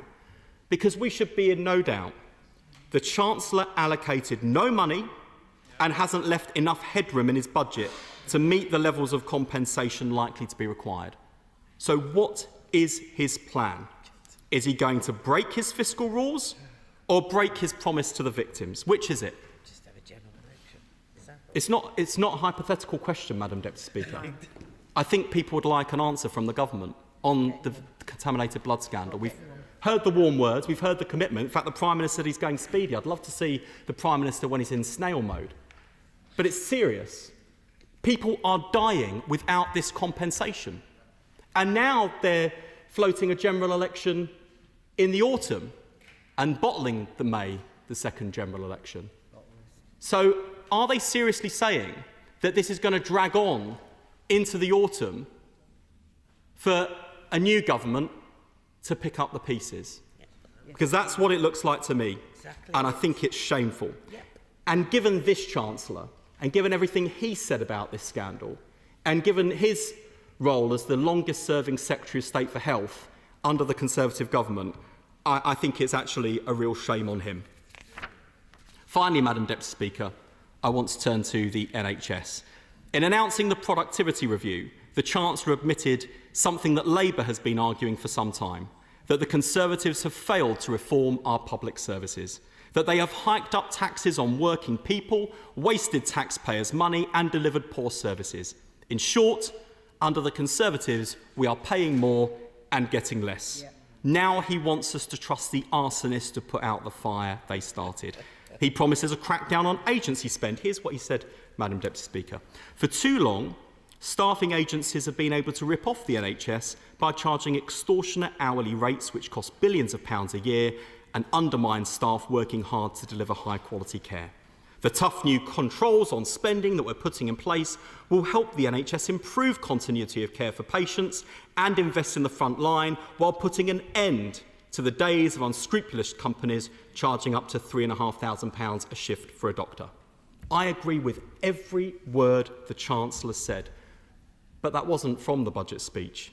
That was him speaking in 2015, 9 years ago, when he was the Health Secretary. And what has changed? Last year, the NHS spent £3.5 billion on agency staff, £5,200 for a single doctor shift. The taxpayer is getting ripped off worse than ever before because the Chancellor refused to train the doctors and nurses our NHS needs. And just last year, the Conservatives poured an extra £400 million into agency staff. Why? Because they have forced NHS doctors and nurses out on the worst strikes the NHS has ever seen. And the budget confirmed they have no plan to end this chaos. Because the truth is, the Prime Minister would much rather blame NHS staff for poor performance rather than the abysmal failure of 14 years of Conservative government. And of course, he had promised new AI technology for the NHS. We'll add that to the long list of Labour's plans the government is adopting. But this was a man who promised in 2013 that the NHS would go paperless. 4 years later, he said, and I'm not joking, Madam Deputy Speaker, I'm quite relieved that most people seem to have forgotten I made that pledge. Well, the country hasn't forgotten that record. It's 2024, and the NHS still runs on pagers, fax machines and paper records. The Chancellor's failure left the NHS with the longest waiting list and lowest patient satisfaction in history. Now the butcher of the NHS is back, and he wants 5 more years to finish the job. The member for Loughborough was named and shamed by the Chancellor as playing a role in drafting the budget. The question is, where was the plan to cut NHS waiting lists? 125,000 patients waiting in Leicestershire. Why didn't she ask the Chancellor for something to help her constituents who need treatment today? Madam Deputy Speaker, the last Labour government delivered the shortest waiting times and highest patient satisfaction in NHS history. We did it through investment and reform. We did it before and we will do it again. And at the next general election, Madam Deputy Speaker, the question that people across Britain will be asking is, after 14 years of Conservative government, are they and their families better off? Are our public services better off? In fact, is there anything working better today than it did 14 years ago? Well, Madam Deputy Speaker, let me help them out. Because there is one institution that's working better than at any point in the last 14 years, and that is the Labour Party. It is the only party with a plan to deliver Britain out of the mess that they've made. It is the only party that has a strong leader and a united party behind them. And Madam Deputy Speaker, if the magpies opposite are looking for more plans to adopt before their time runs out, they could adopt planning reforms to get Britain building again, our industrial strategy that sees government and business working hand in hand to get our economy growing again, our National Wealth Fund to harness investment in green jobs, our plan to switch on Great Britain's energy to invest in our energy security, a plan to invest 5 million homes bringing down household energy bills for good, a plan to get Britain back to work because we understand you can only build a healthy economy with a healthy society, and our plan to get millions off NHS waiting lists back in work and free to live their lives to the full. 2 million more appointments a year at evenings and weekend to cut waiting lists, doubling the number of AI-enabled scanners in our National Health Service to diagnose people faster, 700,000 more urgent dental appointments a year and reform of the NHS dentistry contract,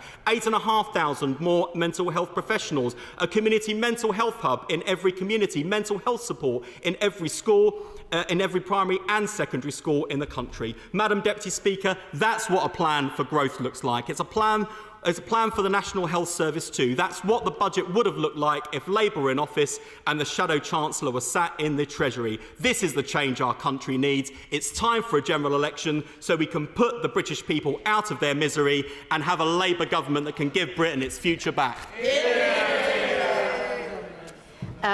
Before I call the first speaker from the backbenches, we do have 32 speakers, and so I would advise that really confining speeches to 6 or 7 minutes, certainly to start with, would be extremely helpful to make sure we can get everybody in. So Bill Wiggin. Madam Deputy, I'll try and keep it as brief as I can because this budget demonstrates the decisions which the government has taken since 2010 that have allowed 800 jobs to be created every day for 14 years. And with that self-respect that you get with a job, the furlough scheme protected 11.7 million of those jobs. And job creation and preservation shows that we don't need to take away money from public services to deliver tax cuts to the very same hard-working people. And it shows that the Conservatives can be trusted with public money and will reverse high taxes on the individual while spending record amounts on public services too. That is taking back control of our money. And the budget included 2.45 billion for the NHS for 2025, which will help with cutting waiting times.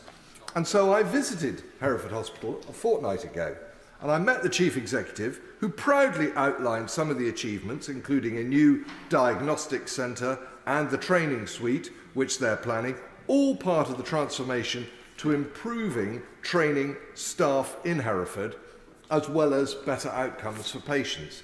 Not a message of misery at all, but I do believe that the NHS should continue to focus on training its staff, as we've seen at Worcester University, where more places are being created. Having highly trained staff increases performance and reduces the need for agency staff. And that is the cost that we should be focusing on. And perhaps there needs to be golden handcuffs for the NHS. Health is a global market, therefore the taxpayer who trains the new entrant ought to have some hope of payback post-graduation. Some sort of discouragement for staff to relocate elsewhere, such as Canada, and with waiting lists in mind, perhaps GPs could be paid according to the number of people that they actually see. Currently, the system is based on the number of patients on the books, and we know that there is a guideline amount of time that GPs have to spend with you, but they're doctors, they understand that sometimes you need considerably longer. So I think recommending only 25 patients a day is not the way forward. In Herefordshire, the GPs believe that they could see people and be paid by the number of people they see. So I hope that my right honourable friend will pilot such a scheme to prove that waiting lists can be cut by primary care activity, but of course we will have to pay for that extra effort. Now, stopping the boats. In 2023, the number of small boats arrivals was 36% less than the year before, and there were 17% fewer asylum applications. So the plan is working. and we should be thinking about reducing the costs of border enforcement and the process of asylum claims. In Leominster, the Talbot Hotel is no longer being used to house asylum seekers, and I have written to the local authority stating my support for compulsory purchase of this hotel and the Royal Oak to boost local tourism. We need to see our hotels filled with tourists paying to visit, and we should be looking quite carefully at the issue of paying the French to stop the crossings. We have pledged millions to support, but when the Rwanda scheme is underway, that should deter the crossing, and perhaps we won't need to pay the money to the French. And therefore we must make sure that the Rwanda bill is passed. I was dismayed that Labour peers blocked this bill. 64 migrants have died in the English Channel since 2018. Every day that goes by is another day that someone could die in the Channel. And if the Lords continue to block this bill, this House should consider looking at elements of the Human Rights Act. I wonder how their lordships will feel, or indeed the asylum applicants will feel as they drown. What about their human rights? Not much use if you're dead. So it's important that we deliver on the will of the people by stopping the boats. If we don't need to leave the ECHR, but we do need to tell them that we will no longer allow illegal channel crossers to be eligible for asylum. And they can sling us out of the ECHR if they want, but I don't believe they will, just as they didn't when we stopped prisoners from voting. We need to protect innocent asylum seekers from being put at risk by people traffickers before more lives are lost. Now, agriculture and the environment. English farmers are sore, but not in the same way as Welsh farmers, or Belgian, Dutch, or French farmers. Every EU farmer who blockaded the EU buildings and burnt bales on the motorway. I believe we need to support British farmers through tax breaks instead of grants. The recent announcement of £427 million grant for farming is welcome, but I would like to see tax breaks as a more efficient and better tool for food production, because if you want second-hand farm machinery, a grant won't allow you to do this, but a tax break would. And we could save more money by merging the Environment Agency and National England. National England and the Environment Agency are responsible for a great deal of pressure on the mental health of farmers. We need to look at their scope, and we need to cut the number of suicides in agriculture. In my constituency there's been 6, and on average there are 3 suicides in the agriculture industry each week. That is far too high. So taking the pressure off farmers would be a tremendous step forward. I'm delighted in the 8.5% increase for pensions to match the triple lock, and we need clever pension policy which covers not just old age but also care. We need to think about the way we pay the state pension and ensure that it isn't taxed, and we need to look at the furnished holiday lets tax break too, because that is causing a great deal of unrest in the countryside. But most of all, we understand insurance, we understand pensions, we understand care and funding, but we don't seem to be able to manage the whole lot when we put them together. And we need to do better as we get older to deliver on all our ambitions, to help our children, to save money in case we need it for long-term care, and to deliver peace of mind for pensioners who are worrying about these challenges.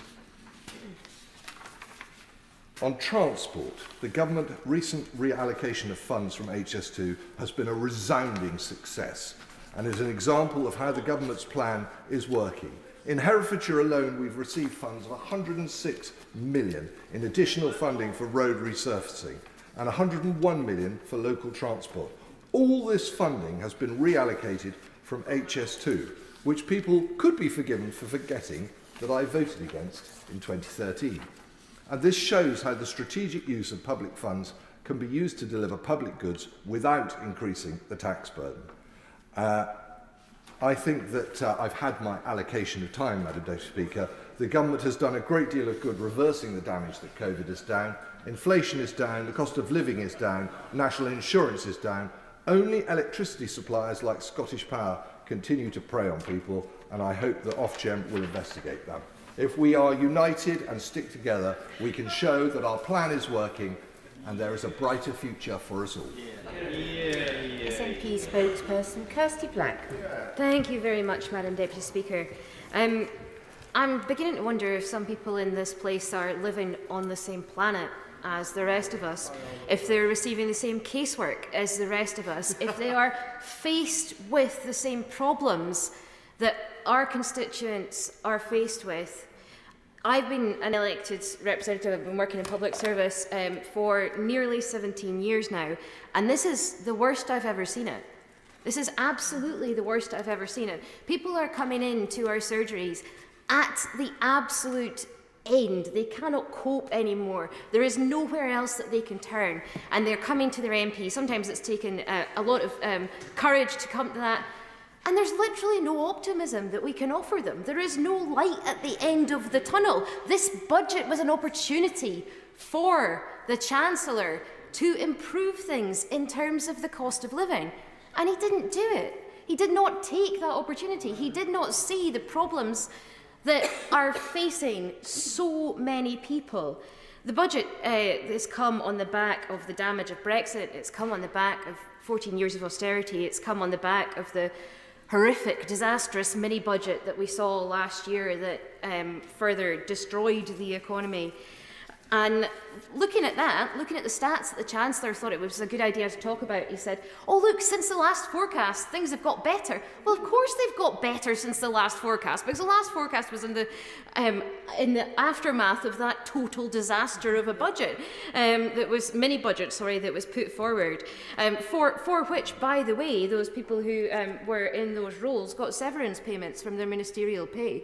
You know, came in, trashed the economy, and then left with a hefty 18 grand in their pockets in order to spend. It's completely shocking that we can be in this situation. Now, the party opposite keep talking about tax.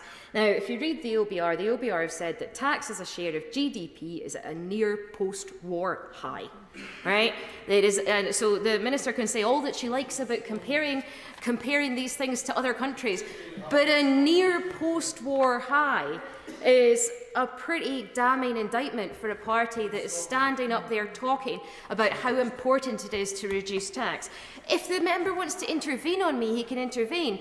But actually, if the member cared very much about the tax system, if he cared about trying to make a difference to people's lives, he would be ensuring that local authorities in England are not raising council tax by 4.99%. He would be freezing council tax for people. He would have looked at the national insurance changes and actually thought to himself, how do these national insurance changes work? Well, they are better. They give more money to people who make more money, right?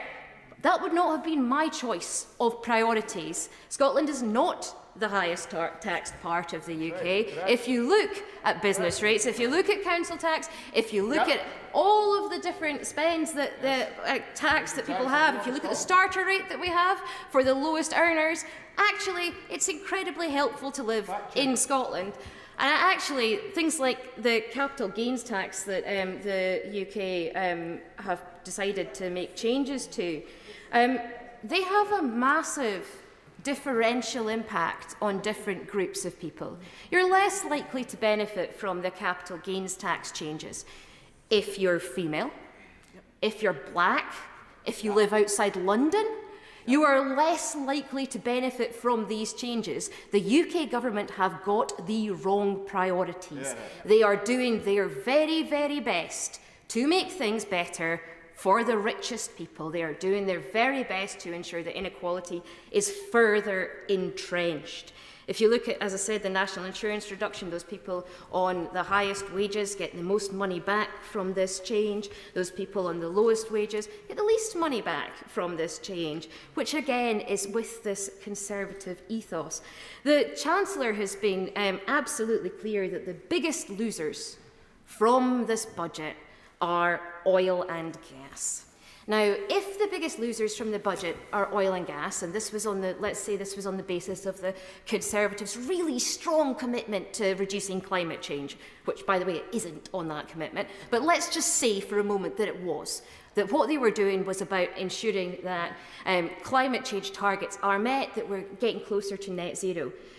then there would be a seesaw, there would be a balance. You would be increasing the tax on oil and gas, and you would be increasing the investment that there is in renewables. Now, increasing the investment in renewables is incredibly, incredibly important, because if you're going to have this tax raid on the North Sea, if you're going to have this impact on those communities that, like mine in Aberdeen, that are heavily reliant on oil and gas jobs, you need to have that green investment. You need to have, for example, the increases, the long-term funding decisions in relation to CCUS, which would bring in, for carbon capture and unconventional storage, would bring in £30 billion of private investment.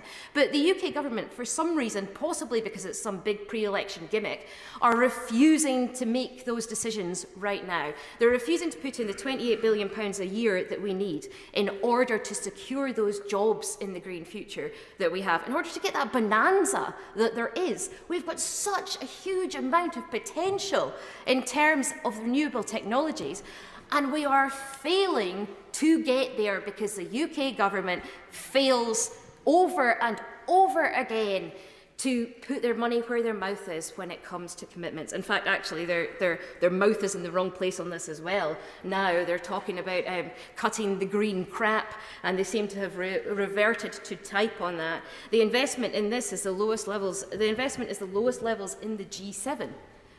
And it's just shocking that the UK government are failing to tackle the biggest issue of our time, which is climate change. They're refusing to do that. They're failing to do that. The Labour Party have said that they'll put in £4.7 billion a year in order to fund the green investment in green technologies. £4.7 billion is the same amount as the Scottish Government are spending in Scotland in 24-25. So the Labour Party thinks that's enough money, whereas Scotland knows that that's enough for Scotland. We need significantly more in order to get that investment that we need. And remember that all of this is reserved. You know, the Scottish Government is putting money into this, is putting support into this, but it is reserved stuff that they're doing. The reality is that we have got so much energy in Scotland, we've got so much potential in Scotland, but we do not have the full control of the powers that we need in order to take advantage of this, in order to ensure a better future for our children, for our planet, and in order to ensure and secure those jobs that we continue to need. I mean, in terms of spending, looking at the spending that there is in this budget and the decision making that there is, the last autumn statement had a real terms NHS cut. Scotland nonetheless increased our spend on the NHS in real terms, despite the fact that we were faced with that cut. Tax cuts and tax breaks are not investment. They're just not. You cannot say that a budget that is heavily reliant on tax cuts and tax breaks will ensure that we've got the public services that we need. Melanie Wilkes from the IPPR said the Chancellor's announcements represent unsustainable real-term spending cuts to already crumbling public services, with many having already seen spending per person falling consistently during and after the austerity years. The IFS said that the Chancellor's budget leaves many public services facing savage cuts of £20 billion a year by 2028. And last week's statement did not provide a single penny more for capital funding. The Barnett consequentials that we'll get from the health increase that's been signalled by the Chancellor are actually less than we got in in-year consequentials last year. So the reality is that this big amount of money that the government has announced for the NHS is, for starters, not worth the paper it's written on, but also it is not nearly such a big amount of money as the Chancellor would like you to think that it is. Focusing specifically on some of the DCMS matters and the creative sector focus, the issue is that narrow tax reliefs will not fix the systemic issues that there are within some of the creative sector. There has been, over the past few years, £1 billion in cuts to arts forced by Tory austerity. £1 billion in cuts by local authorities to arts funding because of the reductions in funding that there has been to local authorities. If you want to have Barbie filmed here, if you want to have Jurassic World filmed here, that's all well and good, but if you do not have the infrastructure behind it, if you do not have that grassroots funding in order to ensure that people can get excited and energised and educated in the arts, then we're going to have to import all of the talent to do these jobs. We're not going to have the people trained in order to be able to do them unless that grassroots support and funding is there. I mean, we've seen that. If you look at football, we have seen a massive increase in the amount of female footballers that are performing particularly well. The England team have done brilliantly, and that is because of the grassroots support that there has been. That's because of the grassroots increase, the funding increase, and the amount of sports that there's been in women's football. And it's brilliant. It's really, really good that there is that, but without that ecosystem, you will never get those people performing at that highest possible level. And making these changes to big, flashy, shiny things is great, fine, but you need to back that up with that ecosystem behind it. There are, in addition to the issues that there are around the arts funding cuts, there is no cut to the VAT on tickets, which is a significant problem. 15 festivals have been cancelled for 2024 already. One more was announced the day before the budget. If you're not going to look at things like the VAT on tickets, which is significantly higher than it is throughout Europe, then you're going to continue to have these issues, particularly when the cost of living crisis is biting and people cannot afford to go to see live music as often as they would like to. Having 20% VAT on tickets is just too high. There's also no fixes for migration in relation to this, and there's a significant lack of some of the reliefs applying to things like choirs. There are major issues with this. Some of the creative sector are very happy with the changes, and I'm glad that that is the case. Other parts of the creative sector feel they've been left out, particularly when it comes to live music and nighttime economies. The UK government needs to, if it's going to focus on the creative sector, ensure that they do more in order to enable people to access the arts, enable people to access particularly live music.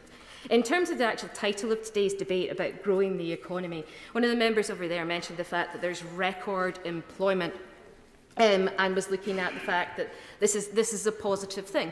I'm glad that people are working. I'm glad that people are able to work. I'm glad that people are able to find jobs.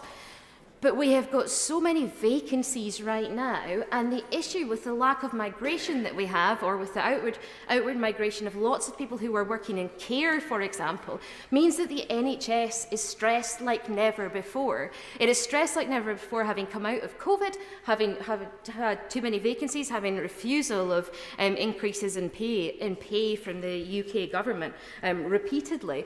And people are really, really struggling. And I can understand why people wouldn't want to do those incredibly high-stress jobs, working in our public sector, ensuring that our NHS is providing the best possible service. The government needs to do more to be clear that we're not just standing out on the doorsteps clapping for public sector workers or for the NHS workers, that we actually support them, that we actually want to give them the money that they deserve for doing the incredibly hard jobs that they do day in, day out in order to keep us safe, that they're training people in order to take those on, and that they're allowing migration for people to come in and work in our NHS where they want to do so.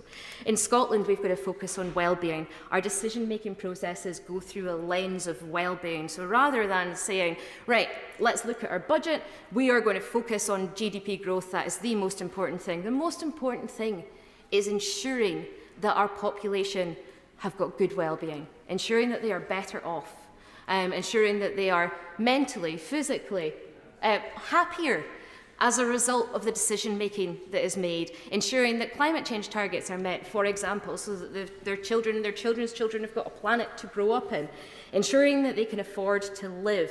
That's why we've got things like the Scottish Child Payment, free school meals for P1 to 5, baby boxes, free bus travel for under 22s. I don't know how many of you remember being under 22 and being totally frustrated at how much transport costs. People are able to make their way around Scotland, or even just get to school or uni more cheaply than they could before, because under 22s, eligible disabled people and those who are age 60 plus in Scotland have all got free bus travel. That's making a real difference to people's lives, day in, day out, especially when the cost of buses in Aberdeen is like £5.10 a day or something at the moment. In terms of the other things that we're putting in, the child winter heating payment for households of the most severely disabled children, and this is probably going to get some groans from the other side, the fact that we scrapped the right to buy.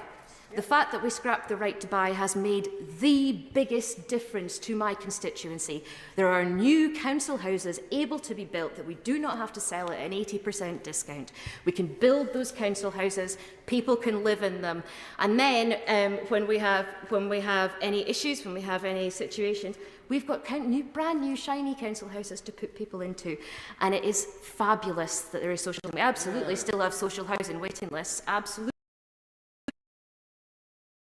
Do decades of right to buy issues and the fact that we couldn't build more council houses. This situation that so many of my constituents are in, that so many people up and down the UK are in, that so many people throughout all of our constituencies are in, is desperate. It is desperate. They have got, in so many cases, people who even before were comfortable, never had to worry, had 2 cars, were happy enough, are really struggling to pay their mortgages, are really struggling to pay their council tax, are really, really struggling with funding the daily necessities.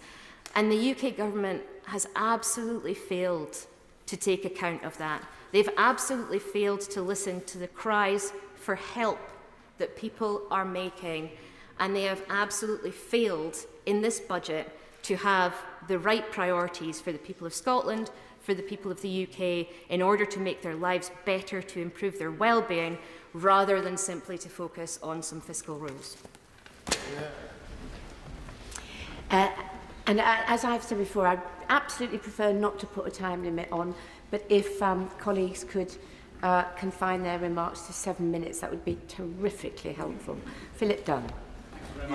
Speaker, and it's a pleasure to follow the Honourable Lady for Aberdeen North, because it gives me the opportunity gently to point out to her that she represents a party which is presiding over part of the United Kingdom with the highest rates of personal taxation across the UK, and she doesn't seem to understand that you can address cost of living pressures for those in work by cutting taxes, as the Chancellor has just done for 27 million people in this country, and by cutting the national insurance rate by 2p next month on top of the 2p cut this January. This will make a material difference for families across the country, and in particular in South Shropshire, and it sets the clear direction of travel for lower rates of personal taxation in the future under the next Conservative government.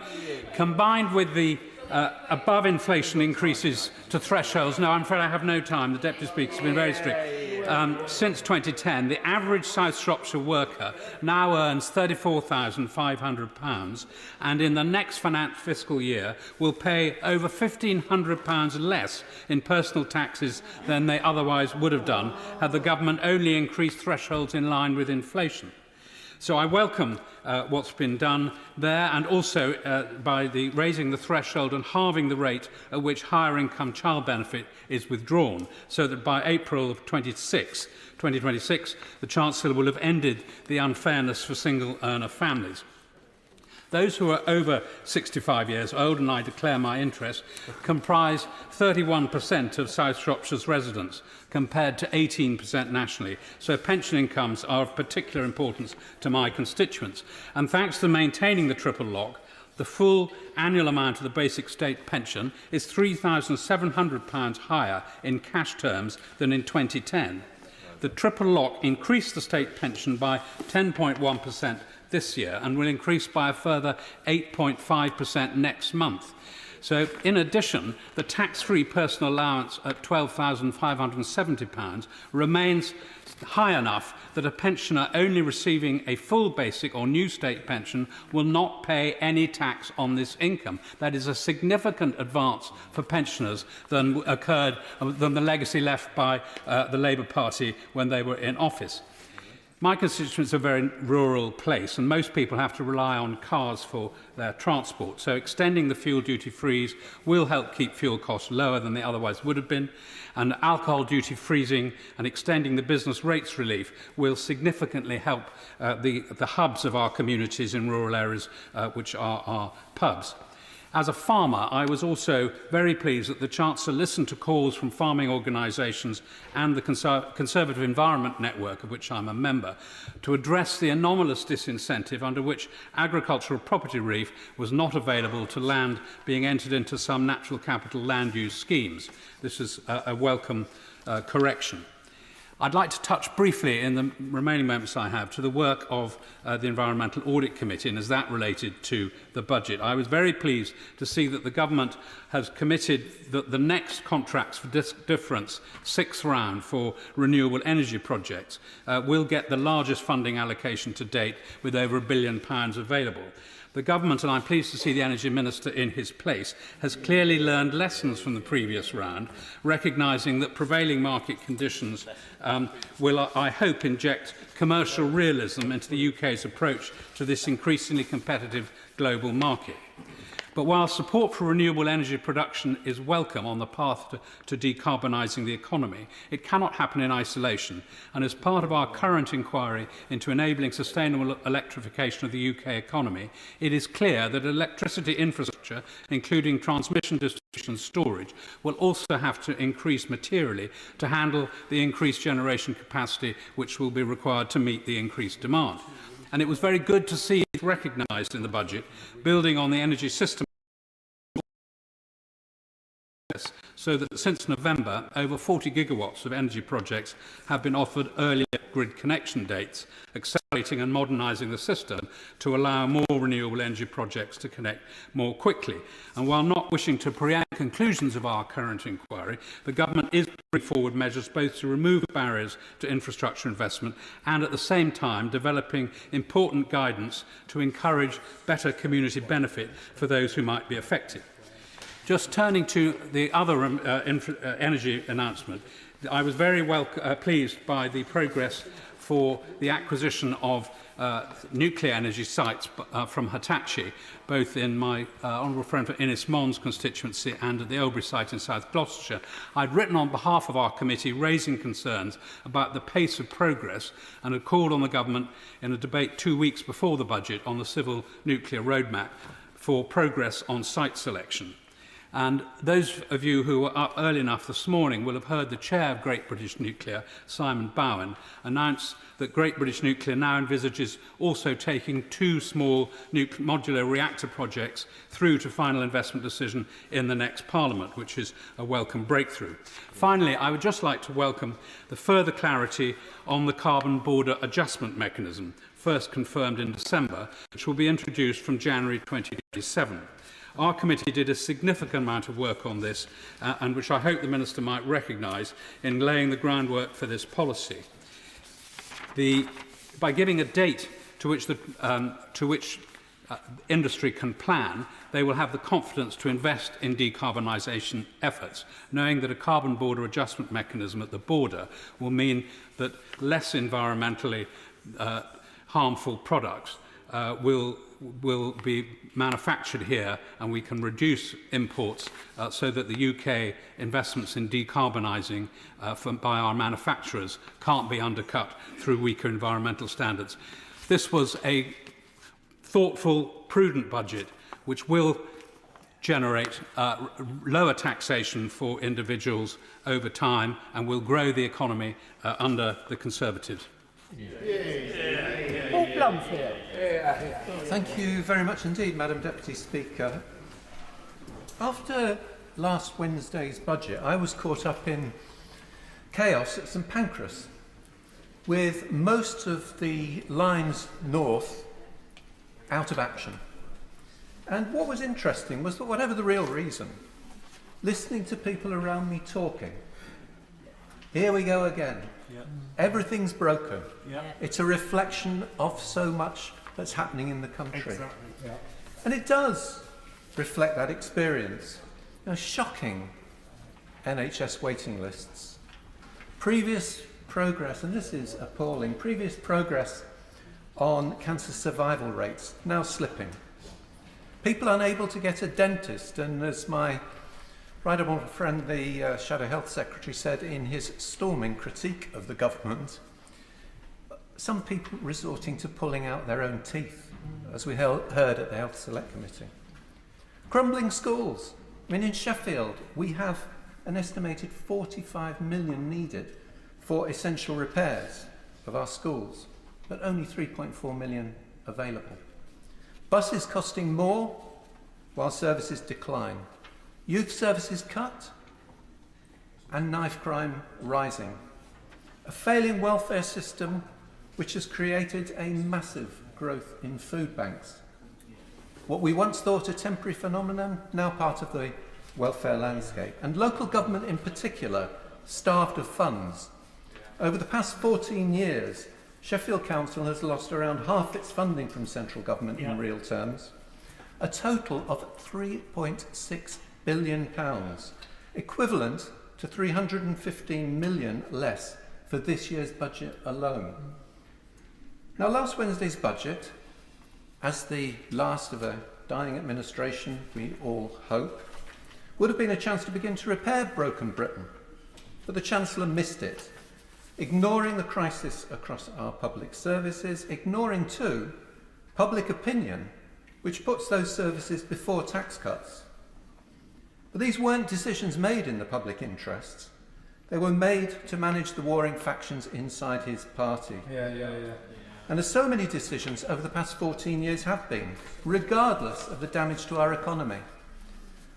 Now, the Chancellor likes to make claims about growth rates using convenient snapshots of statistics, but look at the last quarter for which figures are published, quarter 4 of 2023, compared with 4 years earlier. 4 years earlier.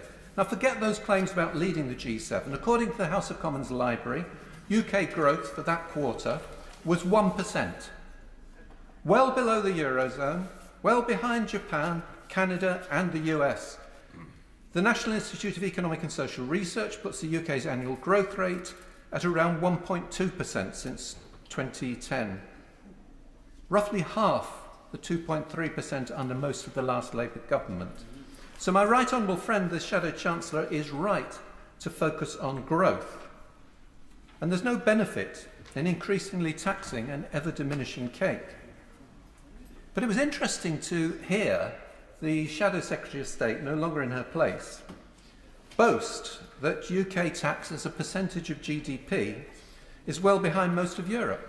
It is. Behind half the G7. It is.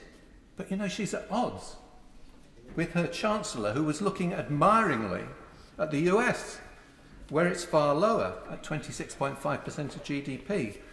But there's no evidence from the US. And this is a reflection of the flaws in the Chancellor's thinking. There's no evidence in the US that it's that tax yield that has driven growth. Indeed, if there's a lesson to be learnt from the States, it's probably from Biden's Inflation Reduction Act. And tax in the US doesn't cover much of the spending that it does in the UK. Americans might have more money in their pockets, but they have to spend it on services funded by tax here, from refuse collection to health. And the US spends much more on health than we do, 14% of GDP compared with 9%. So there was, in the budget, space to increase revenue, but not to increase taxes on working people. Indeed, this budget left those who could least afford it as tax losers.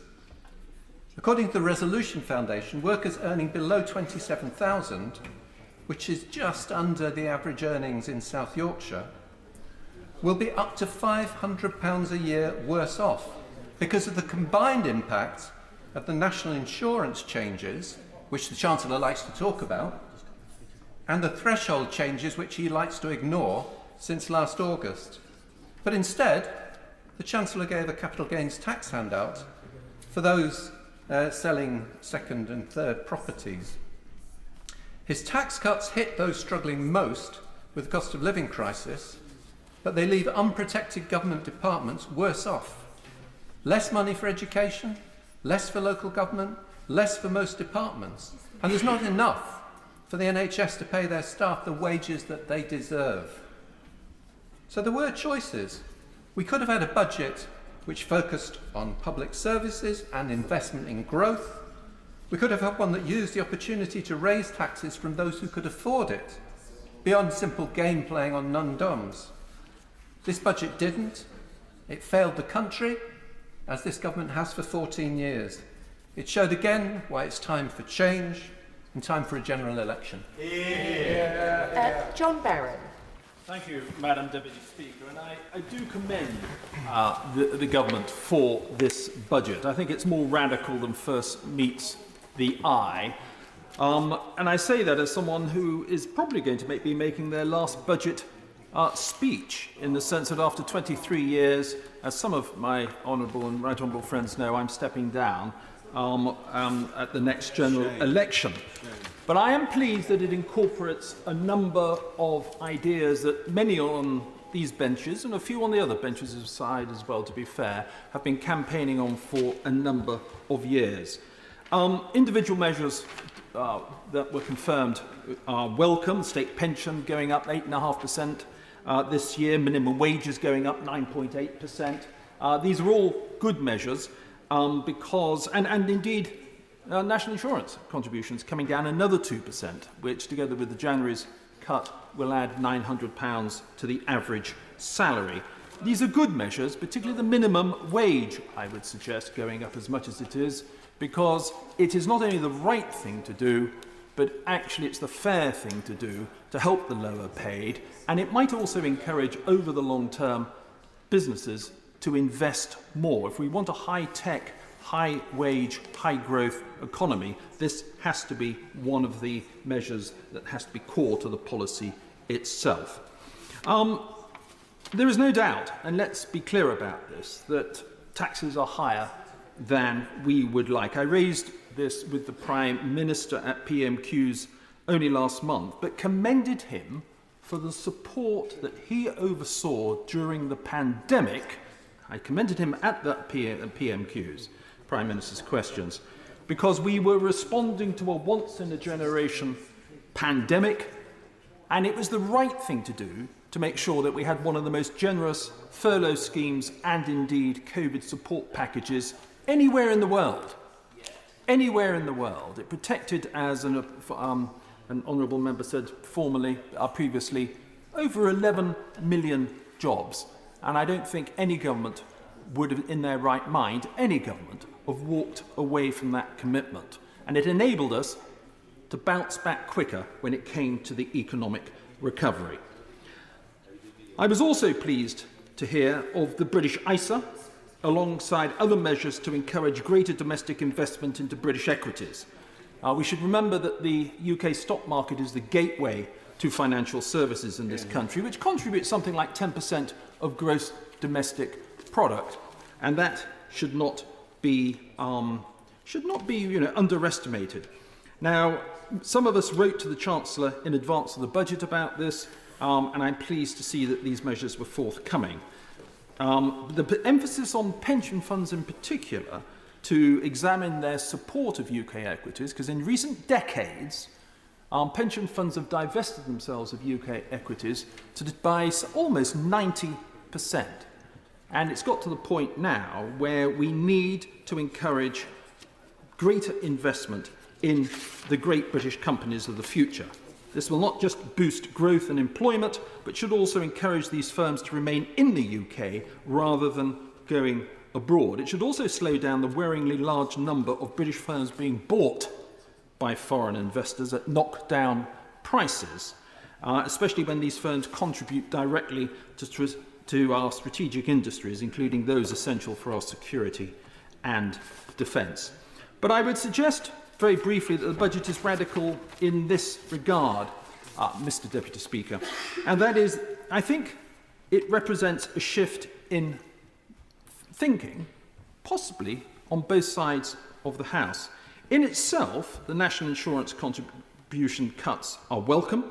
I've always believed that national insurance is a tax on jobs, and that is why I defied my own party's whip to vote against previous attempts to actually increase, or not attempts, the policy to increase national insurance contributions. But there has been a marked shift in not just this budget, but the previous budget, Mr. Deputy Speaker, a shift in the tax burden, that is, away from workers to most other forms of income, including savings and pension. And that's where its radicalism lies, because previously governments on both sides have used national insurance increases to help fund public services, including the NHS. Now, I personally very much welcome this shift. Unemployment is a social evil. It corrodes society. And we should remember that although we have record employment and an unemployment rate 1/3 below the EU average, there should be no complacency. National insurance cuts will further make work pay and could be self-funding if something like a couple of 100,000 more people come into work. Finally, Mr. Deputy Speaker, I'd like to raise one very briefly ongoing issue, and that is the cost disclosure regime for investment companies, otherwise known as an investment trust, which is hindering investment in key sectors. And I draw the House's attention to my entry in the register. For those who don't know, investment companies, otherwise known as investment trusts, are like a Shell and a Glaxo, but instead of running oil and selling clothes and food, they actually manage investments. And they're quite important to the UK economy. Nearly 40% of all FTSE 250 companies are investment trusts. 4 of the FTSE 100 companies are investment trusts. Yet because of a quirk in EU retained law, UK investment trusts are having to roll up their corporate and their investment management costs when disclosing a cost figure on the EMT feed used by the industry. This double accounting makes investment trusts look very expensive. It doesn't happen in other countries. The cost these other companies in other jurisdictions put on the EMT feed, if you like, or their equivalent, is zero. Now, investors are shying away from them. Discounts are widening. No new money is going into sectors like renewable energy, like infrastructure. Previously, these sector investment trusts had raised tens of billions of pounds for these valuable sectors. And even worse, companies are having to buy back their own shares and so withdrawing investment from those industries. Now, this is a nonsense. Investment companies have a long, proud track record of helping investors to channel money into much-needed sectors. And being closed-ended, and because their shares are traded and not the assets, the share price already reflects the company's costs, in my view.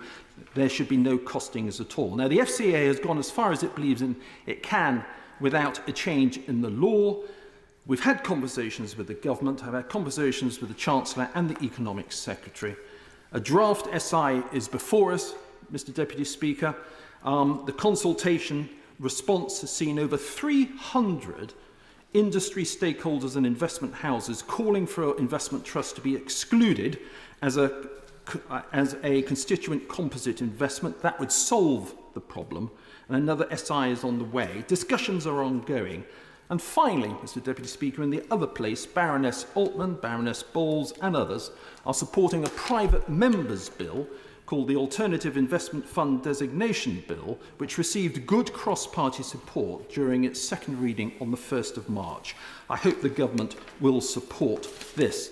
And only today, readers in the Times this morning will have seen the letter that Baroness Altman, Baroness Bowles and myself, along with a large number of investment company professionals, have written, setting out our continued concern at the situation. I recommend a visit to the website costdisclosure.co.uk, which sets out the issue in greater detail. Mr. Deputy Speaker, I hope the government's listening. There are ongoing conversations. I know that there are members of the front bench who've also participated in this debate regarding trying to resolve this issue, but it needs to be resolved quickly. And these discussions, as I say, are ongoing, and I'm looking forward to hearing some positive news. Barbara Keeling. Thank you, Mr. Deputy Speaker. In his budget speech, the Chancellor said he wanted to recognise the contribution of our creative industries and the tourism that comes from orchestras, museums, galleries and theatres. It was welcome that the budget made the tax reliefs that they can claim permanent. But this budget comes at a time when funding for our arts and culture sector is widely seen to be in crisis. Local authorities are the biggest funders of arts and culture. But years of cuts from Conservative-led governments mean that the funding which was previously spent on supporting orchestras to work in communities, or investing in grassroots music venues, or strengthening the pipeline of talent into the music industry, that investment has fallen by 43% since 2010. The Local Government Association reports that more than a third of local authorities are now saying that they need to make cost savings on arts and culture in order to balance the books. That balancing of the books has become ever harder at a time of increasing need for social care, children's services and support for homelessness. Now, the decline of support for music is most worrying in music education, where music and art subjects are being squeezed out for pupils in state schools. There has been a drop in the number of music teachers, a drop in the number of hours for which music is taught, a drop in the take-up of music subjects at GCSE and A-level, and a drop in funding in state schools. Now, just 15% of students in state schools receive sustained music tuition, compared to half children at independent schools. Independent schools still believe in music education. Now, music hubs have a vital role in providing high-quality music education. They provide that to 87% of schools in England, yet their funding, the funding for music hubs, has declined in real terms over the last decade. And their financial viability comes under even further threat this September if the government ends its funding of the Teachers' Pension Scheme for the thousands of music teachers which are engaged by music hubs, because this has only been extended to August, so there's a great deal of uncertainty. Now, by not addressing this issue and by bringing about the decline of music education in state schools, the government risks losing music teachers, future musicians, and the audiences of the future. And it fails to offer children access to an activity with many benefits for their academic, social and emotional development. And there are further challenges for the music industry. For musicians looking to tour overseas, the government's failure to negotiate a touring agreement with the EU has had devastating impacts on the pay and career progression, particularly for developing artists. Added to that now, we have failings at HMRC in issuing A1 forms on time, and that is causing long delays and financial penalties for UK musicians who tour to Europe. It's not acceptable that touring musicians are now waiting up to a year to be paid due to these failings at HMRC. But musicians hoping to play closer to home in one of England's brilliant music venues or one of our festivals may now find fewer options. Over 125 grassroots music venues were lost in 2023, according to the Music Venue Trust, and 15 festivals have already been forced to postpone or cancel this year. Now, music events are important for the visitor economy. UK Music estimated that over 14 million music tourists come to the UK every year, and they spend £6.5 billion while they are here. The Music Venue Trust reports that every £10 spent on a live music ticket is worth £17 to the local economy in that area. And grassroots venues are where many musicians learn their trade. The Bath music venue Moles helped launch the careers of Ed Sheeran, Oasis and Radiohead, but it was one of the 15% of grassroots music venues which closed their doors last year. This budget missed many opportunities for the government to help the music industry, and ministers have failed to address those issues I've raised. Today, my right honourable friend, the Labour leader, has said, it is short-sighted and frankly immoral to allow arts and culture to become the domain of a few privileged pupils. Britain is a world leader in music and film, but we are holding back masses of potential because the Conservatives' creativity crisis is shutting kids out. 14 years of Conservative governments on devaluing culture and music have created that creativity crisis. So I'm delighted that Labour's mission is to break down the barrier to opportunity in music and the arts. As Labour's former Culture Secretary, my noble friend Lord Smith of Finsbury, said about his role from 1997 to 2001, he believed his job was about all the things that for ordinary people make life worth living. If elected, Labour will unleash a generation of creativity so that every child gets access to creative subjects, not just the privileged few, and I welcome that. Damien Green. Mr Deputy Speaker, it's always a pleasure to follow the Honourable Lady And I was also entertained by the speech by the honourable gentleman from Ilford North, partly because, as ever, he had some good lines, but mostly because in a very long, very indignant speech excoriating the budget, he tried very hard to disguise the fact that on the central proposal of the budget, the cut in national insurance, he and the Labour Party are actually going to be in support of it. And so I felt that some of that indignation may have been a touch performative. I'm happy to observe that the Chancellor has passed his first test. I often feel that Chancellors, like doctors, should start with the old medical rubric, first do no harm. It may seem a low bar, but we've all seen budgets that fail to get over it. This one has, and for that we should all be grateful. I should add that I go much further than this slightly grudging praise, because I'm genuinely very positive about the measures in the budget. There are one or two elements I would have wished to have seen added to the Chancellor's statement, but in general I would praise him for his navigational skills in some choppy waters. The evidence is there from the OBR that the economy is turning a corner. The OBR makes the point that inflation has receded more quickly than they expected, which strengthens near-term growth prospects and should enable a faster recovery in living standards. Many people in this country have experienced a tough few years, but we can see the path to recovery and we're taking the first steps along it. And not just in the short term.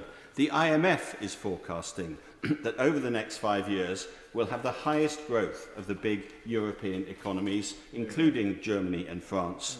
And it's important to recognise this when so many people have a vested interest in rushing around claiming that we're all doomed. And in an era when political and economic debate has become very partisan, borderline hysterical, it is time to be calm and realistic. The UK economy will start growing again in 2024.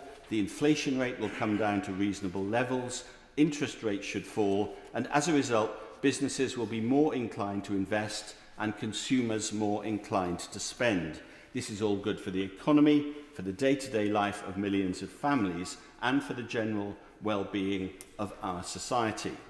In the run-up to the budget, and in the spirit of helpfulness, I published an article with my honourable friends from Boston and Skegness and Wimbledon, which set out what this approach would mean in practice. Our main taxation ask, as One Nation Conservatives, was that any tax cuts should be aimed at ordinary, hard-working people.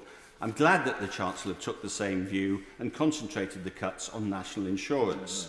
Our other more long-term ask was that we should set out on the road of simplifying the tax system with the ultimate aim of taxing all income at the same rate regardless of its source, whether earnings, benefits or dividends. This will of course be a very long journey, but the indications that the Chancellor is thinking about this, with the eventual removal of the separate income tax that we call national insurance, is a good indication that the direction of travel is correct. It's taken many decades for the tax system to become as absurdly complicated as it is now, so it will take years, if not decades, to make it significantly better. But moving in that direction is really important. A streamlined regime would have the dual benefit of reducing red tape and the incentives to avoid tax. Such a regime would be demonstrably fairer, more progressive, and would reduce in-work poverty. Nigel Lawson used to have the admirable aim of abolishing a tax in every budget. It will take some time before the public finances are in shape to allow this to happen again, but even small steps in the right direction are a good sign. I also want to welcome one specific package of measures, which is the help for the creative industries, as introduced by my right honourable friend, the Culture Secretary, at the start of the debate. The Culture, Media and Sports Select Committee has been assiduous in trying to persuade the Treasury to recognise the economic importance of the creative industries on top of their obvious cultural significance, and I'm glad the Chancellor was evidently listening. Will he allow? If he will allow. I hope he would also acknowledge that there has been cross-party support for the tax reliefs. Across the years. They were originally introduced by the Labour Party, they've been expanded by the government, and contrary to what the Minister said earlier, there has never been a vote on any of the individual tax reliefs at all. Well, I'm grateful to the right honourable gentleman's point, and indeed, I'm glad that this is another budget measure where there can be cross-party consensus, which feeds into my general point that actually there are things that this government is doing which should receive support from the opposition benches as well. And the day after so much British success at the Oscars is the right time to welcome the measures which will help maintain the extraordinary success of this country in making films and high-end TV programmes which are seen around the world. And this success, which will no doubt be helped by the extensions to tax relief announced in the budget, has meant full production schedules in many studios around the country. And I should declare a constituency interest because in Ashford we're at the early stages of building a new studio complex helped by levelling up funds, and I want the industry to be thriving in the years to come when these studios come to be occupied. But I should also declare a cultural interest in that I want to be able to see British independent films as well as the Hollywood blockbusters and series made for the streaming services. And the enhanced tax credit for British independent films under £15 million budgets hits exactly the spot in the market that the filmmakers themselves have told the Select Committee does need help. So that is a very well-aimed subsidy, which I hope will see future successes along the lines of the recent success of One Life. I am, as I said, overwhelmingly positive about the budget. I want to enter two caveats of issues which I hope can be addressed in future budgets. The first concerns helping rural communities who want to move to decarbonise their heating. There are 4 million people living in oil-heated homes in rural communities and who are off the gas grid. They want to do their bit for the environment, but are currently being disincentivised to adopt renewable liquid fuels. These fuels have lower carbon emissions and are taxed, while fossil fuel heating oil is not. Scrapping the tax on renewable liquid fuels in the budget would have reduced their cost and made them a viable alternative to using fossil fuels. So I hope that in future budgets, my right honourable friend, the Chancellor, will look to that. My second caveat is the vexed question of tax-free shopping. The abolition of VAT-free shopping when other big EU countries allow it clearly sets the UK at a disadvantage. The Treasury has argued it would cost the Exchequer billions of pounds. Other economists argue that the knock-on effects of greater tourism would actually more than make up for that. I hope that discussions can continue along which set of economists is right about this so that we can move to a more rational system that helps our tourism industry. But apart from these caveats, I think we should be grateful to the Chancellor for producing a sensible, pragmatic and positive budget. The economy is recovering. It doesn't need shock treatment. It certainly doesn't need the unfunded commitments made by the Labour Party, even when they're trying so hard not to succumb to their basic impulses to tax and spend. It needs a continued steady hand to nurture the recovery, and under this Chancellor, I'm confident it will continue to improve.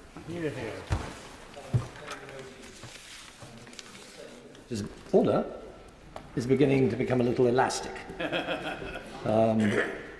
If that continues, we shall have to have a 6-minute time limit. Andrew Gwynn.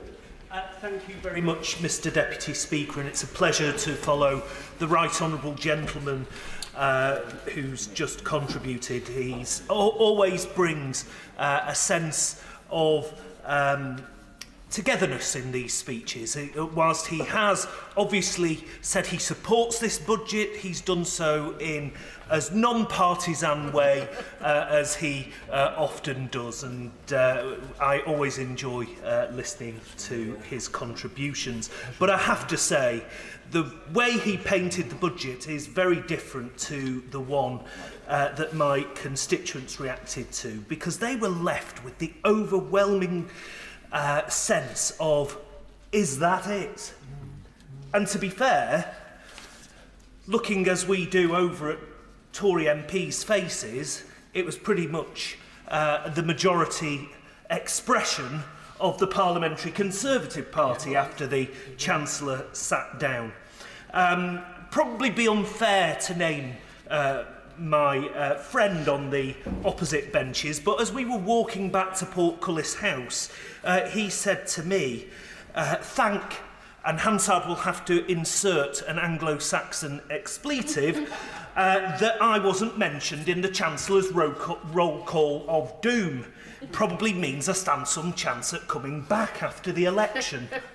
And he was only half joking because, you know, the Chancellor thought he was doing the right thing, rolling off the tongue all the Conservative members in marginal constituencies, but all it did was highlight to the opposition benches just what a good job the Labour candidates are doing in those particular constituencies. Look, after 14 years of Conservative rule, we've had the very dregs of the barrel in this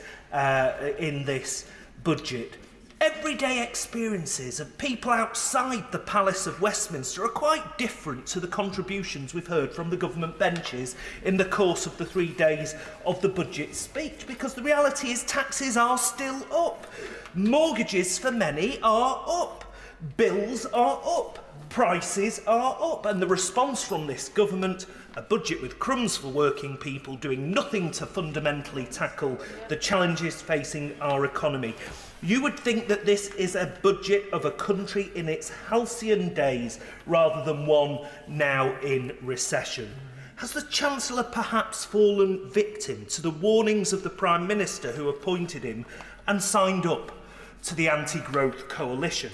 Because far from pursuing growth, the Chancellor has delivered the worst Parliament on record for living standards, confirmed by the Office of Budget Responsibility, giving with one hand and taking more with the other. They claim to be a party of low taxes, but Mr Deputy Speaker, thanks to the rate freezes, they will have created 3.7 million new taxpayers by 2028-29. It is a budget adorned with the white flag of surrender for a government that has simply given up on the country and is now looking in on itself. The Chancellor's suggestion of a one-day abolishing national insurance, an unfunded tax cut of £46 billion leaves a gaping hole in the public finances, and we know it, and they know it. It's nothing more than a gimmick. Because otherwise, that list that I rattled off earlier that's on the gov.uk website, of all the things that national insurance pays for, not least the state pension, would have to be found from other sources. Transfer across to income tax, taxes up, or a raise in VAT, or both, or savage cuts to public finances. I, for one, thought the Chancellor was appointed to clean up the mess created by his predecessor, not follow his lead. There are no quick wins here. There are difficult decisions to be taken, and it will take much time to undo the damage to our economy. Yet this utterly reckless proposal shows that there is a fundamental lack of seriousness at the heart of government. They simply do not get the scale of the chaos they themselves have created. And nowhere is this more patently obvious than in the dire situation facing local government. With Section 114 notices now becoming frighteningly commonplace and leaders from across the political divide uniting in their call for help, help came there none. Rather, we had last-minute U-turns and more sticking plasters, straining to hold together an already broken system. This is far from just the odd move to fortnightly bin collections. It's about local authorities with serious statutory duties on children's services, on adult social care, and being forced to cut down to the bone, and in some cases, into the bare bones themselves. And they say that more can be found from local government finding its way through cutting jobs that are woke, in their words, or by finding other areas of waste. But after 14 years of local government finances being decimated, there is very little, if no waste, in local government now. They are struggling. My local authority's finances have been decimated. Stockport's budget is down £90 million a year. Tameside's is down £200 million. Manchester's budget is down £450 million. These are ginormous amounts of money, and the result is an ever-deepening level of social and economic inequality. Those areas already struggling are the ones suffering the most. Those who needed support having the ladder pulled